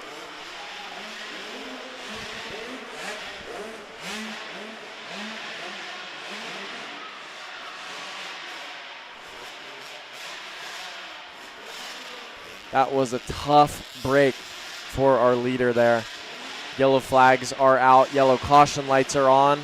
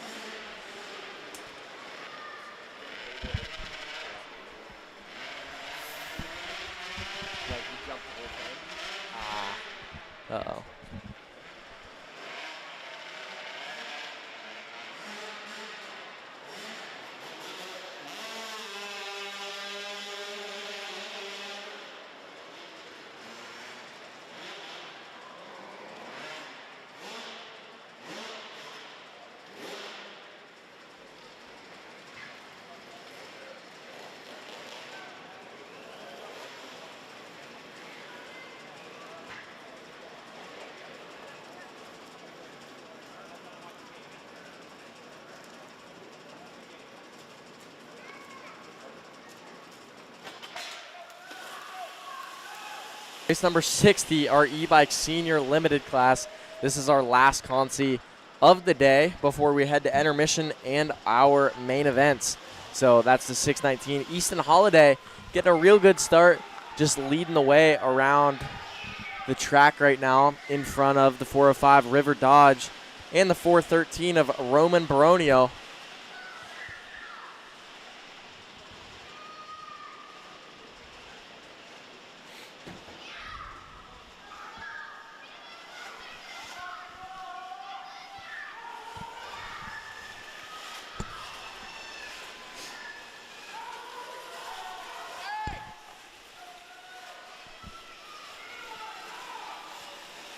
Easton Holiday doing some doubles that the rest of the field is not right now. We are taking 4 riders. So 4 of these 9 riders will advance to the main event. We've got a battle for second. The number 104, Max Miller, and the 413 of Roman Baronio battling it out with the number 88 of Ella Walpole in that 4th and final transfer position. The number 216 of Elijah Moody on the outside, kind of looking in here, waiting to make a push or wait for a mistake by our 4th place rider with only 1 lap to go.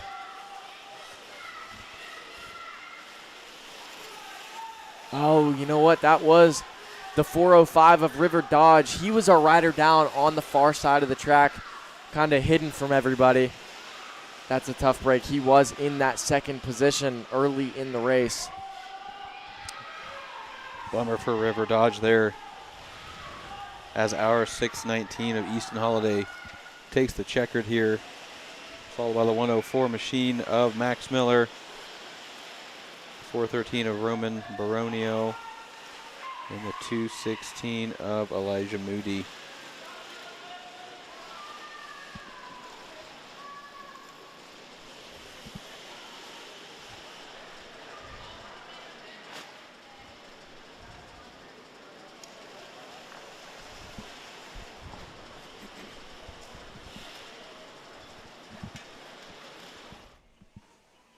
All right, great shot here of our curbside diner, curbside grill, hooking everybody up. We are going to be going to intermission here, so if you are on track, stop out there and get yourself something.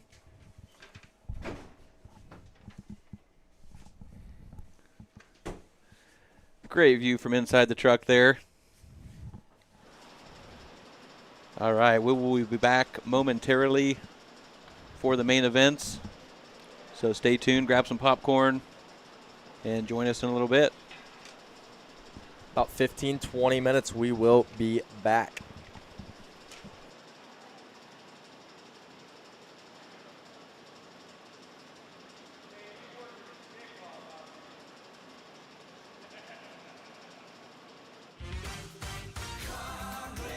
No matter where you are, Coughlin is there, in-store or online. CoughlinCars.com. 13 new car brands, over 1,000 pre-owned vehicles, 17 convenient locations for sales, service, and parts, plus 4 state-of-the-art collision centers. CoughlinCars.com. Shop locally owned, CoughlinCars.com. Coughlin has the car for you.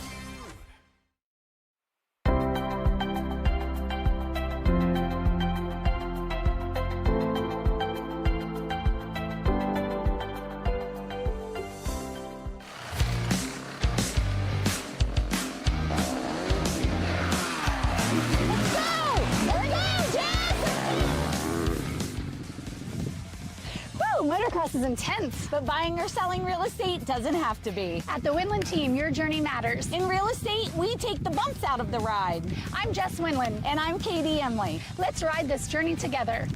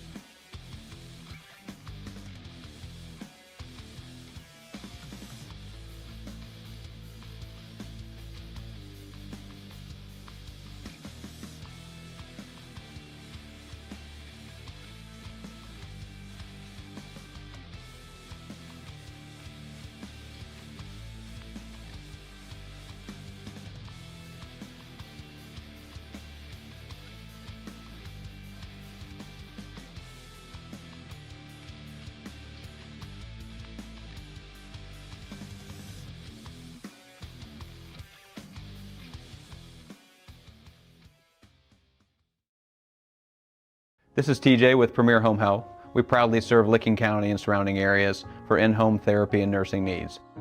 If someone you love needs in-home care, choose Premier Home Health.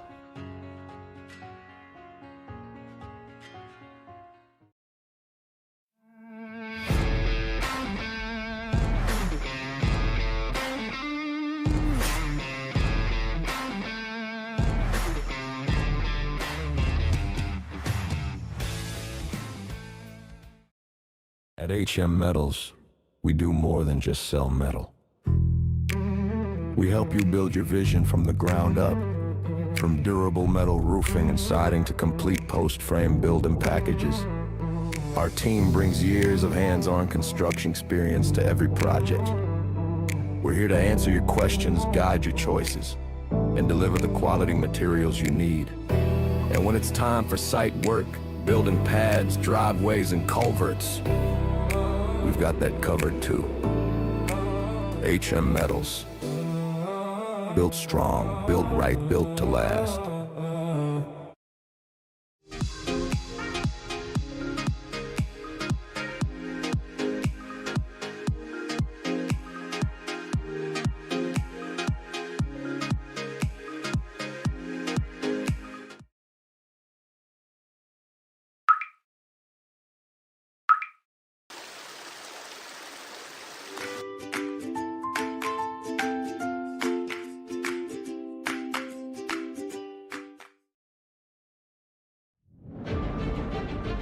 Whether you're a motocross guy or you're a woods guy or you're like a hard enduro guy, we've got specs for everyone, for every bike out there, for every rider, weight, ability level, you name it.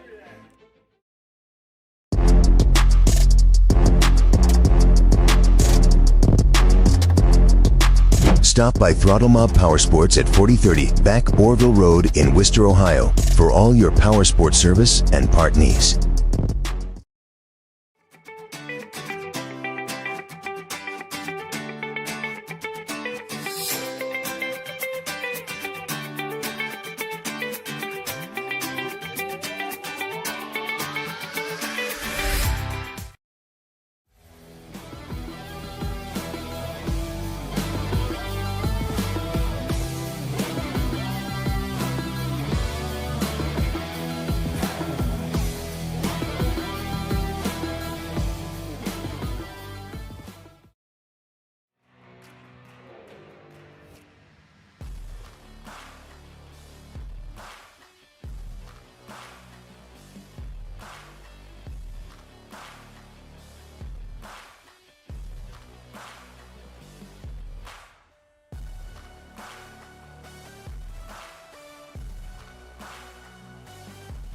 Racers that win, pour it in, and we appreciate you.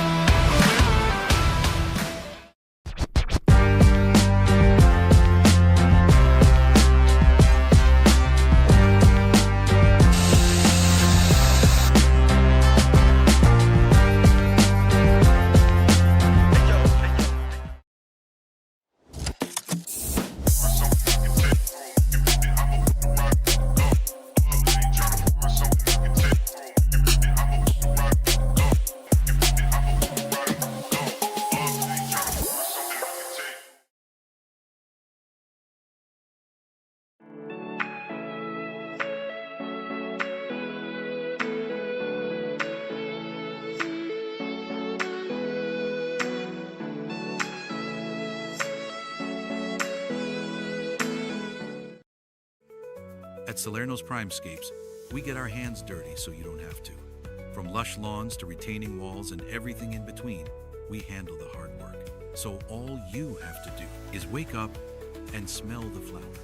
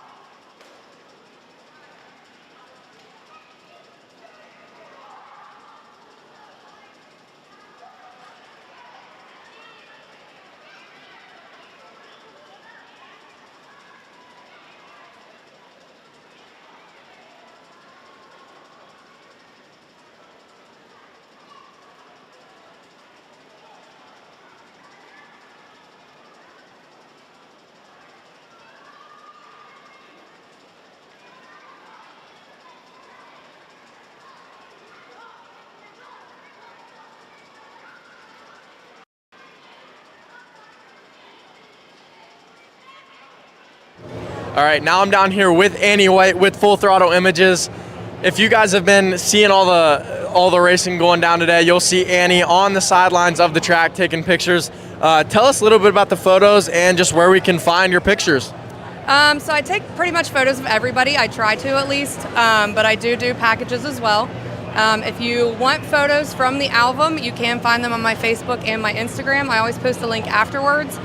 Most likely they'll be available by Friday in the album. Of course, if you prepay, then you get them before that. But just check out my Facebook or my Instagram, which is Full Throttle Images, and everything's on there, and it'll take you right to my site. All right, sounds good. So make sure to check out Annie after this weekend and get all those pictures. So back to you guys.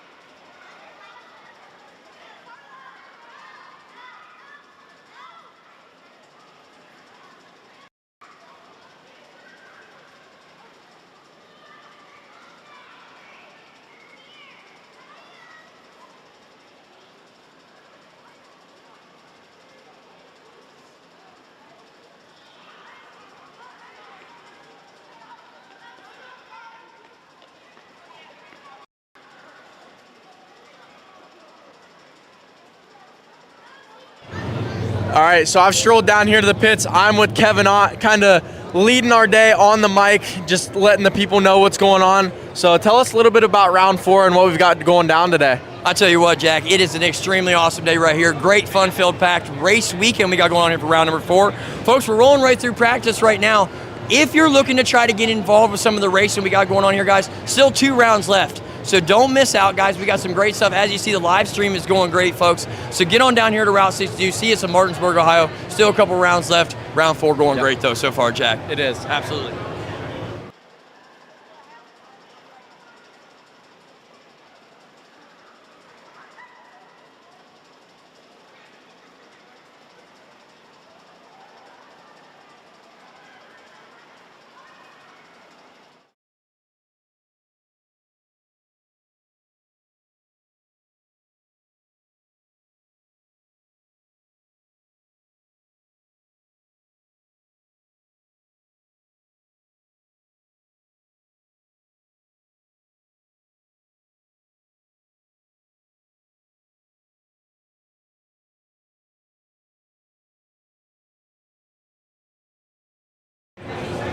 All right, we are down here in the pits. We tracked down the man, Jimmy Walton. We're kind of navigating through the pits here. We got a packed house, so tell us a little bit how the year's going and just how the day's gonna go. First off, you say I'm the man, but I'm only as good as my team. I appreciate, everybody making insane numbers like this happen. I couldn't do it without them. The year is going phenomenal. The stuff we're doing and pulling off, I'm extremely pleased with. It's all because everybody wants it and wants to help out. We're getting 850 average entries on a weekend. I couldn't be more blessed for everybody in here, support me like that, and the sky's the limit, and we're doing everything we can. I always wanted to make the amateurs feel pro, and that's exactly what I feel like we're doing. Yeah, with your help. 100% making amateurs feel pro. So heading back up to you guys in the booth, and let's return racing. Thank you all.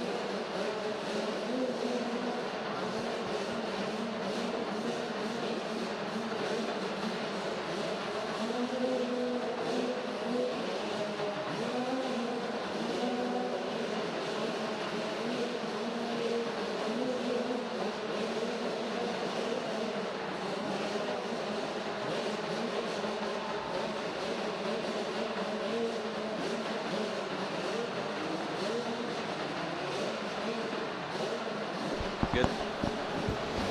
All right, we are back for the main events here at Route 62 Indoor Amateur Supercross Series, brought to you by Renegade Race Fuels. On the line, main number one, we've got 85cc open, 11 to 15. On screen, you will see our race order for the day here, starting out with this 85 open class, ending with race 16, 50 shaft drive. Card is up. All right. Jack is back with us as well. Gates down. Right off the rip, that is Uriah Messersmith. Taking the green flag here. Immediately going double, triple, separating himself from the rest of the pack. That's Brayton McWaters in that second spot with Joey Snyder in third. Gage Hall making his way into fourth, but Brayton McWaters, who was our second place rider, tucks the front in that right-hander. So he is now back in about 10th place.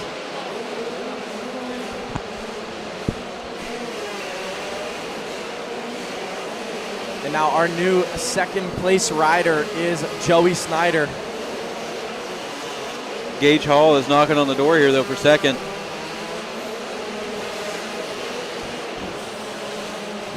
Gage Hall going inside, making the pass, but Joey Snyder cutting down, able to double. Oh, we have a rider down hard right in front of us. He is up though. Just a boot stuck in the bike right now.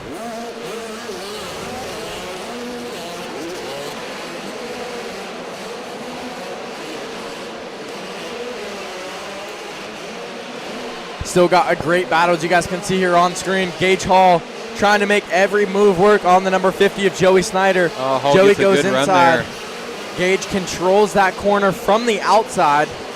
Gage squared it up and just got the drive. and put the power to the ground there. We've got yellow flags here, so wheels are on the ground here.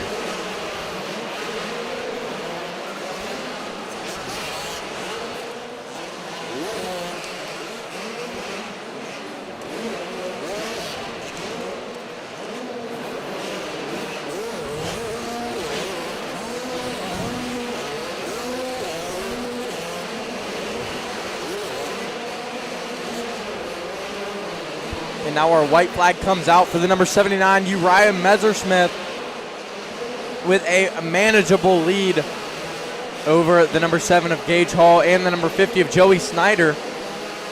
Parker Chappell in that number 4 spot on the number 76 machine.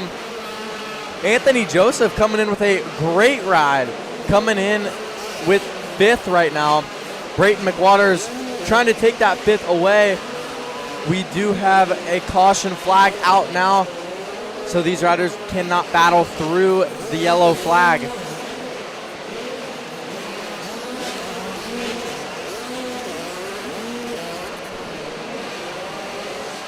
And the white checkered flag flies.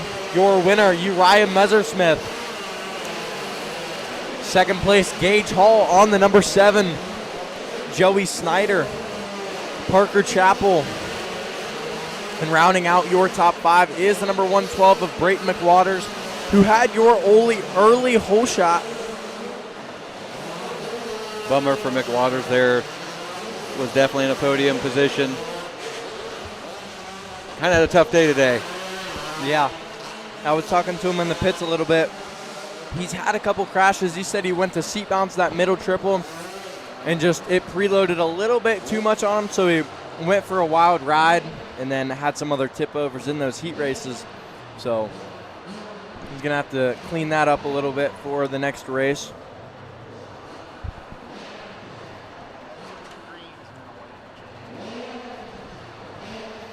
And then on the line, we have race number 2, our e-bike senior limited class, a full gate narrowed down.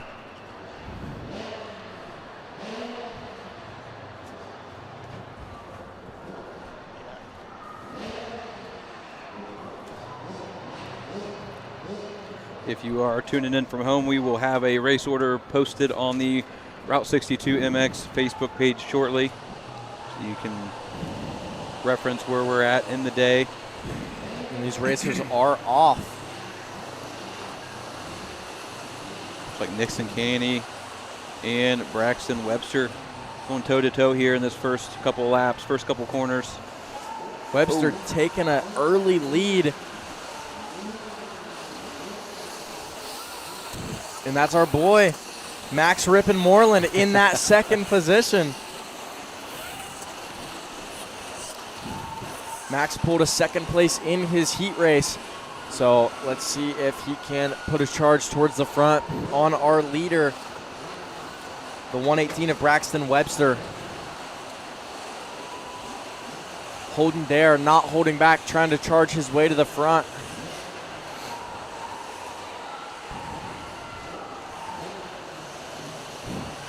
Webster putting in a good ride here.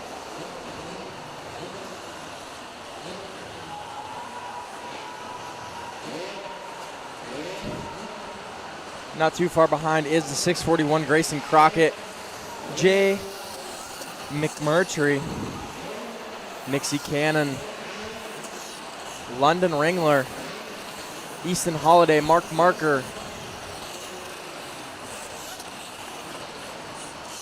So right now we have a close battle. You can put a blanket over our top 3, especially our top 2. Braxton Webster trying to hold off the charge from Max Moreland, and Holden Dare trying to get up to the rear wheel of these two.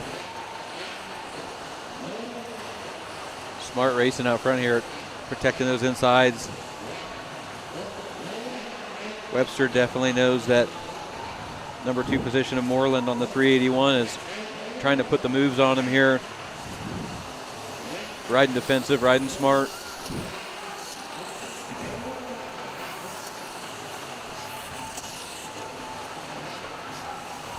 Holden Dare in that 3 position looking to capitalize on any kind of mistake that either of these front two runners could make here. That is for sure. Now that we're in the main events, these are 5 laps long, so plenty of time for these riders to kind of make some passes, experiment some lines, and charge their way to the front if they get a bad start. Braxton Webster holding it down, protecting all of these insides. Wheel to wheel, one mistake could cost them. Moreland did a good job of really seeing where our leader's going and avoiding that. Oh, look, Max Moreland up the inside. Let's see if he can try and squeeze it off. Can't quite make it work. But watch Holden there. Holden goes outside here. If he can double past these two, yeah, it doesn't work there, but a little closer. Needs to be just a little closer. Just trying to attempt some new lines. Moreland. Oh, Moreland up the inside. Can't make it stick, but these three had a tight battle all the way to the end. Braxton Webster going to the top step of the box, and each podium, which is the top 3, will get an interview with Kevin Ott down there on the podium and tell them how their race was and thank their sponsors. Yeah, give them a shout out down there. So Kevin definitely keeping the energy up out in the pits. Rounding out the top 5 there, we had Grayson Crockett in 4th and Jay McMurtry on the 710 machine in 5th place.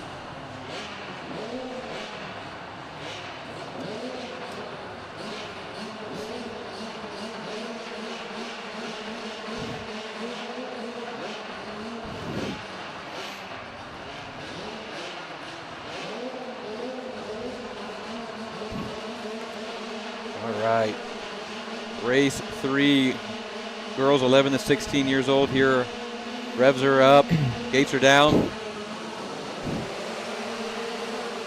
Looks like Emerson Russell with another good start here in the main event. Going 2 for 2 on hole shots this morning.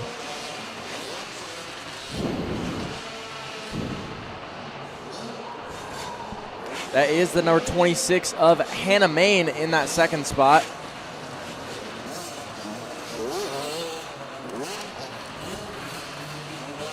Number of 11, Scarlett Hartley, small mistake and down in our second turn. She's going to have to fight her way back up to get into that top 5.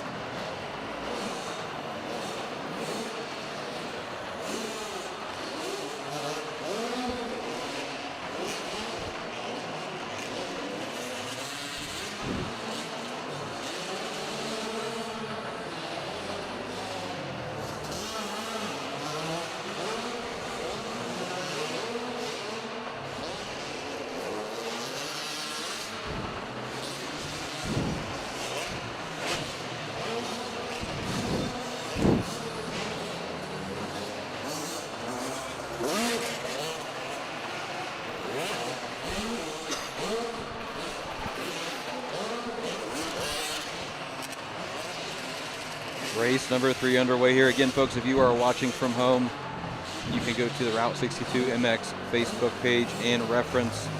The race order is posted for today's main events. If you take a peek on the top left-hand corner of your screen, you can reference what race we're on and keep track of where your racer will fall on the day here for these main events. Out front still Emerson Russell on the 121 machine, followed by Hannah Main in second.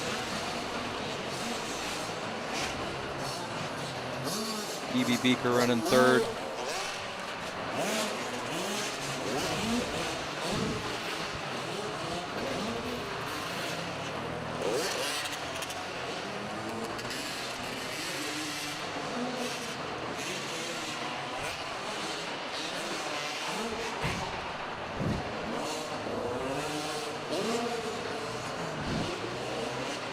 Still Emerson Russell out front, out of Parkersburg, West Virginia.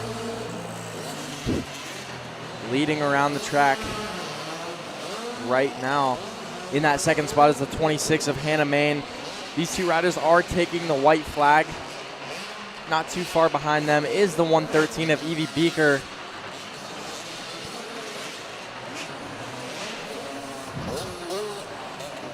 And back there in fourth, that's the number 91, Vivian Burmeister. Has about a lap and a half to see if she can secure that fourth place. Burmeister and Gabby Adhito have just been going back and forth most of this race here. That's right. Vivian is really protecting those insides, learning a thing or two from her brother, who is a super fast, now 65 rider, who will be in the main events coming up here shortly. Emerson Russell will take the win here in race 3. Your girls 11-16, followed by Hannah Main, and rounding out the podium, the 113 of Evie Beaker. All three will make their way out there to the podium. Oh, we've got a battle. Three-way battle here with about 3 corners left to go. Number of 11, Scarlett Hartley, trying to make her way up after a first lap crash.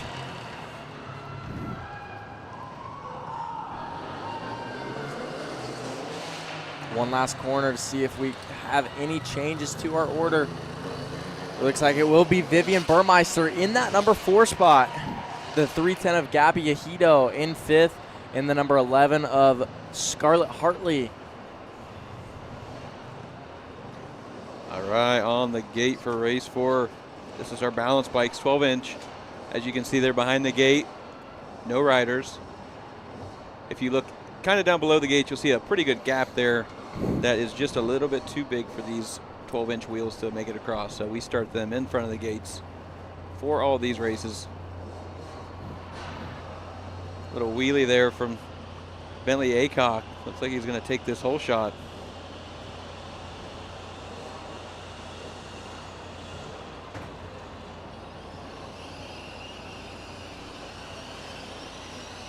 Menninger sneaks around the inside there.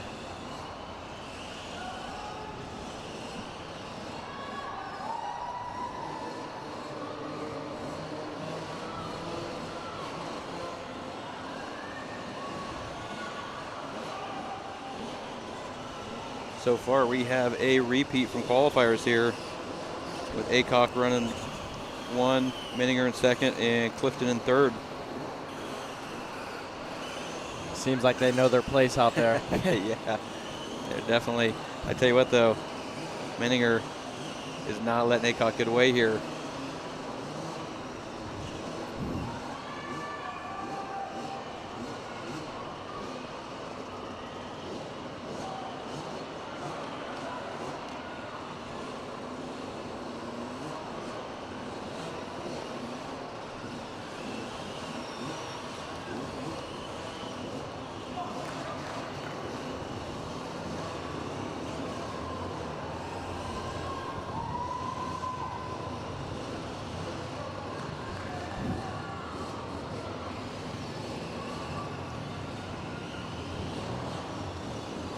Awesome to see these little guys coming out here. Yeah. It's kind of the entrance point of the sport for most of these riders.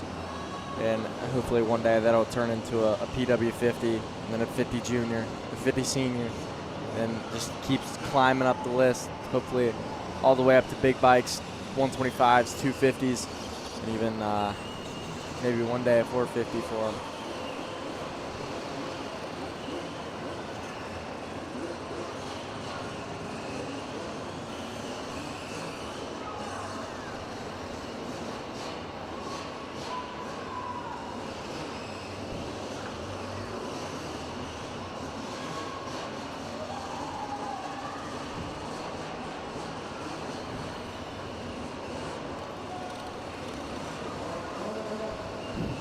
On screen, we got the number 3 of Leonardo Thompson.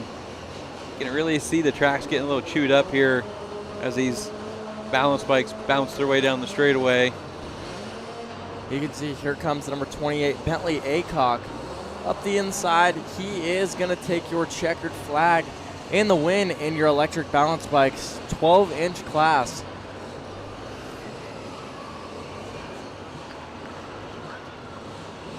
Cam Manninger, the number 5 machine, will take second place.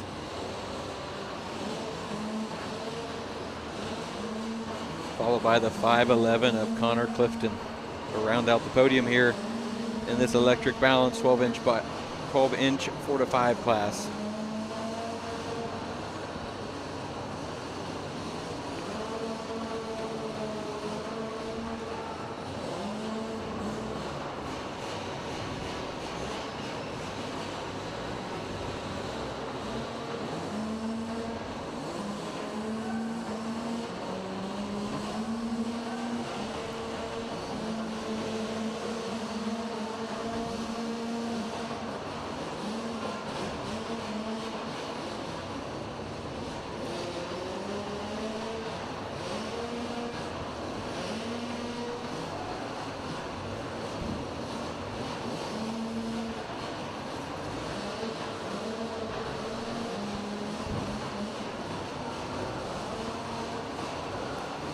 All right, we've got race 5. Card is up.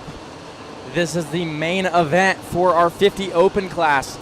This is one of our biggest classes of the day, and the gate is down right off the rip. Looks like Cohen McKittrick and Marshall Blankenship right off the rip. Yeah, Waylon Williams in there too, dicing it up. As you see the 11C of Charrington dive to the inside, looking to make some moves early. I think this is going to be a really fun one to watch, Jack. We've got Maverick Myers in about 5th place. Maverick pulled a 2nd place in his heat race, so let's see if he can make some passes up towards the front. Slayton Charrington was a heat race winner, as well as Marshall Blankenship. Cohen McKittrick was a heat race winner as well, so look for all of those 3 coming up through the pack.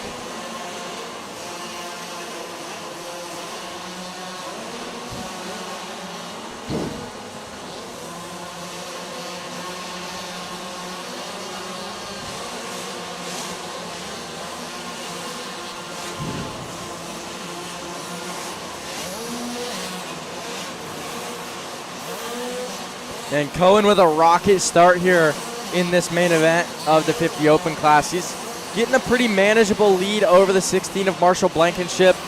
And Marshall also has a sizable lead over the 994 of Waylon Williams. But Maverick Myers isn't letting him get out of sights, but Charrington there really trying to stay on top of those 4 rollers and get through the traffic.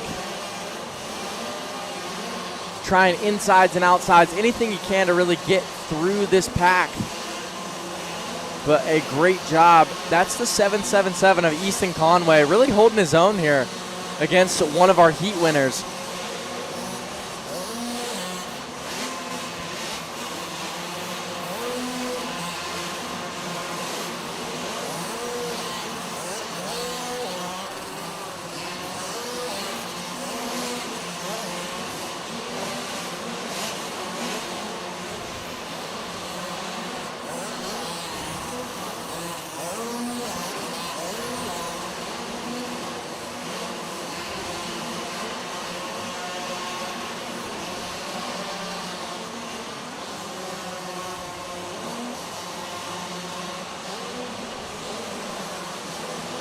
White flag is out here as McKittrick still sits in that top spot, followed by the 16 of Marshall Blankenship. There is a battle for the podium heating up. Got a lot of good riders in this one. 3rd is still Waylon Williams. 4th, Maverick Myers. 5th, Easton Conway.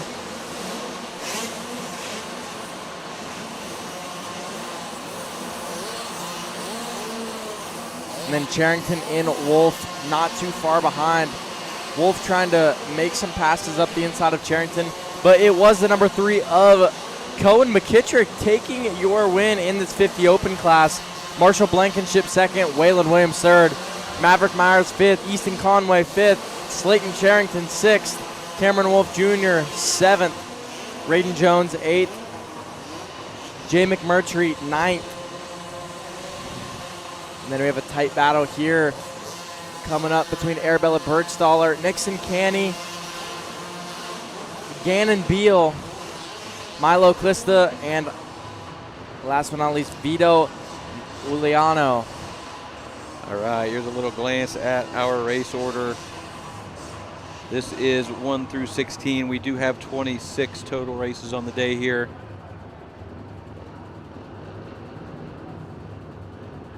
Up next is Main 6.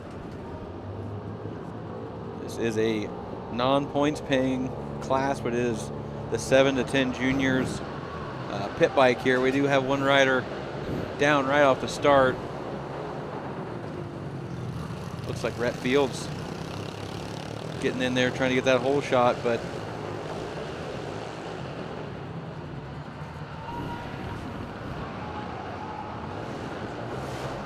looks like Ryder Harris will be your first lap leader here. Oh, look like we've got a tough break for our number 99. He wheelied out of the start, but now it looks like his bike may have died. That's Colt Wendling out of Lexington, Ohio.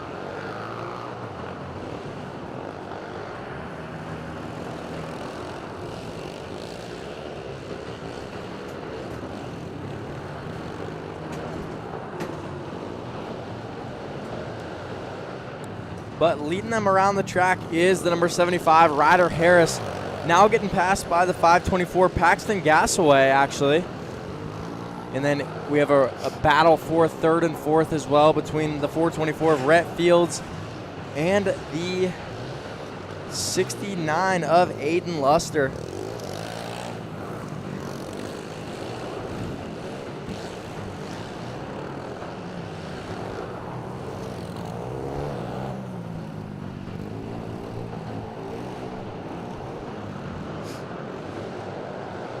See our far two lanes here on screen.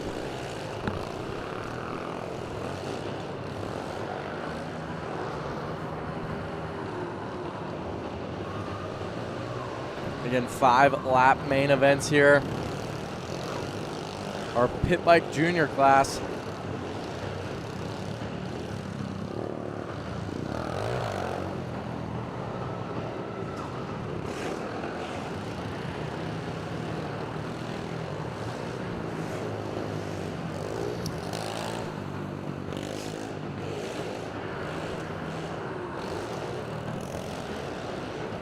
Paxton Gasaway out front here, definitely pulling quite a lead.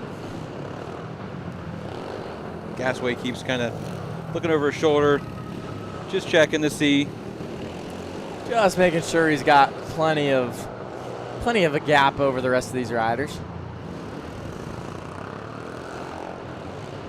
Good little battle here between, looks like Rhett Fields.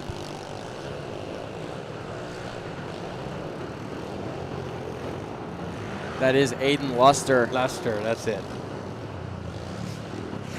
Kind of tough to see those numbers from up here, Jack. 100%.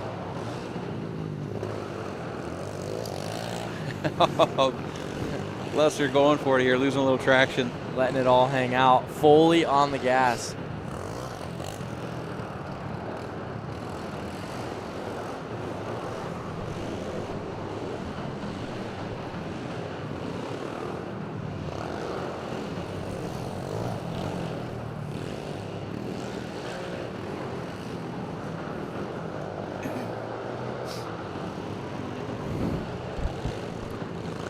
White flag in hand, but also the checkered flag in hand for our race leader, the number 524, Paxton Gasaway.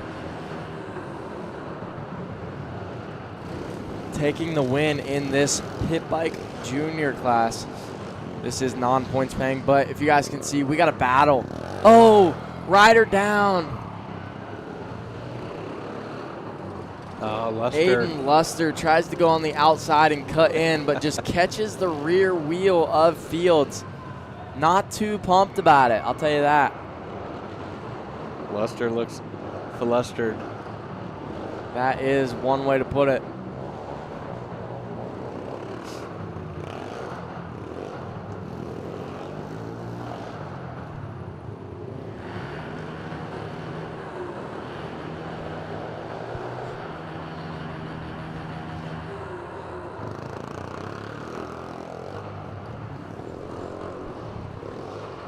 coming across the line. That was the number 99 of Colt Wendling.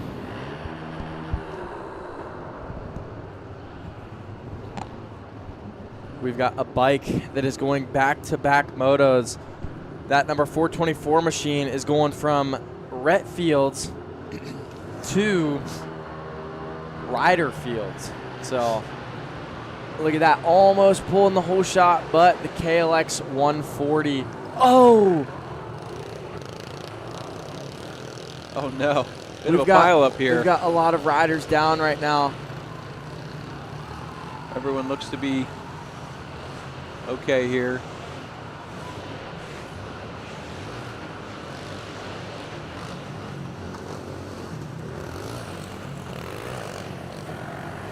Definitely some action in that first turn.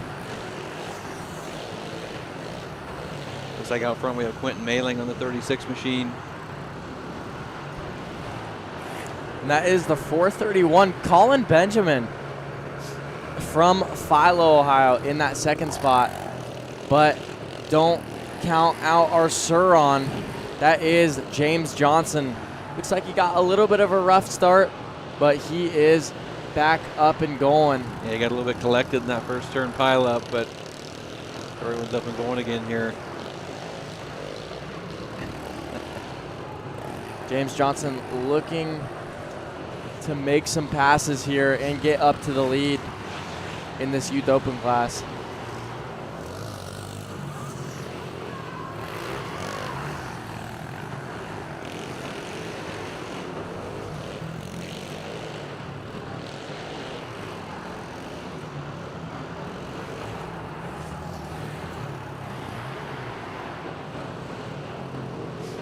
Johnson putting the pressure on Mailing here for the lead. We mentioned earlier, but Johnson is all the way up out of Tennessee to come hit this race here at Route 62. That is definitely a far haul to be running a Suron, but you know, he's out here winning it. So that's right, you're gonna make the drive, you better win it, right? At least have some fun. 100%.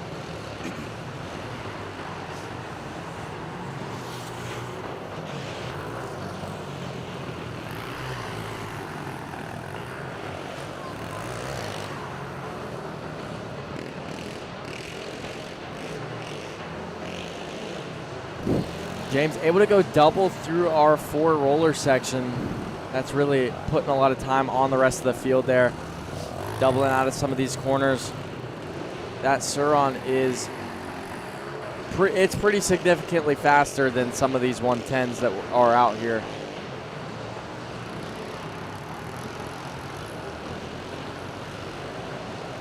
I believe that is an E-Ride Pro. You can get one of those at Electrics.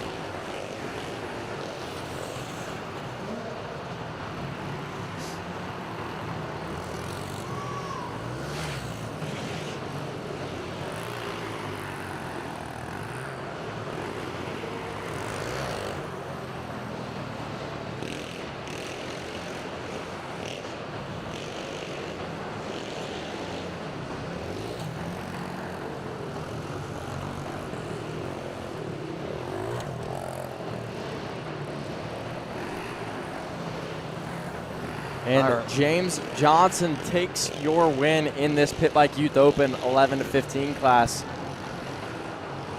With Quentin Melling getting second, Weston White getting third, and Colin Benjamin in your 4th spot.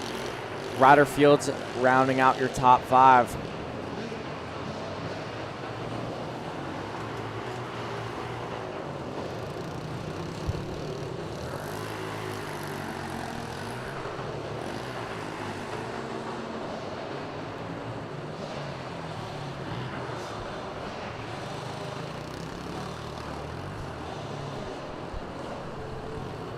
Checkered flag out for race 7. Now we're headed to race number 8, our 50 girls class. Getting this KLX 140 off the track right now. Couldn't get that thing refired up.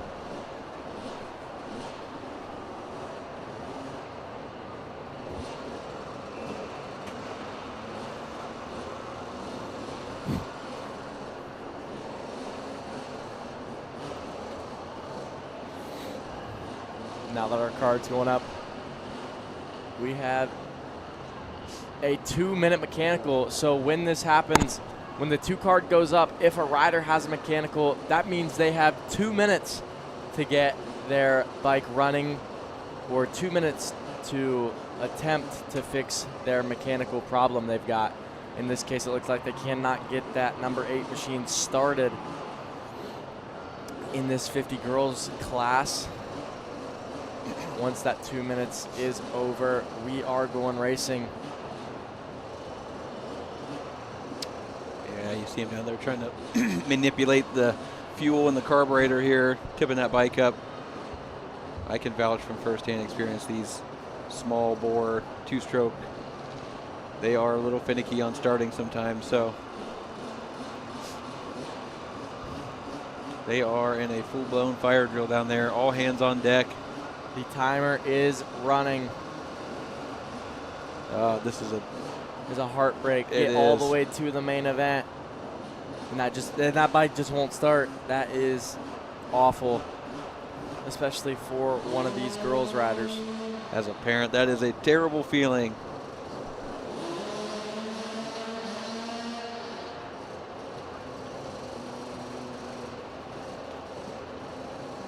I would say the spark plug is coming out here. I can't tell exactly what is going on down there, but yeah, it looks like a spark plug wrench. That's a tough break.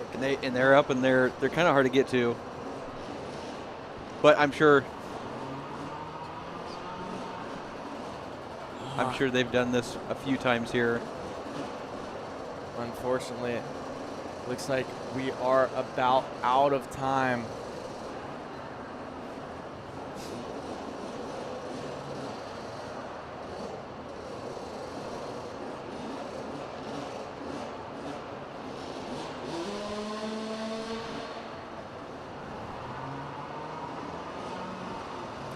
All right, there are one last attempt at getting fired up, but the 2 card is back up. 2 minutes is over, and our gate is dropping. But it looks like they got it fired up. Yes, they did. Within the 2 minutes. That was a fire drill to get that thing started. Coming in clutch. Oh, and they're good. All right. Wow. Shout out to Dad or whoever the mechanic is down there. Way to go. Able to get that girl up and running.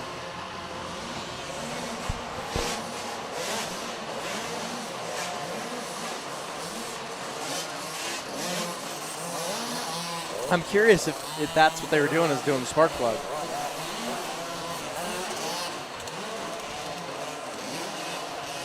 But out front, that's the 0-1 of Arabella Bergstaller, leading over the number 5, Adeline Grimm, and London Ringler.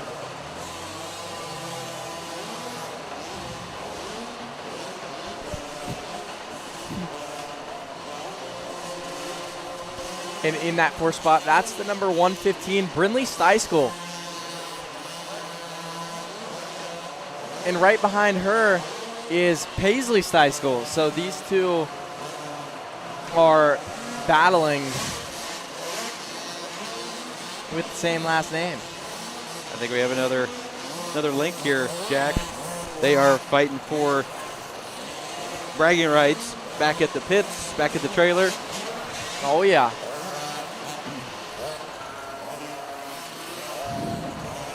But still, this top 3 is pretty tight. Looks like Bergstaller and Grimm. You could throw a sheet over those two, and then London Ringler is kind of a couple bike lengths back, just watching their battle. Any mistakes go down, she is there to capitalize. But she also still has 2 or 3 laps to make a push and get up to those top 2 on her own.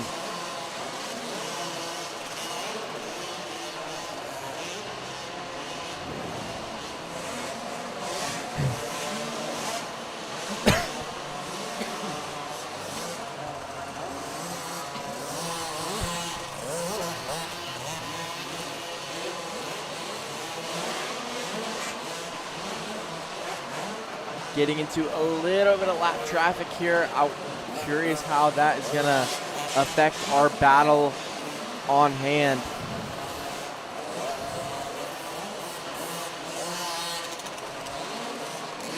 Seems to be no issue. Just got to be thinking ahead about where you want to go.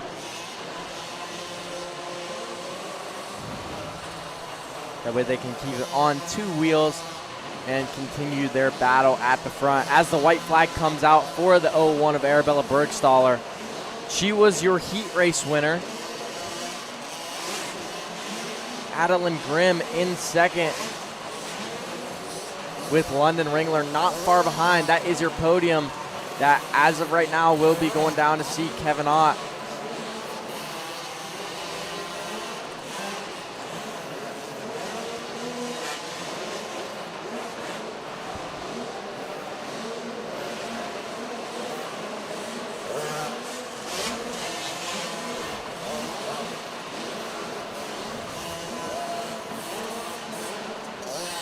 We've got a rider down in the back there.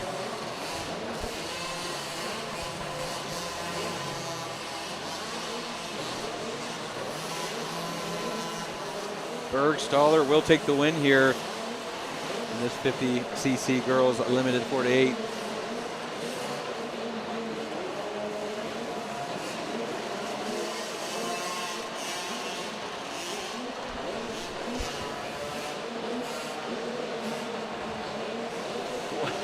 It looks What like a that battle was there. Looks like that was the number 115, Brinley Steiskell, having a little bit of an issue there on the backside. See if she can catch back up after that small mistake on our last lap here.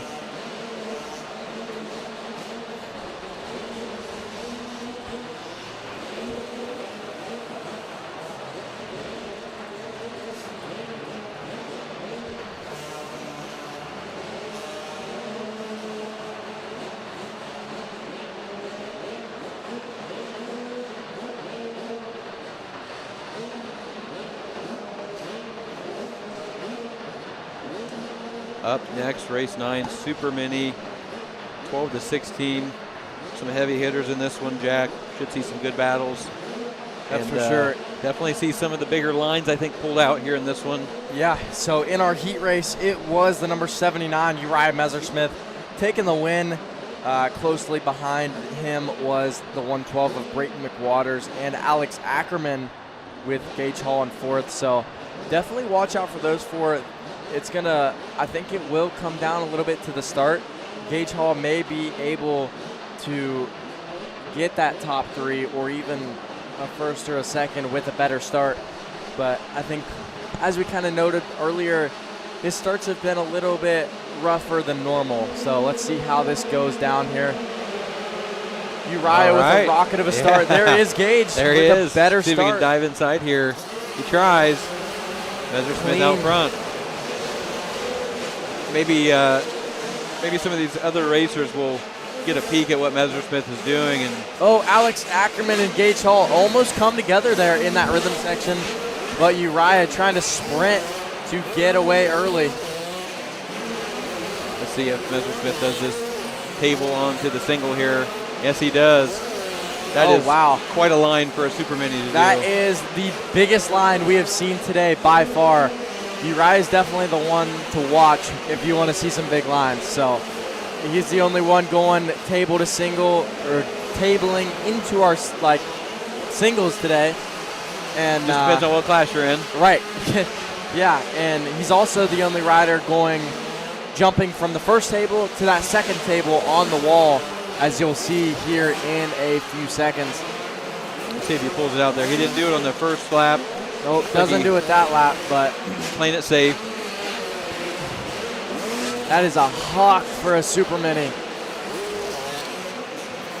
You got a battle brewing here between the number 7 of Gage Hall and the 50 of Alex Ackerman. Ackerman trying to run down Hall for that second place position.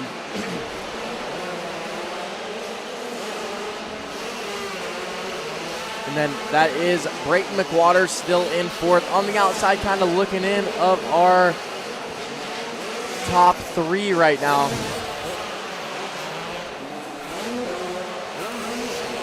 There number 10, Case Burns, and the number 14, Wesley Burns. I actually did get some confirmation. They are twins. They are twins. Yes. Good call. So they are not too close to each other right now, but they definitely were in that heat race. The only thing better than a sibling rivalry is probably a twin rivalry. Yeah, no doubt about it. Uh-oh, Messersmith looking down at his bike here. Yeah. Seems like he's just looking over, having fun. Yeah, as long as he can. He's back up to speed here. We'll see if he does that line you mentioned, Jack. Last lap he did do it, but he's got a big enough lead. I think he's just bring cruising. This thing on home.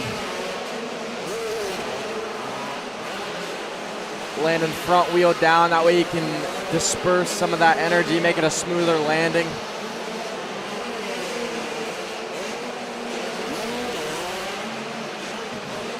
White flag comes out, and our checkered flag comes out for Uriah Messersmith.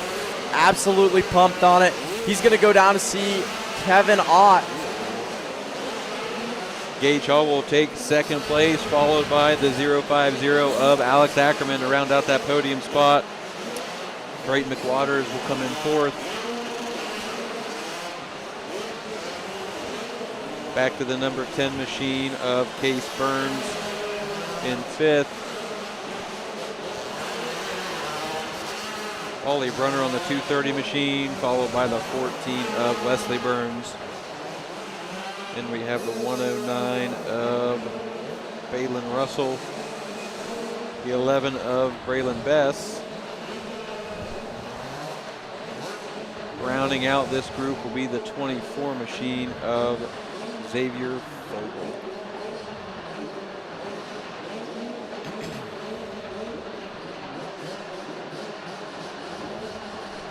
With no delay, we are on to race 10 here. 85 junior.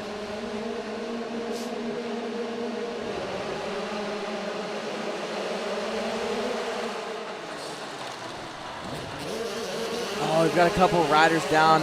That was Bentley Hanna down in the first turn here.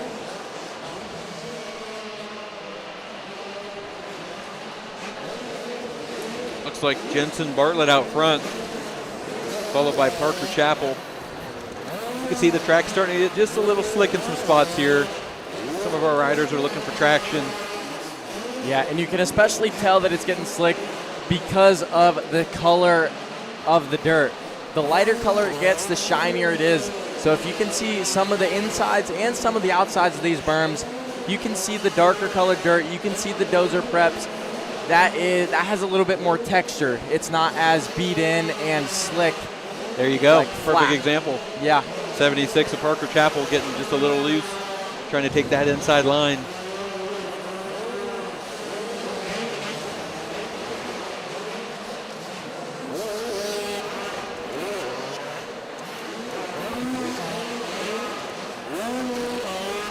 Jensen was your heat race winner.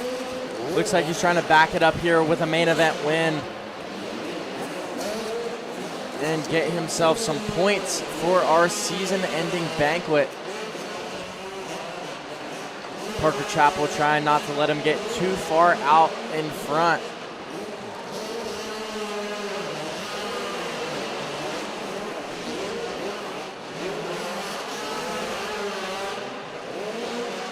Carson Campbell holding down that third place spot right now.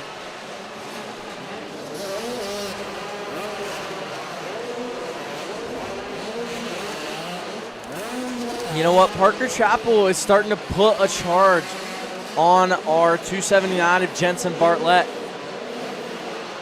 What I'm seeing that Parker's doing that Jensen is not is on our far wall, he's going inside and he's tripling over that table to single, whereas Jensen is just tabling it and then he is singling it. So Parker's doing the all-in-one combo, just keeping that momentum up. Yeah, just going all the way over. So we have about one lap left. Let's see if he can make up enough time, especially watch here on this far section. Oh, makes a mistake, slides a little bit, doesn't get that drive he was looking for. Jensen calm, cool, and collected out front.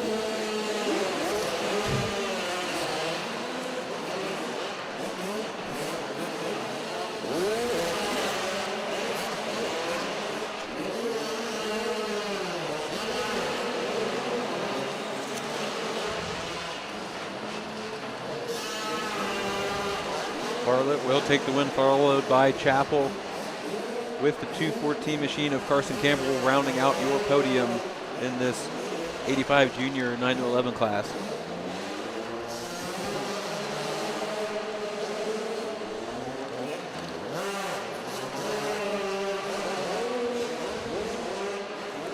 So as we wrap up race number 10, our 85 junior class, we've moved back to some smaller bikes and electric bikes. This is the electric balance bike 16-inch class. And if you guys weren't tuned in earlier, we do have 2 electric balance bike classes. One is a 12-inch and one is a 16-inch. And the difference is the 16-inch is based off of wheel size. So these are a little bit bigger of wheels that these guys are resorting to.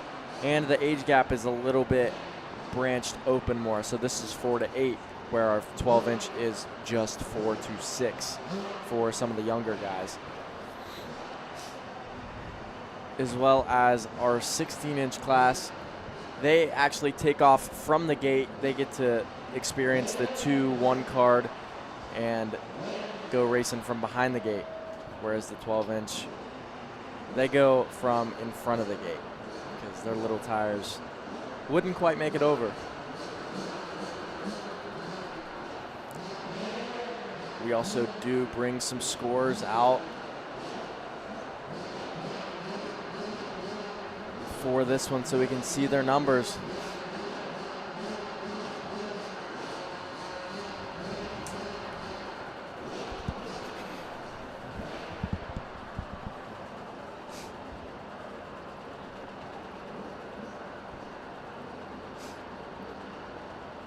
All right, card is sideways.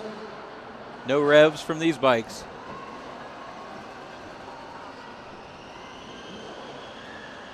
Looks like the 320 machine of James Colvin out front early on here. A little challenge from the 5 machine, Desmond Garland. Garland hangs a hard inside, takes the lead.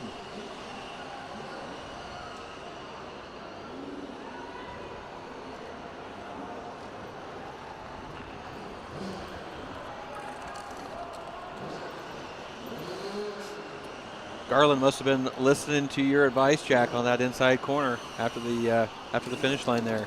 Yeah, it can make a lot of time up, especially the smaller bikes you get, the longer the track gets.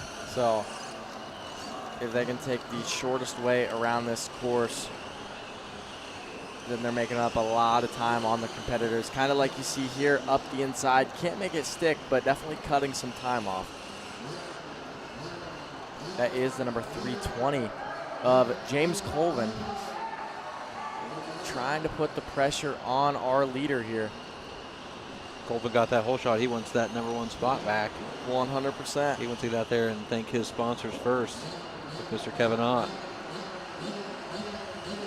Now these balance bike riders, they only do 3 laps. It takes them a little bit longer to get around our racetrack.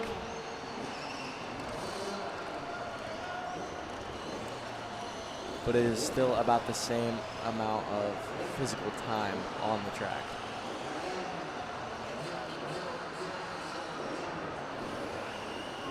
.320 of James Colvin putting in the pressure here on our leader, Desmond Garland.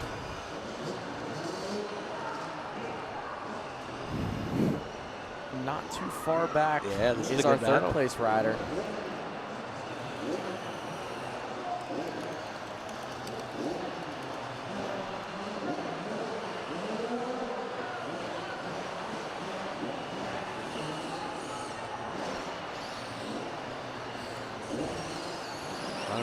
It looks like the number 5 machine will hold on for the win here. Desmond Garland, followed by the 320 of James Colvin. And the 24 of Brody Brickman will be rounding out your top 3. All 3 of those riders will go down there to see Kevin Ott on the podium, thank their sponsors, probably mom and dad at that age, and just see how their race went. Yeah, their chance to feel like a pro down there.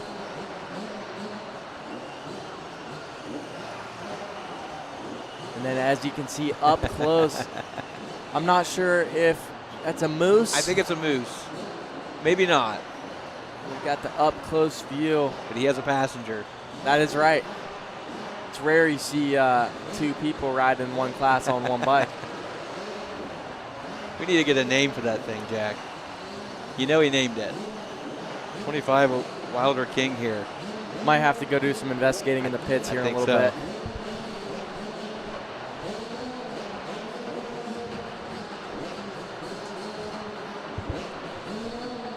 Looks like King was followed by the 344 machine of Massey Fallhaber. I believe we still have one more race around the track here.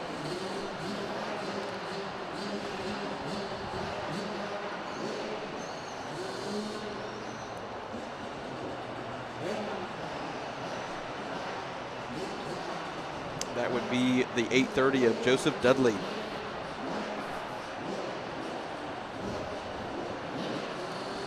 Dudley and King in that one. Jack, both coming down from Michigan to race here at the Route 62 Amateur Supercross Series. Nice, nice.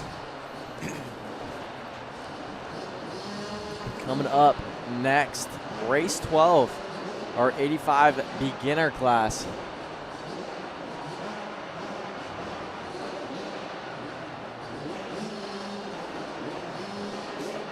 We have 9 riders in this one total. We've got Maxwell Curry, Hannah Main, Ryder Fields, Crew Carter, Lennox Helsel, Gannon Castell, Colin Benjamin, Olivia Vestpoint, and Mason Fields.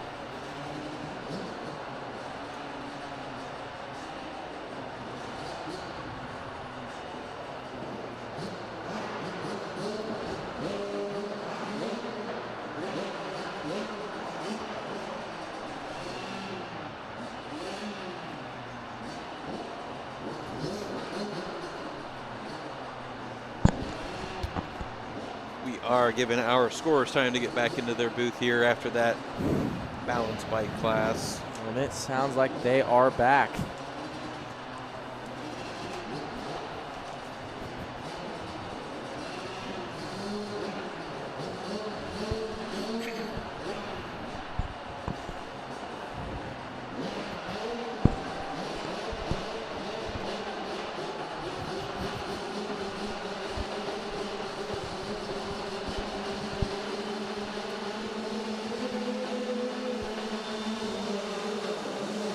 Got a couple stuck in the gate here. Ryder Fields, great start. Tries to hug the inside here. We'll get the whole shot, followed by the 12 machine. We're bar banging early, trying to swap some positions. Crew Carter going up the inside, trying to take that lead. He gets like a 3-for-1 there. That was a slick move there on the inside by Crew Carter. Just a little bit like we talked about earlier. If you can't make it up in that first corner, kind of see what everybody in front of you is doing and do what's hot. You got to go inside, take a different line, and make those passes. Oh, the 905 jumping past some riders. That's Mason Fields up into your new second spot. The number 32, Ryder Fields, in that third spot. The number 12 of Maxwell Curry in fourth, and Hannah Main fifth, rounding out your top 5.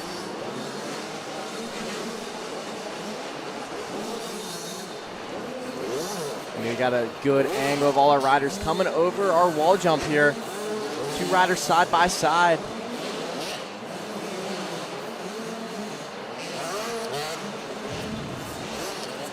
Another lap, Crew Carter leading us through the main event.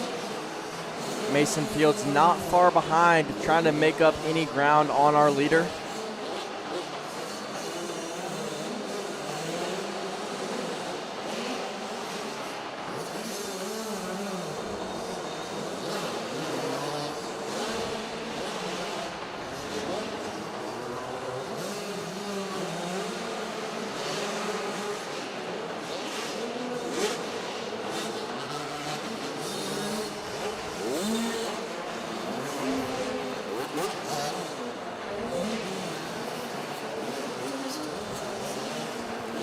And just a reminder, these main events are 5 laps long. So there are plenty of laps to make some passes, change up some lines, see what's working best.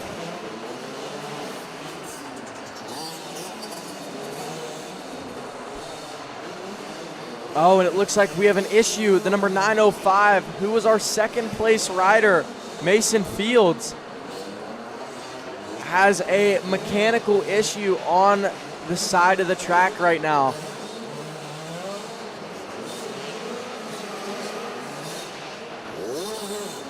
As the white flag comes out, we've got a shake-up here. Crew Carter still in our lead, but everybody else will bump up one position.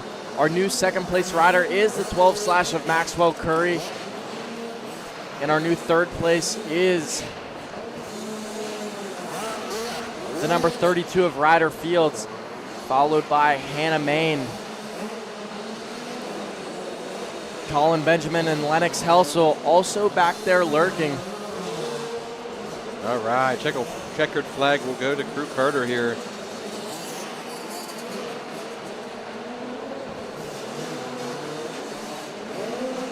Maxwell Curry bring home second place, followed by the 32 machine of Ryder Fields. Hannah Main in fourth, followed by the 431 of Colin Benjamin. Then it's the 216 of Lennox Helsel.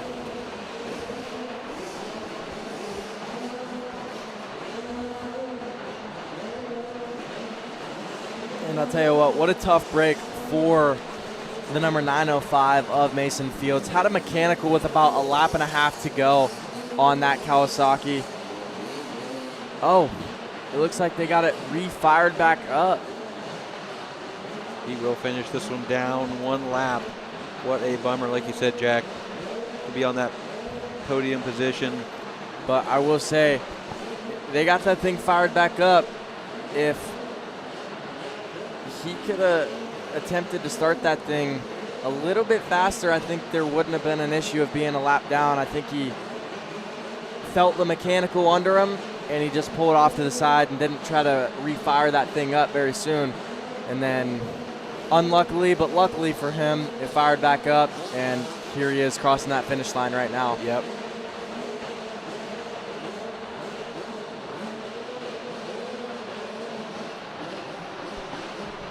And then up next is our race number 13, 85 senior. This marks about the halfway mark through our main events today. We had 2 heat races for this class, condensed all into 14 riders. That looks like Gage Hall getting a rocket of a start here. Joey Snyder in that second spot, Uriah Messersmith third. This is the start Gage Hall has been wanting all day long. Yeah, it looked like Gage Hall picked up on that line in that rhythm section there, so let's see if he can. Oh, Uriah makes another mistake. Gage pulls away. Let's see if Gage picked up on any of these other Gage lines takes here. a quick look back. He realized he was on his rear, but now he is going to go and sprint as far ahead as possible. But Uriah is going to do the same. He's not going to let Gage out of his sights. This may light a little bit of a fire under Gage. He's got that whole first lap led by himself. Now he's just got 4 more laps to do it.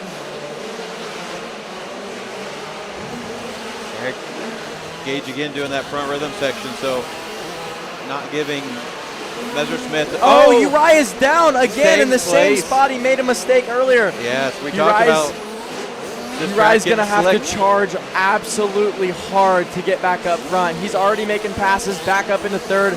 But if you look, he is probably about a section behind right now. He's going to have to pull out every big line he knows, like that table to single into the rollers. He's going to have to start going table to table.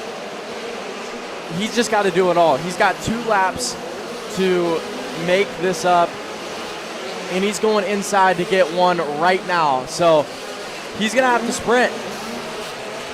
Keep an eye on the number 79, Uriah Messersmith, but also the number 7 of Gage Hall. He is riding a flawless race right now. He's just sprinting ahead. He's making no mistakes. He's letting everything work behind him. But Uriah is absolutely sprinting right now. But does he have enough time? 1 lap to go. White flag is out for our leader, Gage Hall. Gage Hall has got to clean this section here in front of the booth. Oh, man, Uriah is absolutely ripping right now. I think it's going to come down to the last 3 corners. He's got to get through this section where he struggled earlier, going triple. He's up close. If he can triple in, no, he doesn't do it. He opts to just try and go for an inside. Here he goes, up the inside, takes the front wheel of Gage Hall on with 3 corners to go. What a ride by Uriah, coming from the back, makes a mistake on lap 1, crashes lap 2, and then sprints so hard for 3 laps. He is pumped. Well earned there. What a ride by Messersmith. And really textbook pass in that bowl corner. Oh. Looks like we got a silencer laying out there on the track. Uh-oh. You're going to hear this bike come across the finish line. He's probably like, what is going on with my bike? He's like, this thing is so much louder. We've got one of our boys trying to pick that up right now.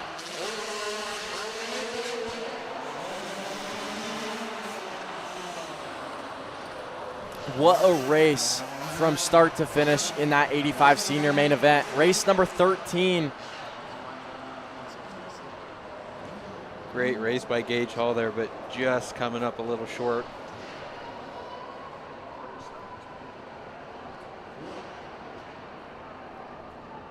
As we see one of our track workers, they're returning someone's muffler to them.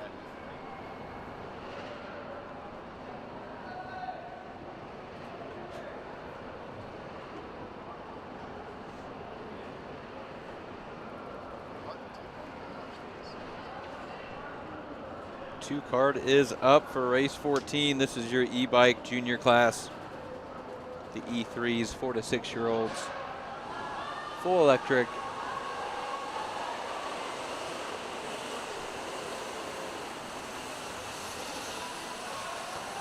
Looks like the 731 of Wesley Jackson putting the pressure on the 576 of Aries Roberts. Well, we do have a rider down after our finish line here, trying to get that thing remounted. That's Caden Walt down there picking the bike up for him, getting him off and running. Looks like that was James Colvin that went down there, Jack. Oh, that's a bummer. And Aries Roberts out to the lead. Aries has been killing it all day long in this junior class. Whether it's e-bike, whether it's a gas bike, he has been just putting the charge on at the front. As well as Wesley Jackson. Wesley has been keeping him in his sights all day long. I think the only thing that Wesley's been missing out on is that start. If he could just get to that lead position, I think he would really be giving Aries some trouble today.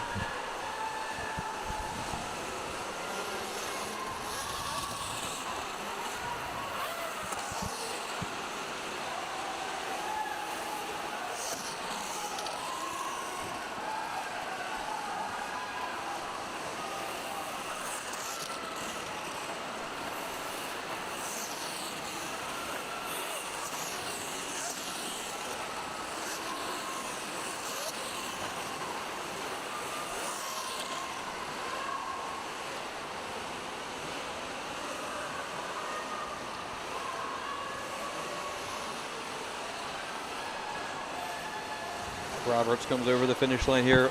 Starting to pull just a little bit more of a gap over the 731 Machina Jackson.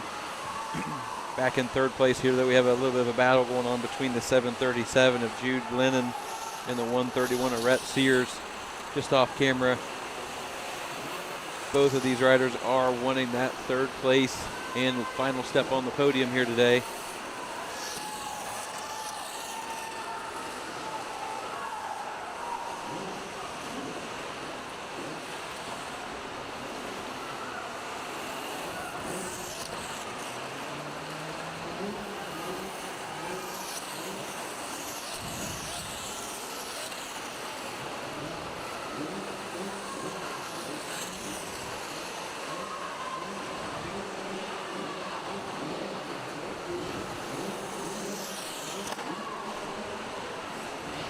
White flag is out for our leaders here as Aries Roberts still holds a comfortable lead over the 731 machine of Wesley Jackson.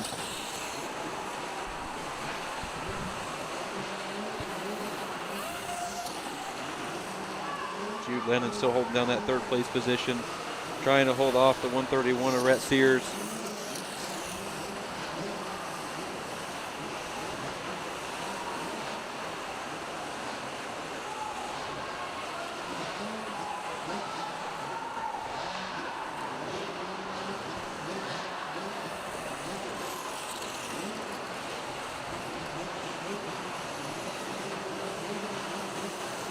Aries Roberts will take the checkered here.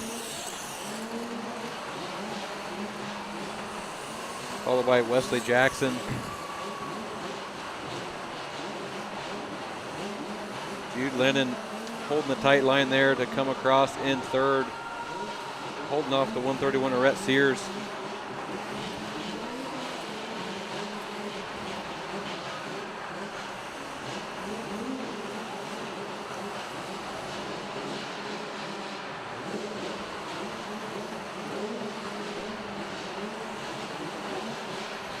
Levi Bond on the 925 machine, followed by the 320 of James Colvin, the 620 of Lane Geyer, the 562 of Andy Marshall, 069 of Jensen May, and the 330 of Clutch Soder. We'll round out this E3 e-bike junior class.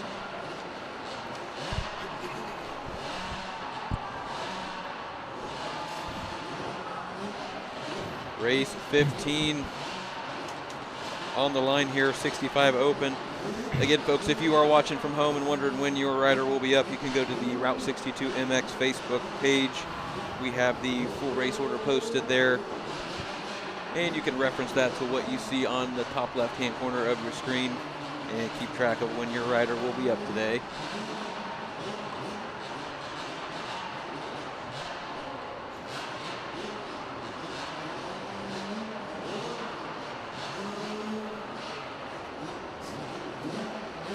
We are streaming from the Route 62 Facebook page and the Apex Motoworks YouTube channel. So if you are streaming from the YouTube channel, please give us a subscribe. That helps us keep the action coming to you all season long. So we actually do have our series point standings pulled up here. Right now, a lot of these riders are in this championship hunt. So as you can see, the 114 of Declan Stewart pulling your whole shot early. He is tied with the number 402 of Bentley Hanna in your point standings right now. So they're running 1 and 2. And there is the number 77 of Nolan Beckley in that third spot. Also trying to battle with the number 55 of Tetro. You know, this is actually a three-way battle of the points. So all these riders have 20 points in the season-ending standings. Hannah, Stewart, and Tetro. So whoever wins this race or gets second and third, that is your new standings going into round 5 of our Amateur Indoor Supercross Series. All right, that should keep things exciting for this one here as Declan Stewart starts to put a little bit of a gap on the 402 of Bentley Hanna. Oh, Tetro ends up getting passed by the 104 of Wyatt Miller. Declan Stewart out to a manageable lead right now over the 402 of Bentley Hanna.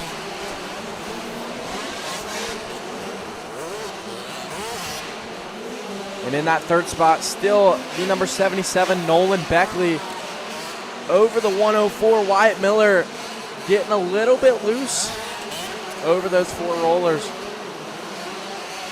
Tetro up the inside, playing no games, hits the 104.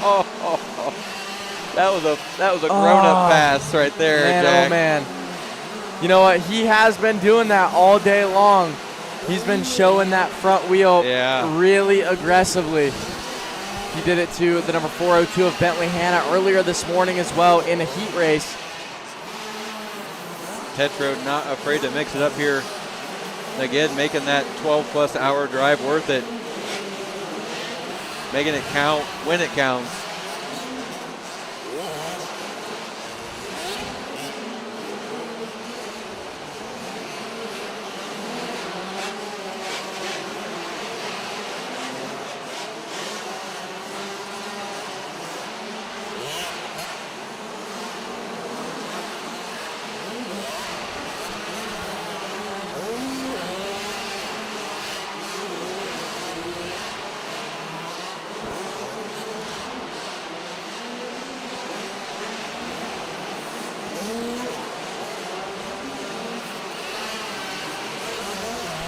Declan Stewart on the 114 machine will make his way around one more time here. Declan's actually going triple out of that corner. He's the only 65 that I'm able to see do that right now. He has taken that checkered flag and the win in this race number 15, 65 Open. And it helps to do some lines that no one else is doing out there. Definitely a separator there as the 402 of Bentley Hanna comes across, and Nolan Beckley on the 77 machine will round out the podium here in this 65 Open 7-11 class. And that was the number 91 of Owen Burmeister, actually taking that 4 spot away from Tetro. So kind of like we mentioned earlier, Tetro is going to fall back in our season-ending standings a little bit to Declan Stewart and your newest second place, Bentley Hanna.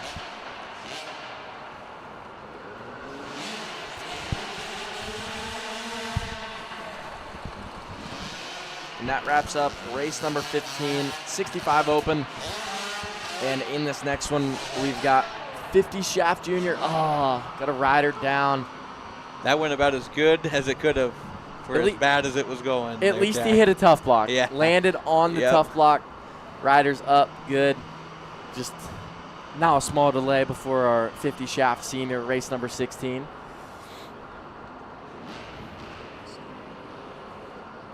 Up and going again here. Good to see it. Tough blocks put back in place. No problemo.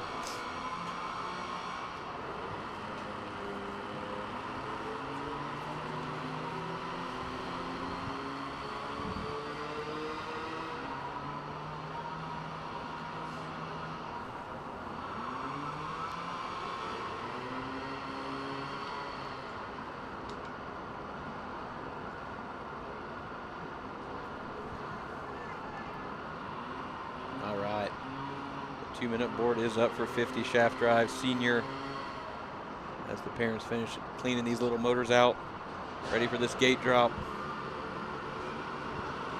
We got a rider down about 15 feet out of our starting gate.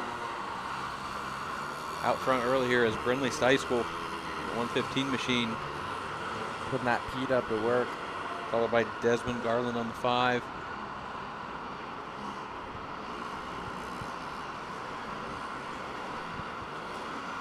The 03 machine, Wheeler Chapel running in 3rd. I believe it's the 90 of Rowan Wilkinson in 4th.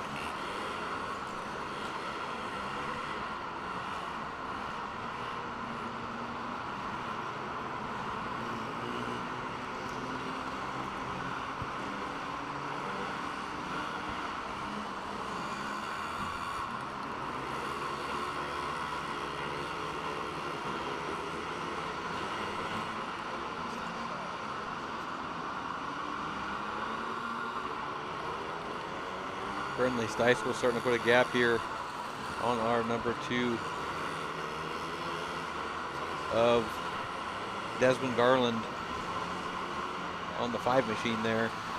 Looks like we have a rider down. I think that was our 3rd place runner of Chapel. Went a little high in the berm before the finish here, but Route 62 staff getting Wheeler back on track here. I believe Rowan Wilkinson will inherit 3rd place there. Oh, has more trouble for Chapel rolling back down the finish line here. Meanwhile, Brindley Stieskel out front, problem free, putting in her laps.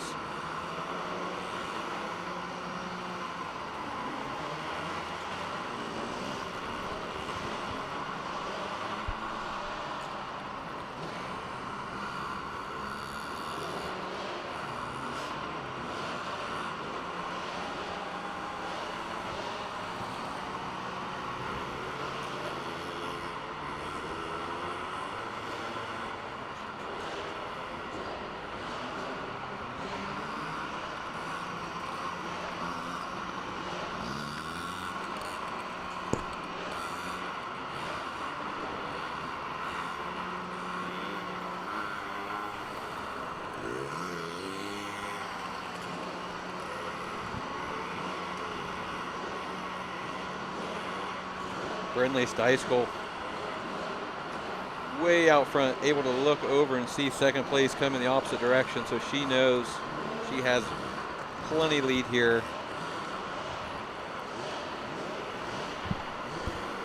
Desmond Garland on the 5 bike here, holding down second position.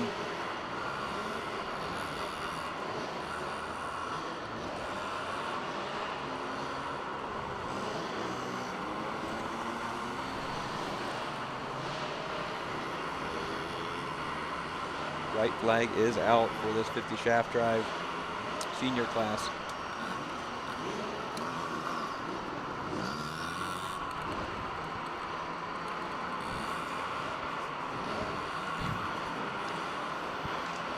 And since we have 50 shaft senior on the track right now, you can see down there on the line, that's 50 shaft junior. So another full gate of PW50s only to run in 50 shaft senior and junior. Our next class, 50 shaft junior, was condensed down from 35 riders to the best 14 here.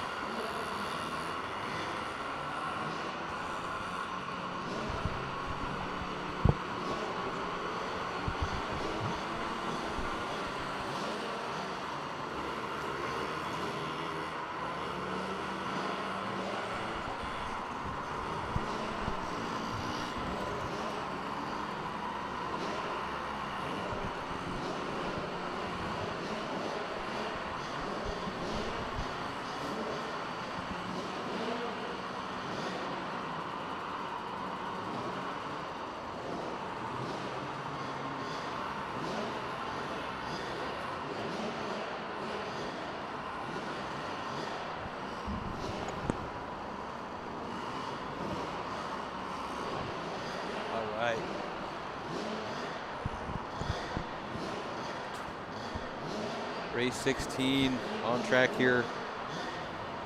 For everyone at home wondering, tomorrow we will have adult and pit bikes. Sign-ups will be at 7:30. Practice is scheduled for 9. I believe today we got started just a little bit before 9, but between 7:30 and practice we'll do a track walk, and then racing will follow. So.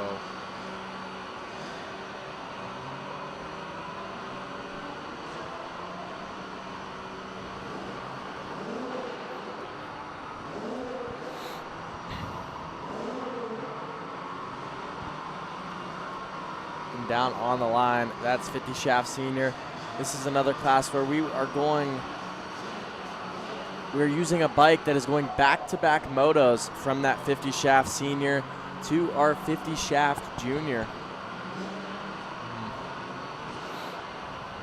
So that bike is probably hot and ready to go, just like Little Caesar's Pizza. Hot and ready.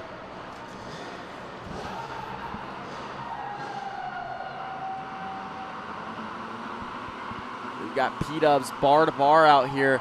Looks like that's the 606 Maverick Myers out front to the lead early. Wesley Jackson in that second spot. That's the 116. Easton Russell in third. But now we are 3 wide coming down our rhythm section here. We've got placements changing all throughout the race course right now as they're all still bunched up.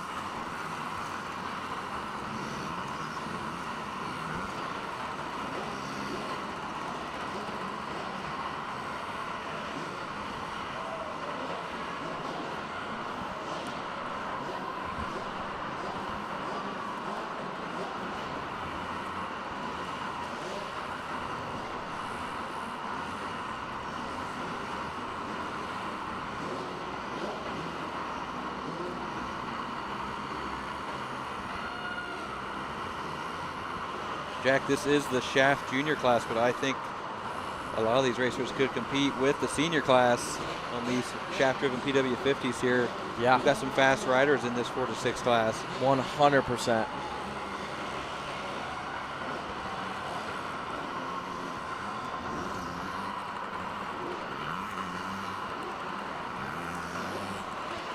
I think it seems like once these riders age out of that 4 to 6 on the P-dubs, they go to a 50 senior, which is like a Cobra or a KTM, and get away from the Yamaha side of things, get used to that suspension.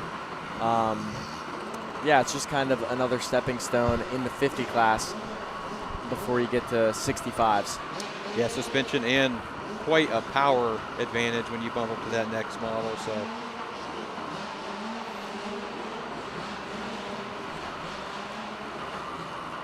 But that's the 731. Wesley Jackson has a real nice lead out here. Looks like Jackson's followed by the 201 still of Weston Blake in second.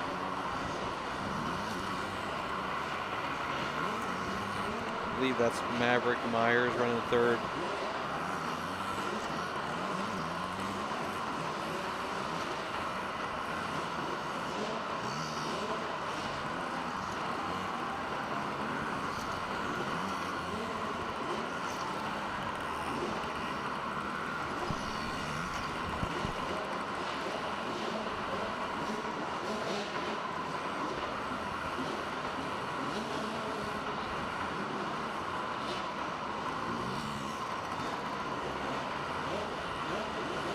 White flag is out. The 201 of Blake is still kind of stalking the 731 of Wesley Jackson here, not letting him get away completely. I believe the 49 machine of Matthew Cowell has moved into third here.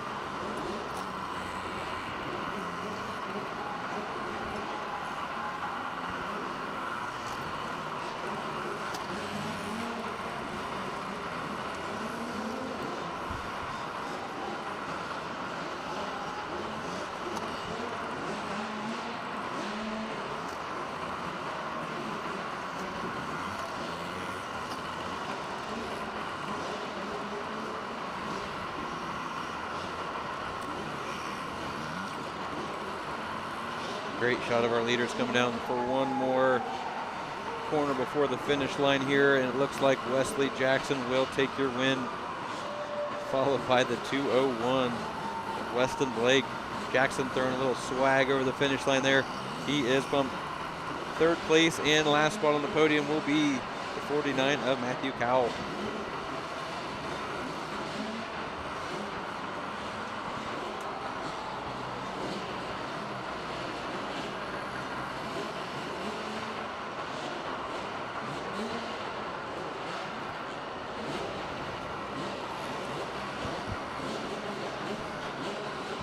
So our checkered flag is waving for the rest of our 50 shaft junior riders. Up next, we've got race number 18. That's our 65 beginner class. These are first year riders.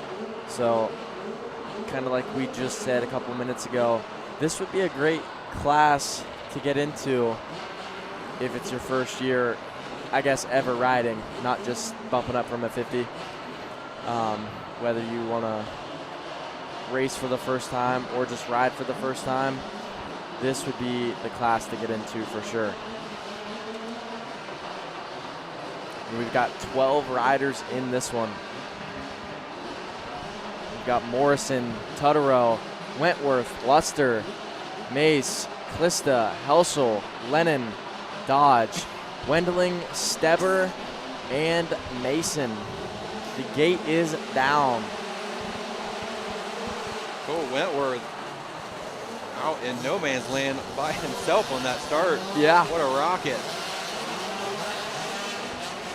Wentworth was also our 65 beginner heat race winner, so he's looking to go 2 for 2 on whole shots and moto wins. And if he does, then he will be on his way to go see Kevin Ott down on the podium. Give a little podium speech and thank his sponsors, as every class's top 3 does.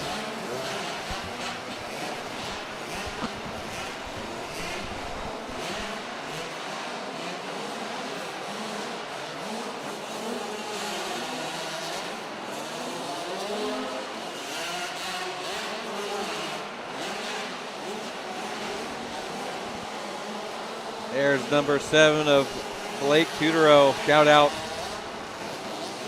running the Apex.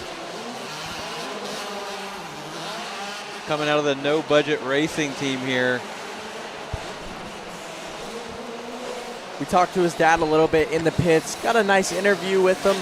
Just found out who they are, where they're from, and what they're doing. They love to come out here every weekend, and they love everything we're doing here, so gotta give it back to them.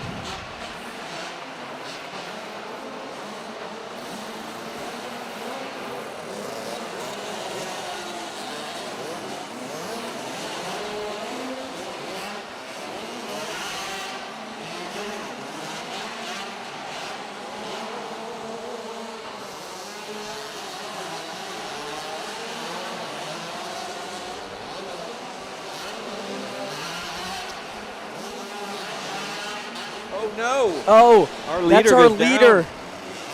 The 18 of Cole Wentworth down hard. We've got our guys to him very quickly. That was our leader, Cole Wentworth.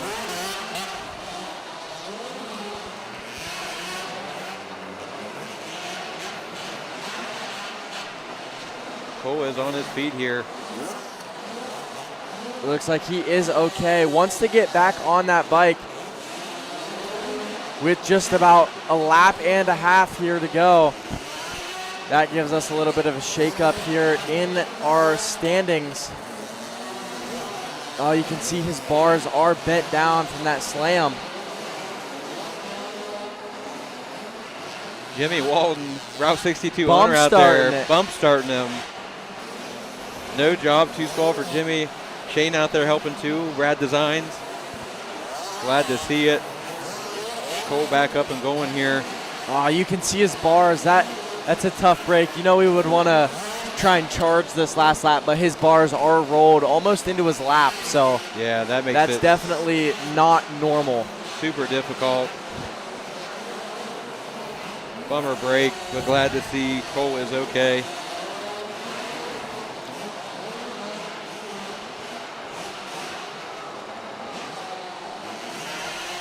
And here comes our leader, number 33. That is Aiden Luster, taking the checkered flag and the win in our 65 beginner class over the 216 of Lennox Helsel.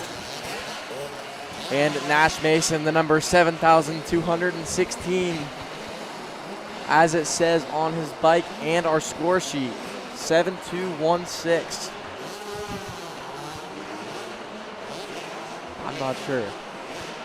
A little bit different, kind of like we've mentioned earlier. We love it. Instead of running a 216 slash or X, just add a number. Yeah, I like it. That is one way to stand out from the rest of the bunch.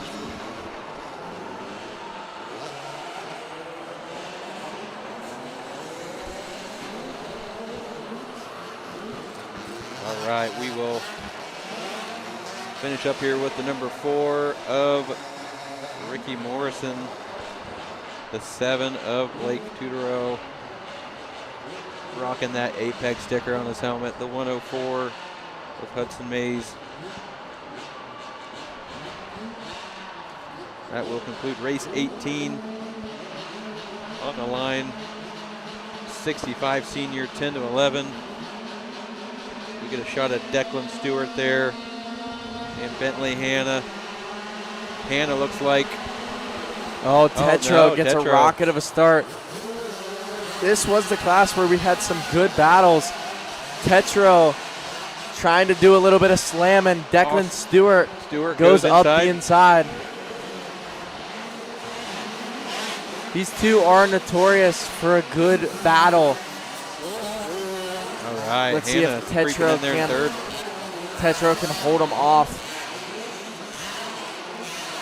Declan Stewart doesn't want to let that happen. Goes up inside, shows a wheel, kind of scares Tetro. Tetro felt that one coming and just kind of swerved out of the way there, gave Declan room. And up the inside, Hanna is trying to make his mark. Stewart looking back there, and as you mentioned earlier, Jack, Declan Stewart is doing that triple out of the corner, and I think he's really gaining some time there. That's right, you don't see very many 65s. I'm not sure what happened if Declan's just playing here. I'm not sure if that's ideal for racing. This feels reminiscent of some Ryan Villapoto and Jason Lawrence here. Not your typical 65cc racing, but we're here for it. Declan Stewart back in the lead here, looking over. Waiting. I'm not sure what's going on, if we have a rivalry here or what's going on. Bentley Hanna in that third spot, just trying to capitalize on whatever goes down. Declan looking back quite a bit. Initially, it looked like he had a bike problem, but every time Sutro goes by, he picks the pace back up here. So I think we're doing some cat and mouse games again at the 10 and 11-year-old level here. Not something you see very often. See up the inside, Petro just trying to make it stick. Declan up the inside yet again. We'll see how this plays out. Yeah, this could actually work out really well for Bentley Hanna if these two mess around and take each other out. Oh, see, now all here we go. Petro is down. Declan Stewart to the lead, Bentley Hanna second.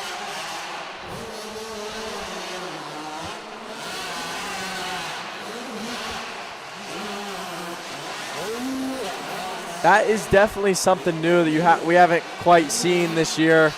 Some cat and mouse. Yeah, definitely some higher level games going on there, but unfortunately for Tetro, Stewart's plan kind of seemed to work out there. I thought Hanna was going to be the beneficiary for a moment there. I thought Stewart and Tetro might both end up going down, handing the lead over. But Stewart will persevere, take this win, followed by Bentley Hanna. Huh.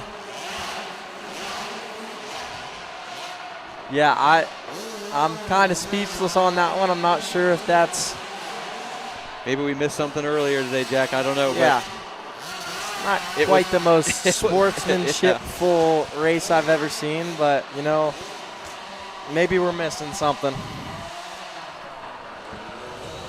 I would do that to you on a pit bike, though. That's fair. If we're on pit bikes in the backyard, that's what goes down. I would do it to you here.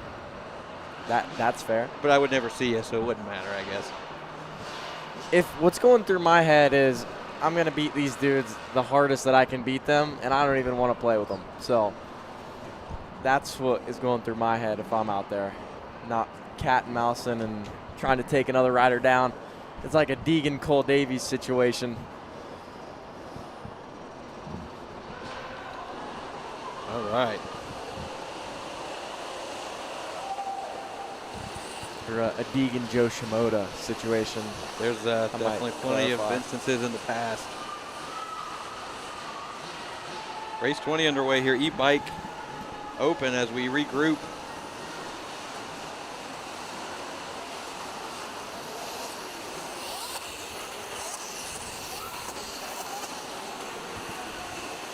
So Oaks Pacinda out front early ahead of the 58 of Mark Marker.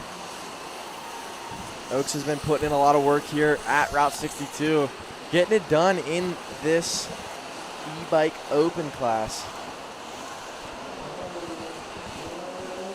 But don't count out the 374. Holden Dare. Holden Dare was actually another one of our winners in the heat races. See Maverick Myers trying to use some of these outsides, go past the 18 of Braxton Webster and Mark Marker. But Oaks Pacinda getting a great start out here and just trying to sprint forward, not worry about what is behind him.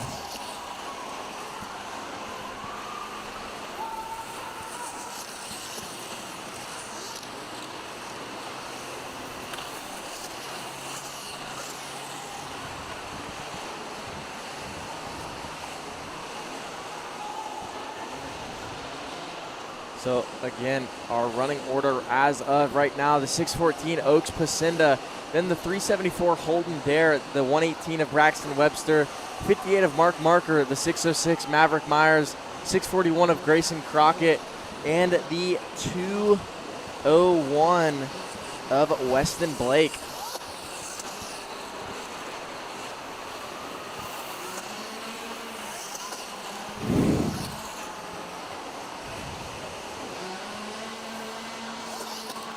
Dare putting the pressure here on our leader.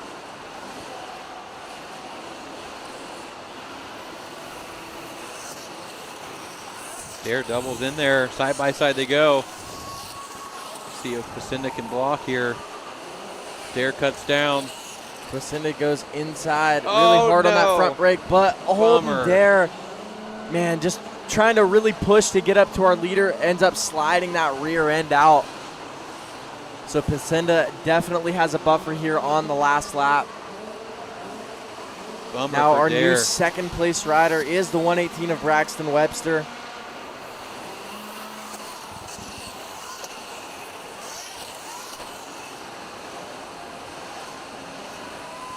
Looks like we got a rider down in the back. Actually, that looks like it was Holden Dare again. Oh no, it's very slippery in that back corner too on the inside. So we saw Messersmith make a mistake 2 laps in a row back there earlier. So probably broke traction again. Yeah, these electric bikes too, they're so torquey. It's so easy to light that front or that rear tire up. As Pacinda takes this main event win.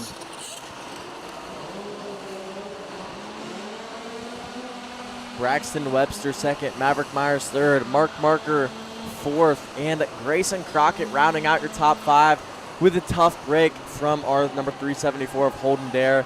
From second to third, back to 6th, just within a couple laps. So Dare definitely looked to be the fastest in that one, but sometimes he's just got to hold it together and just got to keep that thing on 2 wheels. That's right. That's the crazy part about racing. It's not over till it's over.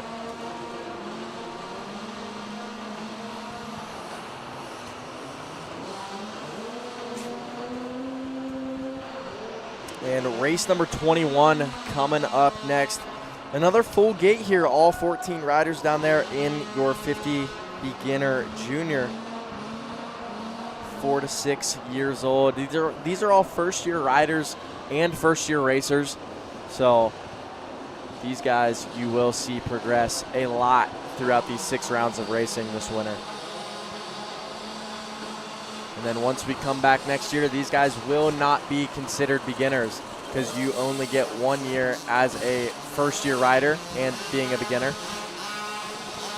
As the green flag flies, that is the number 131 of Rhett Sears leading the pack early over the number 113 of Laurel Maxwell and the 620 of Lane Geyer.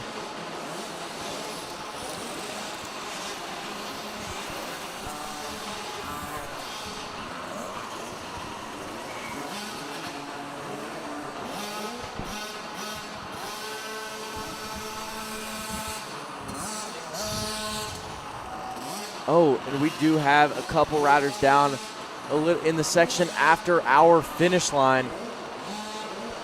It looks like we've got 3 riders down trying to get remounted back on their bikes. We've got 4 riders down. 3 are back up and running.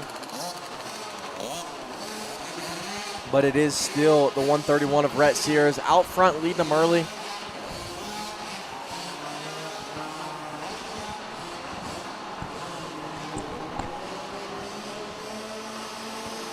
Oh, we've got a P-dub stuck on a jump face.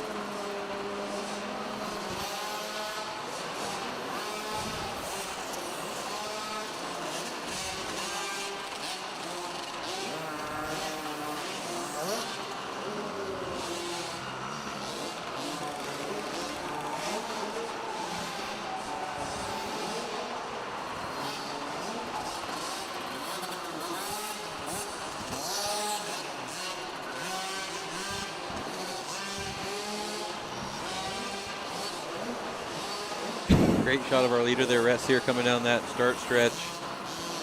You can see even Sear getting on the brakes there, starting to slide a little bit. Trying to keep that thing underneath of him. Yep. It's torquey little e-bikes, they'll get away from you fast.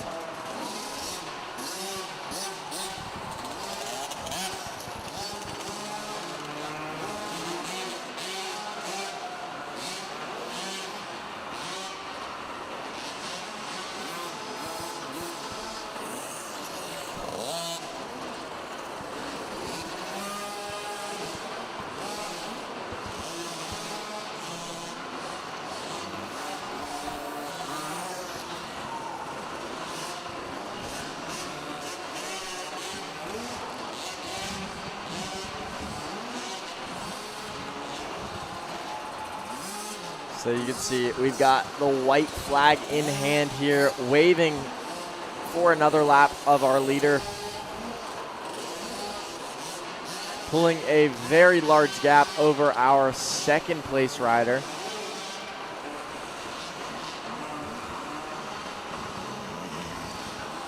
I believe that is Lane Geyer second, unless, I'm not sure if that is a lapper or not.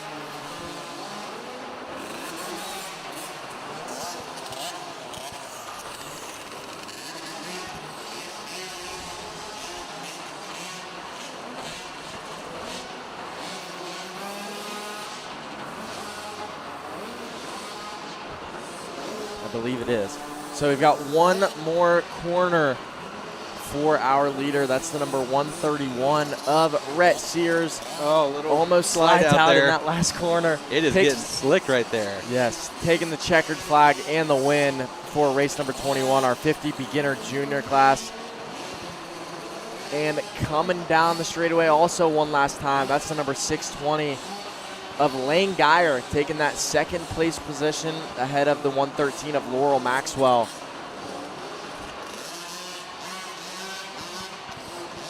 And then also coming across the finish line is Owen Ramey,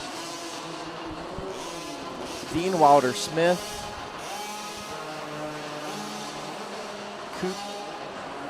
Bentley Aycock,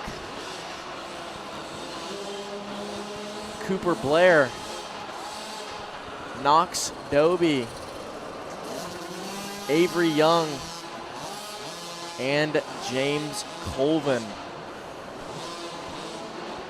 Those are all 14 riders in our 50 beginner junior class. Now we switch gears and head to our 50 beginner senior class. These are also first year riders and racers, just on a little bit bigger of a 50cc machine.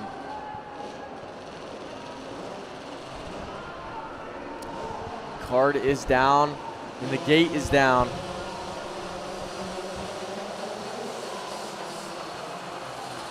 It's like Gannon Beal gonna take this whole shot, followed by the 50 of Austin Myers.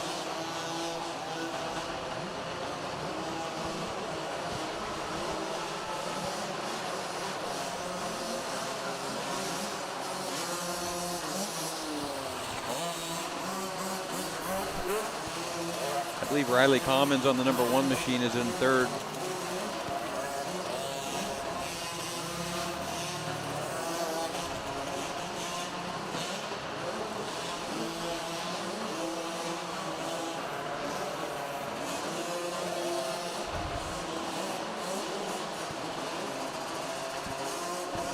Looks like we have about 5 races left in our program today.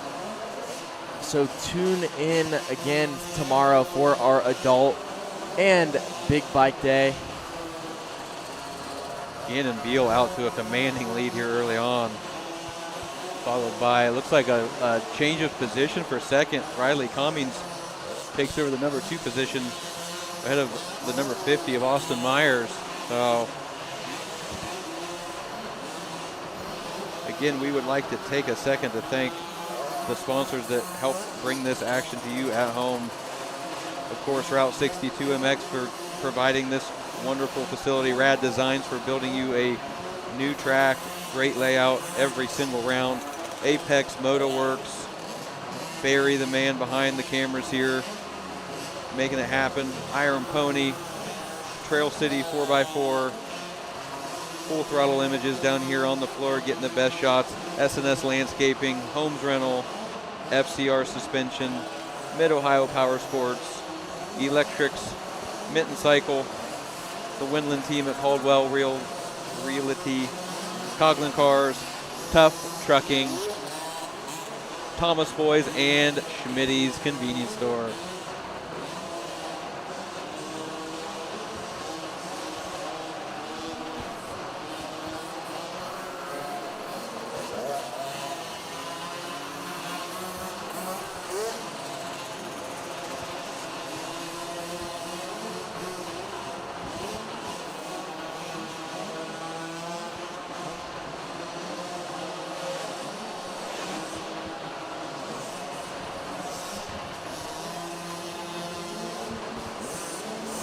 So our white flag is out for the 626 of Gannon Beal. Pulling a manageable gap ahead of the rest of our field here.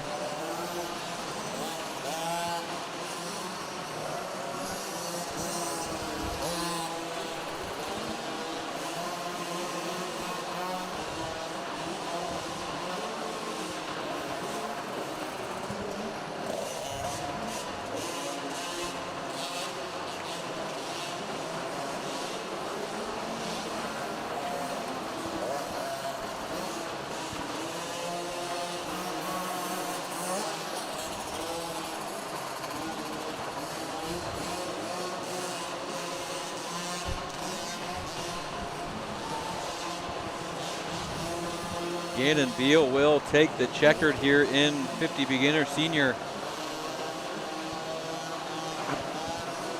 I believe, was that the number 1 of Riley Commings in second? Riley Commings, yeah.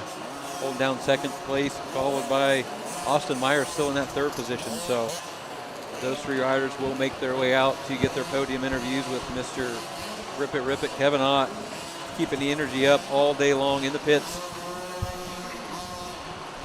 Making sure everybody is on track out there. That way no one misses their moto. Keeping everybody informed. Making sure all the parking's good. Just doing it all.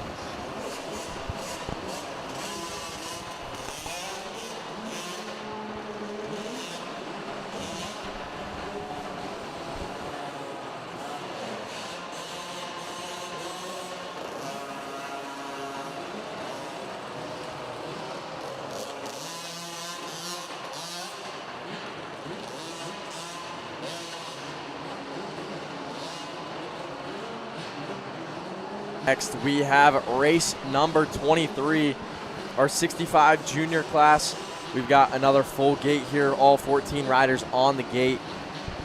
Some standouts in this one. We had Spencer Fair, Wyatt Miller, both leaders, winners of our heat races. Oh, there we are. There we are. All right, anybody looking to maybe snag themselves an Apex hoodie, DM Apex Motoworks, and they will get you hooked up. There we go.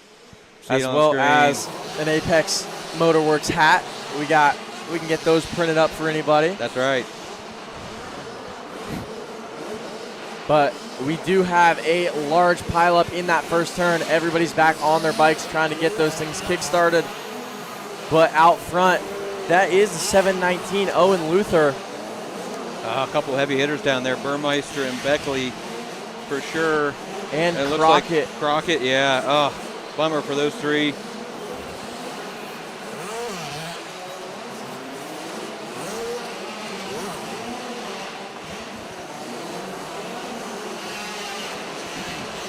But Luther holding it down up front over the 104 of Wyatt Miller. In that third spot is Cohen McKittrick.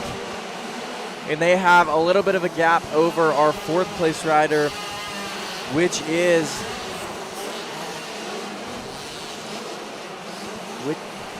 that is the 907 of Gage Alford, now the 55S of Spencer Fair.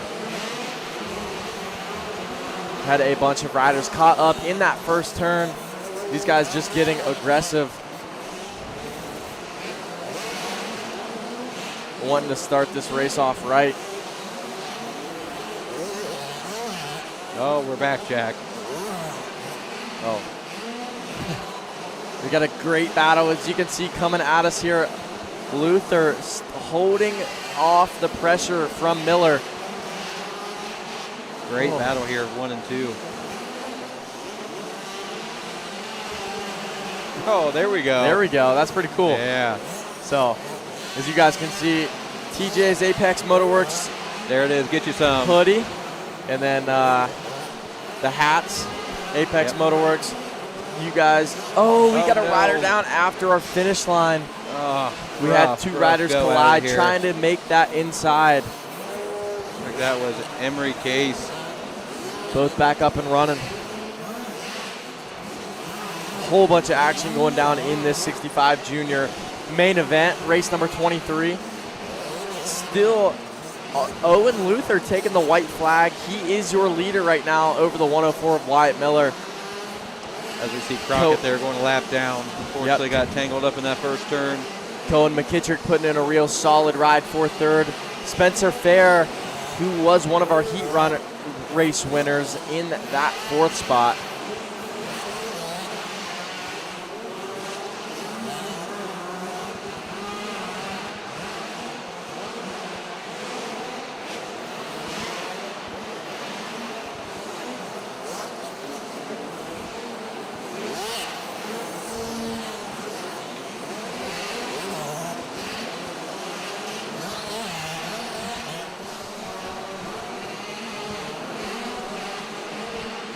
Oh, we do have a rider down. I believe that is Nolan Beckley, our number 77.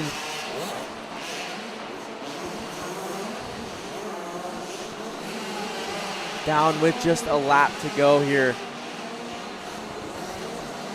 Beckley, another one of those riders that got caught up in that first turn carnage. Just a tough race altogether for Beckley on the 77 machine.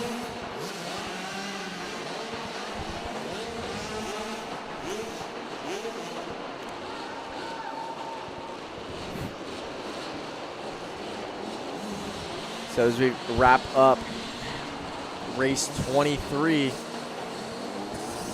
our 65 junior 7 and 9, we have race number 24, our 50 junior class on the gate. Another full lineup coming to you guys. Action-packed motos here.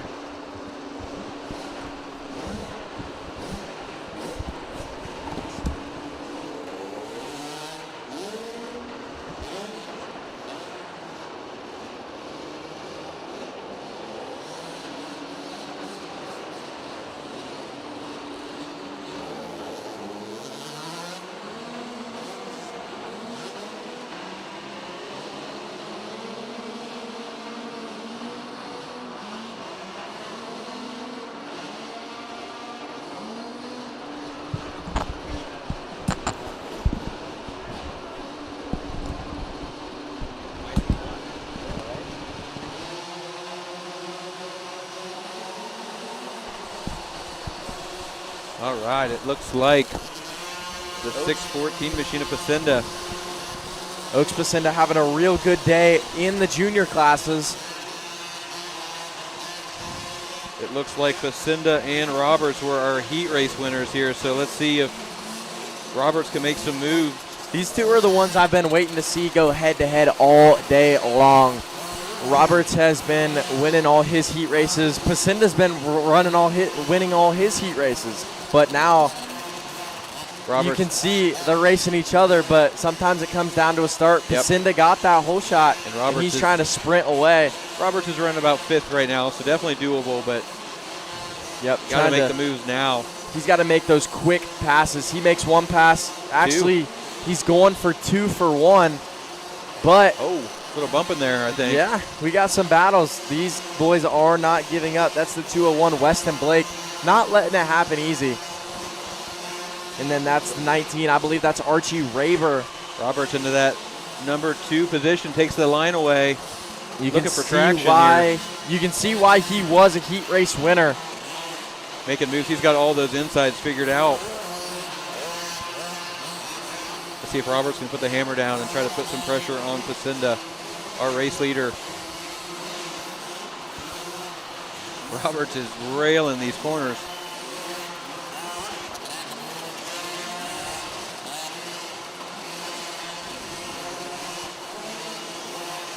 Tell you what, he might be able to make a push towards our leader, Oaks Pacinda. We've got about 2 laps left. Pacinda needs to go now, race forward, as Roberts is on a tear right now.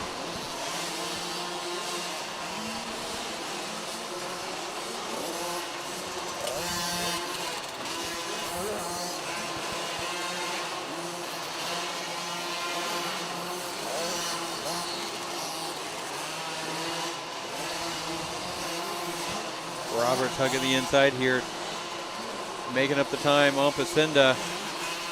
Right up to the back wheel, Pacinda here. Oh, up the inside, he takes the lead.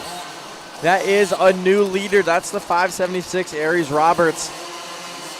Coming from the middle of the pack straight to the lead. Waste no time at all. Smart racing by Roberts here. Using the outsides when it's faster, and then taking away the insides when it works. That is 100% true. Pacinda still putting in a great ride, though, in that number 2 position. These two have pretty much checked out from the rest of the pack.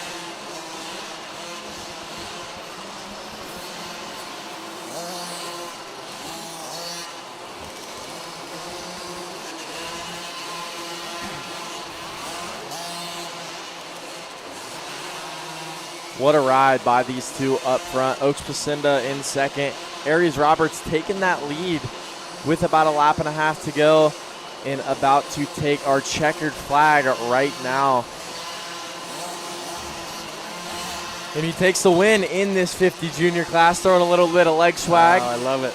And he is going to be on his way down to see Kevin Ott on the podium. That's the right. top step with Oaks Pacinda second.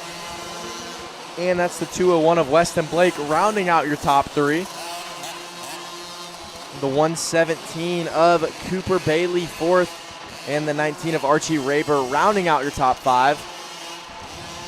There's also Kaysen Blair. Matthew Cowell. The 49 machine of Matthew Cowell just launching the finish line on that P-dub. Love to see it. Jackson Barston. Easton Rosel. The 925 of Levi Bond.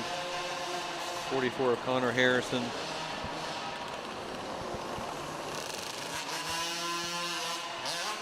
Clutch Soder, what a cool name, Clutch. I like it. On that 330 machine. And the 525 machine of Colt Steischel will round out this group of 54 to 6-year-olds.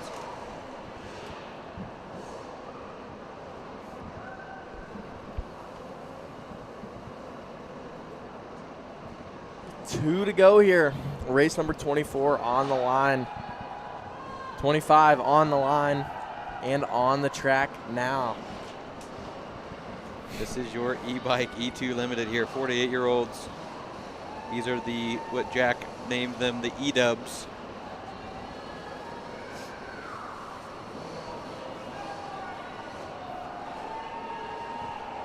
It's like the number 7 machine here, Riker Morano. And the 28 machine of Bentley Aycock, running 1-2.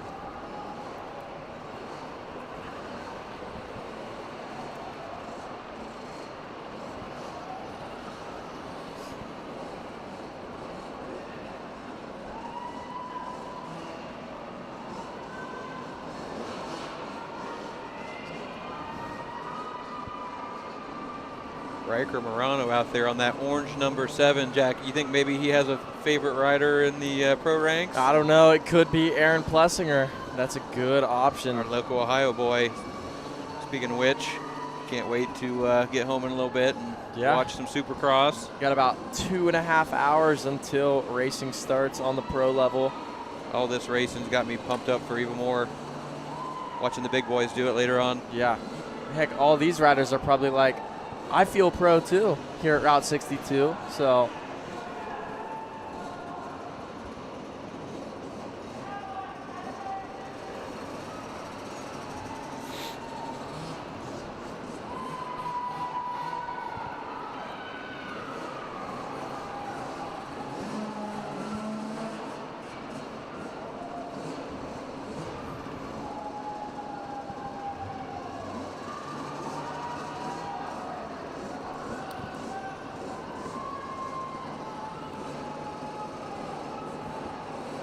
Riker Murano still holding on. Oh no, just as I say that, the 28 machine of Bentley Aycock just comes up the inside.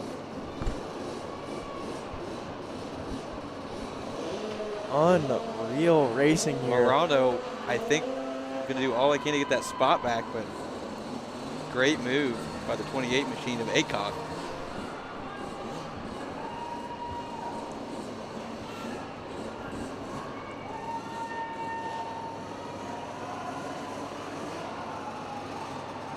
The 562 machine of Andy Marshall kind of lurking in the background there.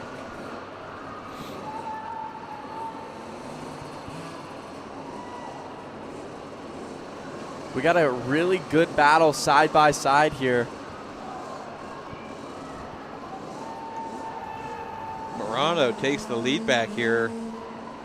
We'll see if Aycock, nope, Murano shuts the door there.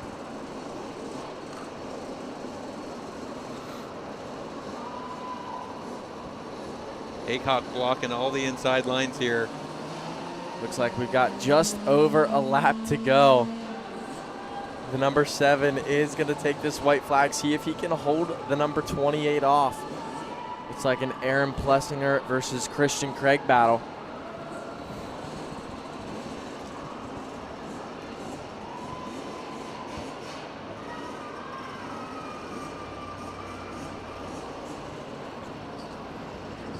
Yellow caution lights on to signify a down rider in that next corner. Back up and running though.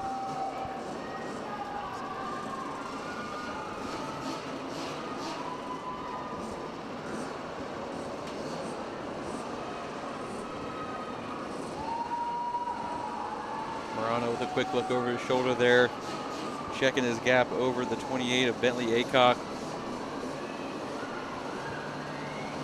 Oh, bunched up again in the corner there.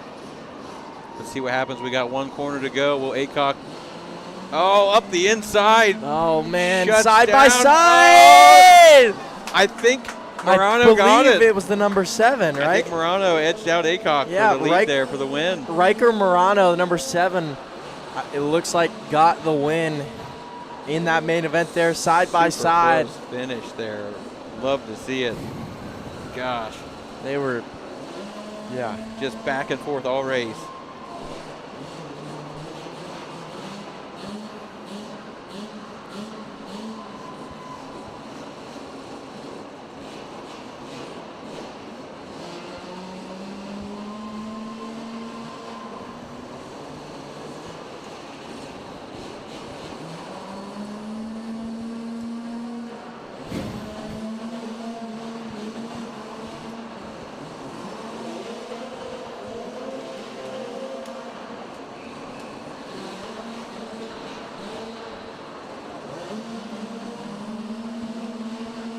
Rounding out here, we got the 621 of Harper Geyer, the 18 of Caden Bean, and I think that is the 717 machine of Carson Ford, rounding out race 25. And we are on to the final race of the day here, main event number 26, 50 Senior Limited, 7 to 8. This is a non-beginners class.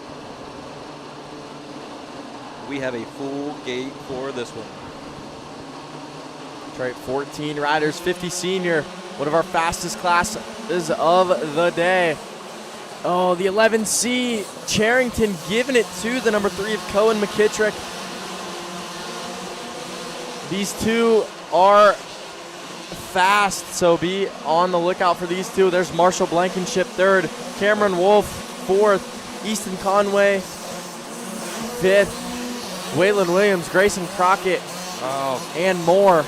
Moreland must have got a bad start or had an issue there back of the pack, but let's see if Ripon Moreland can make some moves. Oh, you can see some of these riders are actually trying to double onto the top of that roller. That's making a lot of time because they can skip their way on the tops of those. Oh, that way it they looks don't gotta like be in the pockets. Cohen McKittrick up the into inside the lead. there. 11C Charrington trying to fight back here, but Marshall Blankenship is creeping up here. Marshall has been on fire all day.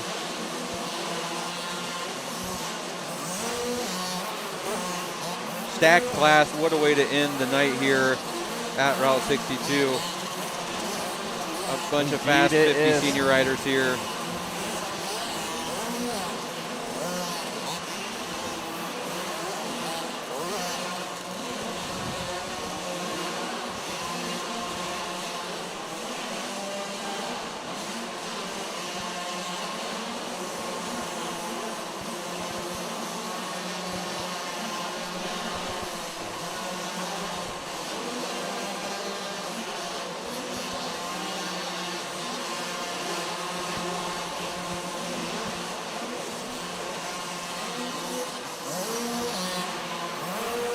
Looks like all our riders are pretty evenly spaced out right now.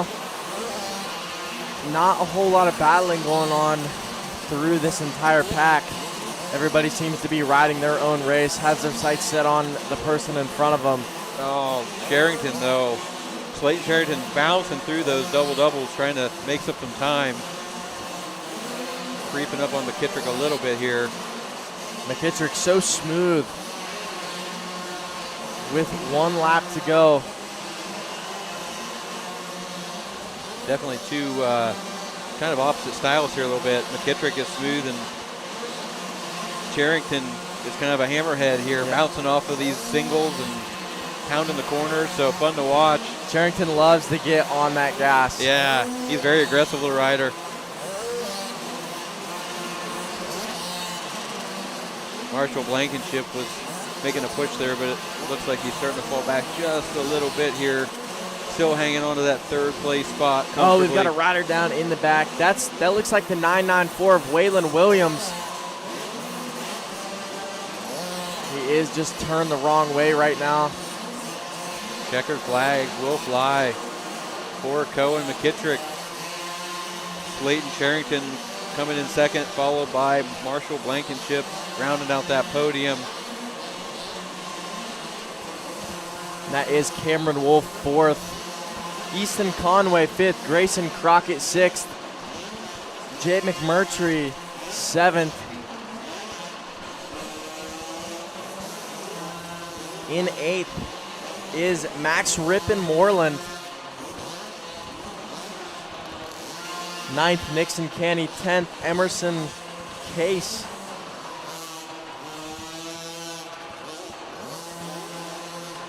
Milo Clista, Mason Labriola, and there is Waylon Williams. What a great race to finish out the day here, Jack, as we conclude the 26th and final main event here. So one more time, like to give our sponsors a little love here. Consider supporting those who support us and keep this thing going. And everybody who drove here today, thank you for showing up to watch and support all of these young racers. So again, thanks to Route 62 MX for providing this great facility. Rad Designs, again, bringing you another great track design. Apex Motoworks, give Barry a shout out on his social, or go to his YouTube channel and give him a subscription there. Keep this thing going for everybody at home. Iron Pony, Trail City 4x4, Full Throttle Images, SNS Landscaping, Holmes Rental, FCR Suspension, Mid-Ohio Power Sports, Electrics, Minton Cycle, the Winland team at Caldwell Banker Realty, Coughlin Cars, Tough Trucking, Thomas Boys, and Smitty's Convenience Store. Alrighty, folks. That does it for day 1. Yeah, that wraps us up. So we will be back tomorrow. Again, sign up start at 7:30, practice around 9, racing to follow.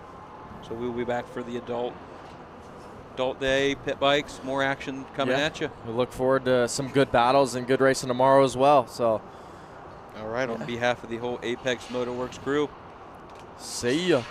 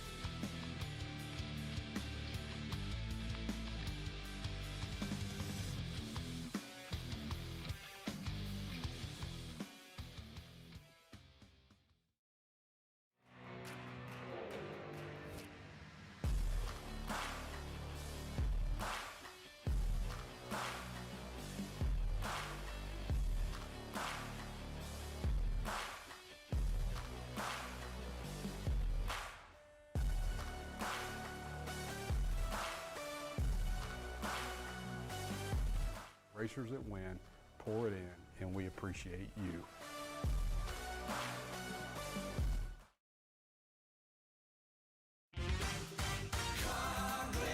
No matter where you are, Coughlin is there, in store or online. CoughlinCars.com. 13 new car brands, over 1,000 pre-owned vehicles, 17 convenient locations for sales, service, and parts, plus 4 state-of-the-art collision centers. CoughlinCars.com. Shop locally owned, CoughlinCars.com. Coughlin has the car for you.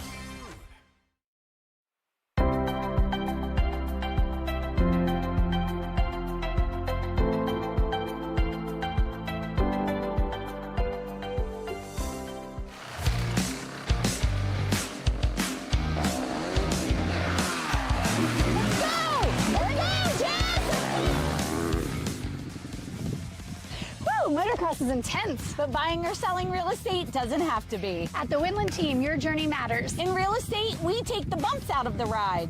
I'm Jess Winland, and I'm Katie Emily. Let's ride this journey together. This is TJ with Premier Home Health. We proudly serve Licking County and surrounding areas for in-home therapy and nursing needs. If someone you love needs in-home care, choose Premier Home Health.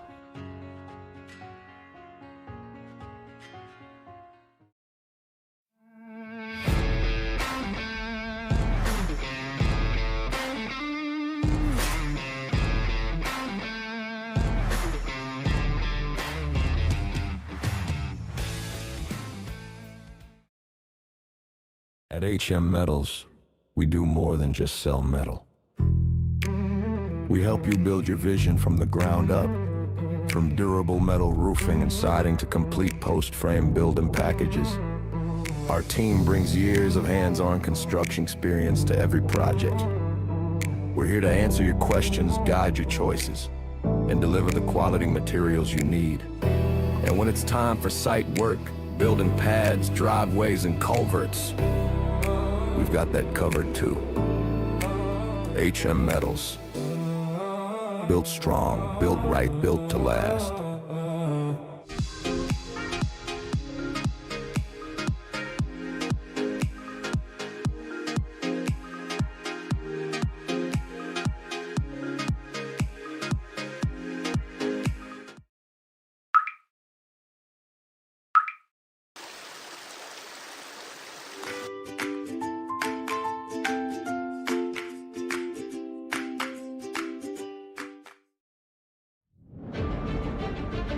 Whether you're a motocross guy or you're a woods guy or you're like a hard enduro guy, we've got specs for everyone, for every bike out there, for every rider, weight, ability level, you name it.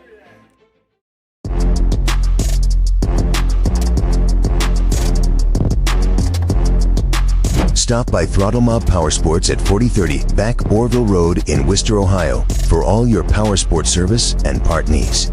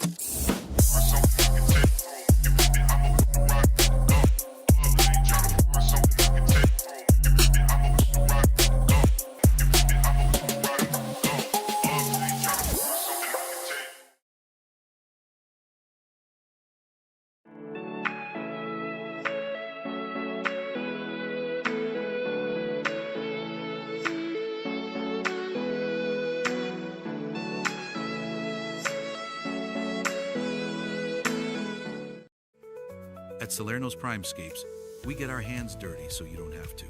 From lush lawns to retaining walls and everything in between, we handle the hard work. So all you have to do is wake up and smell the flower.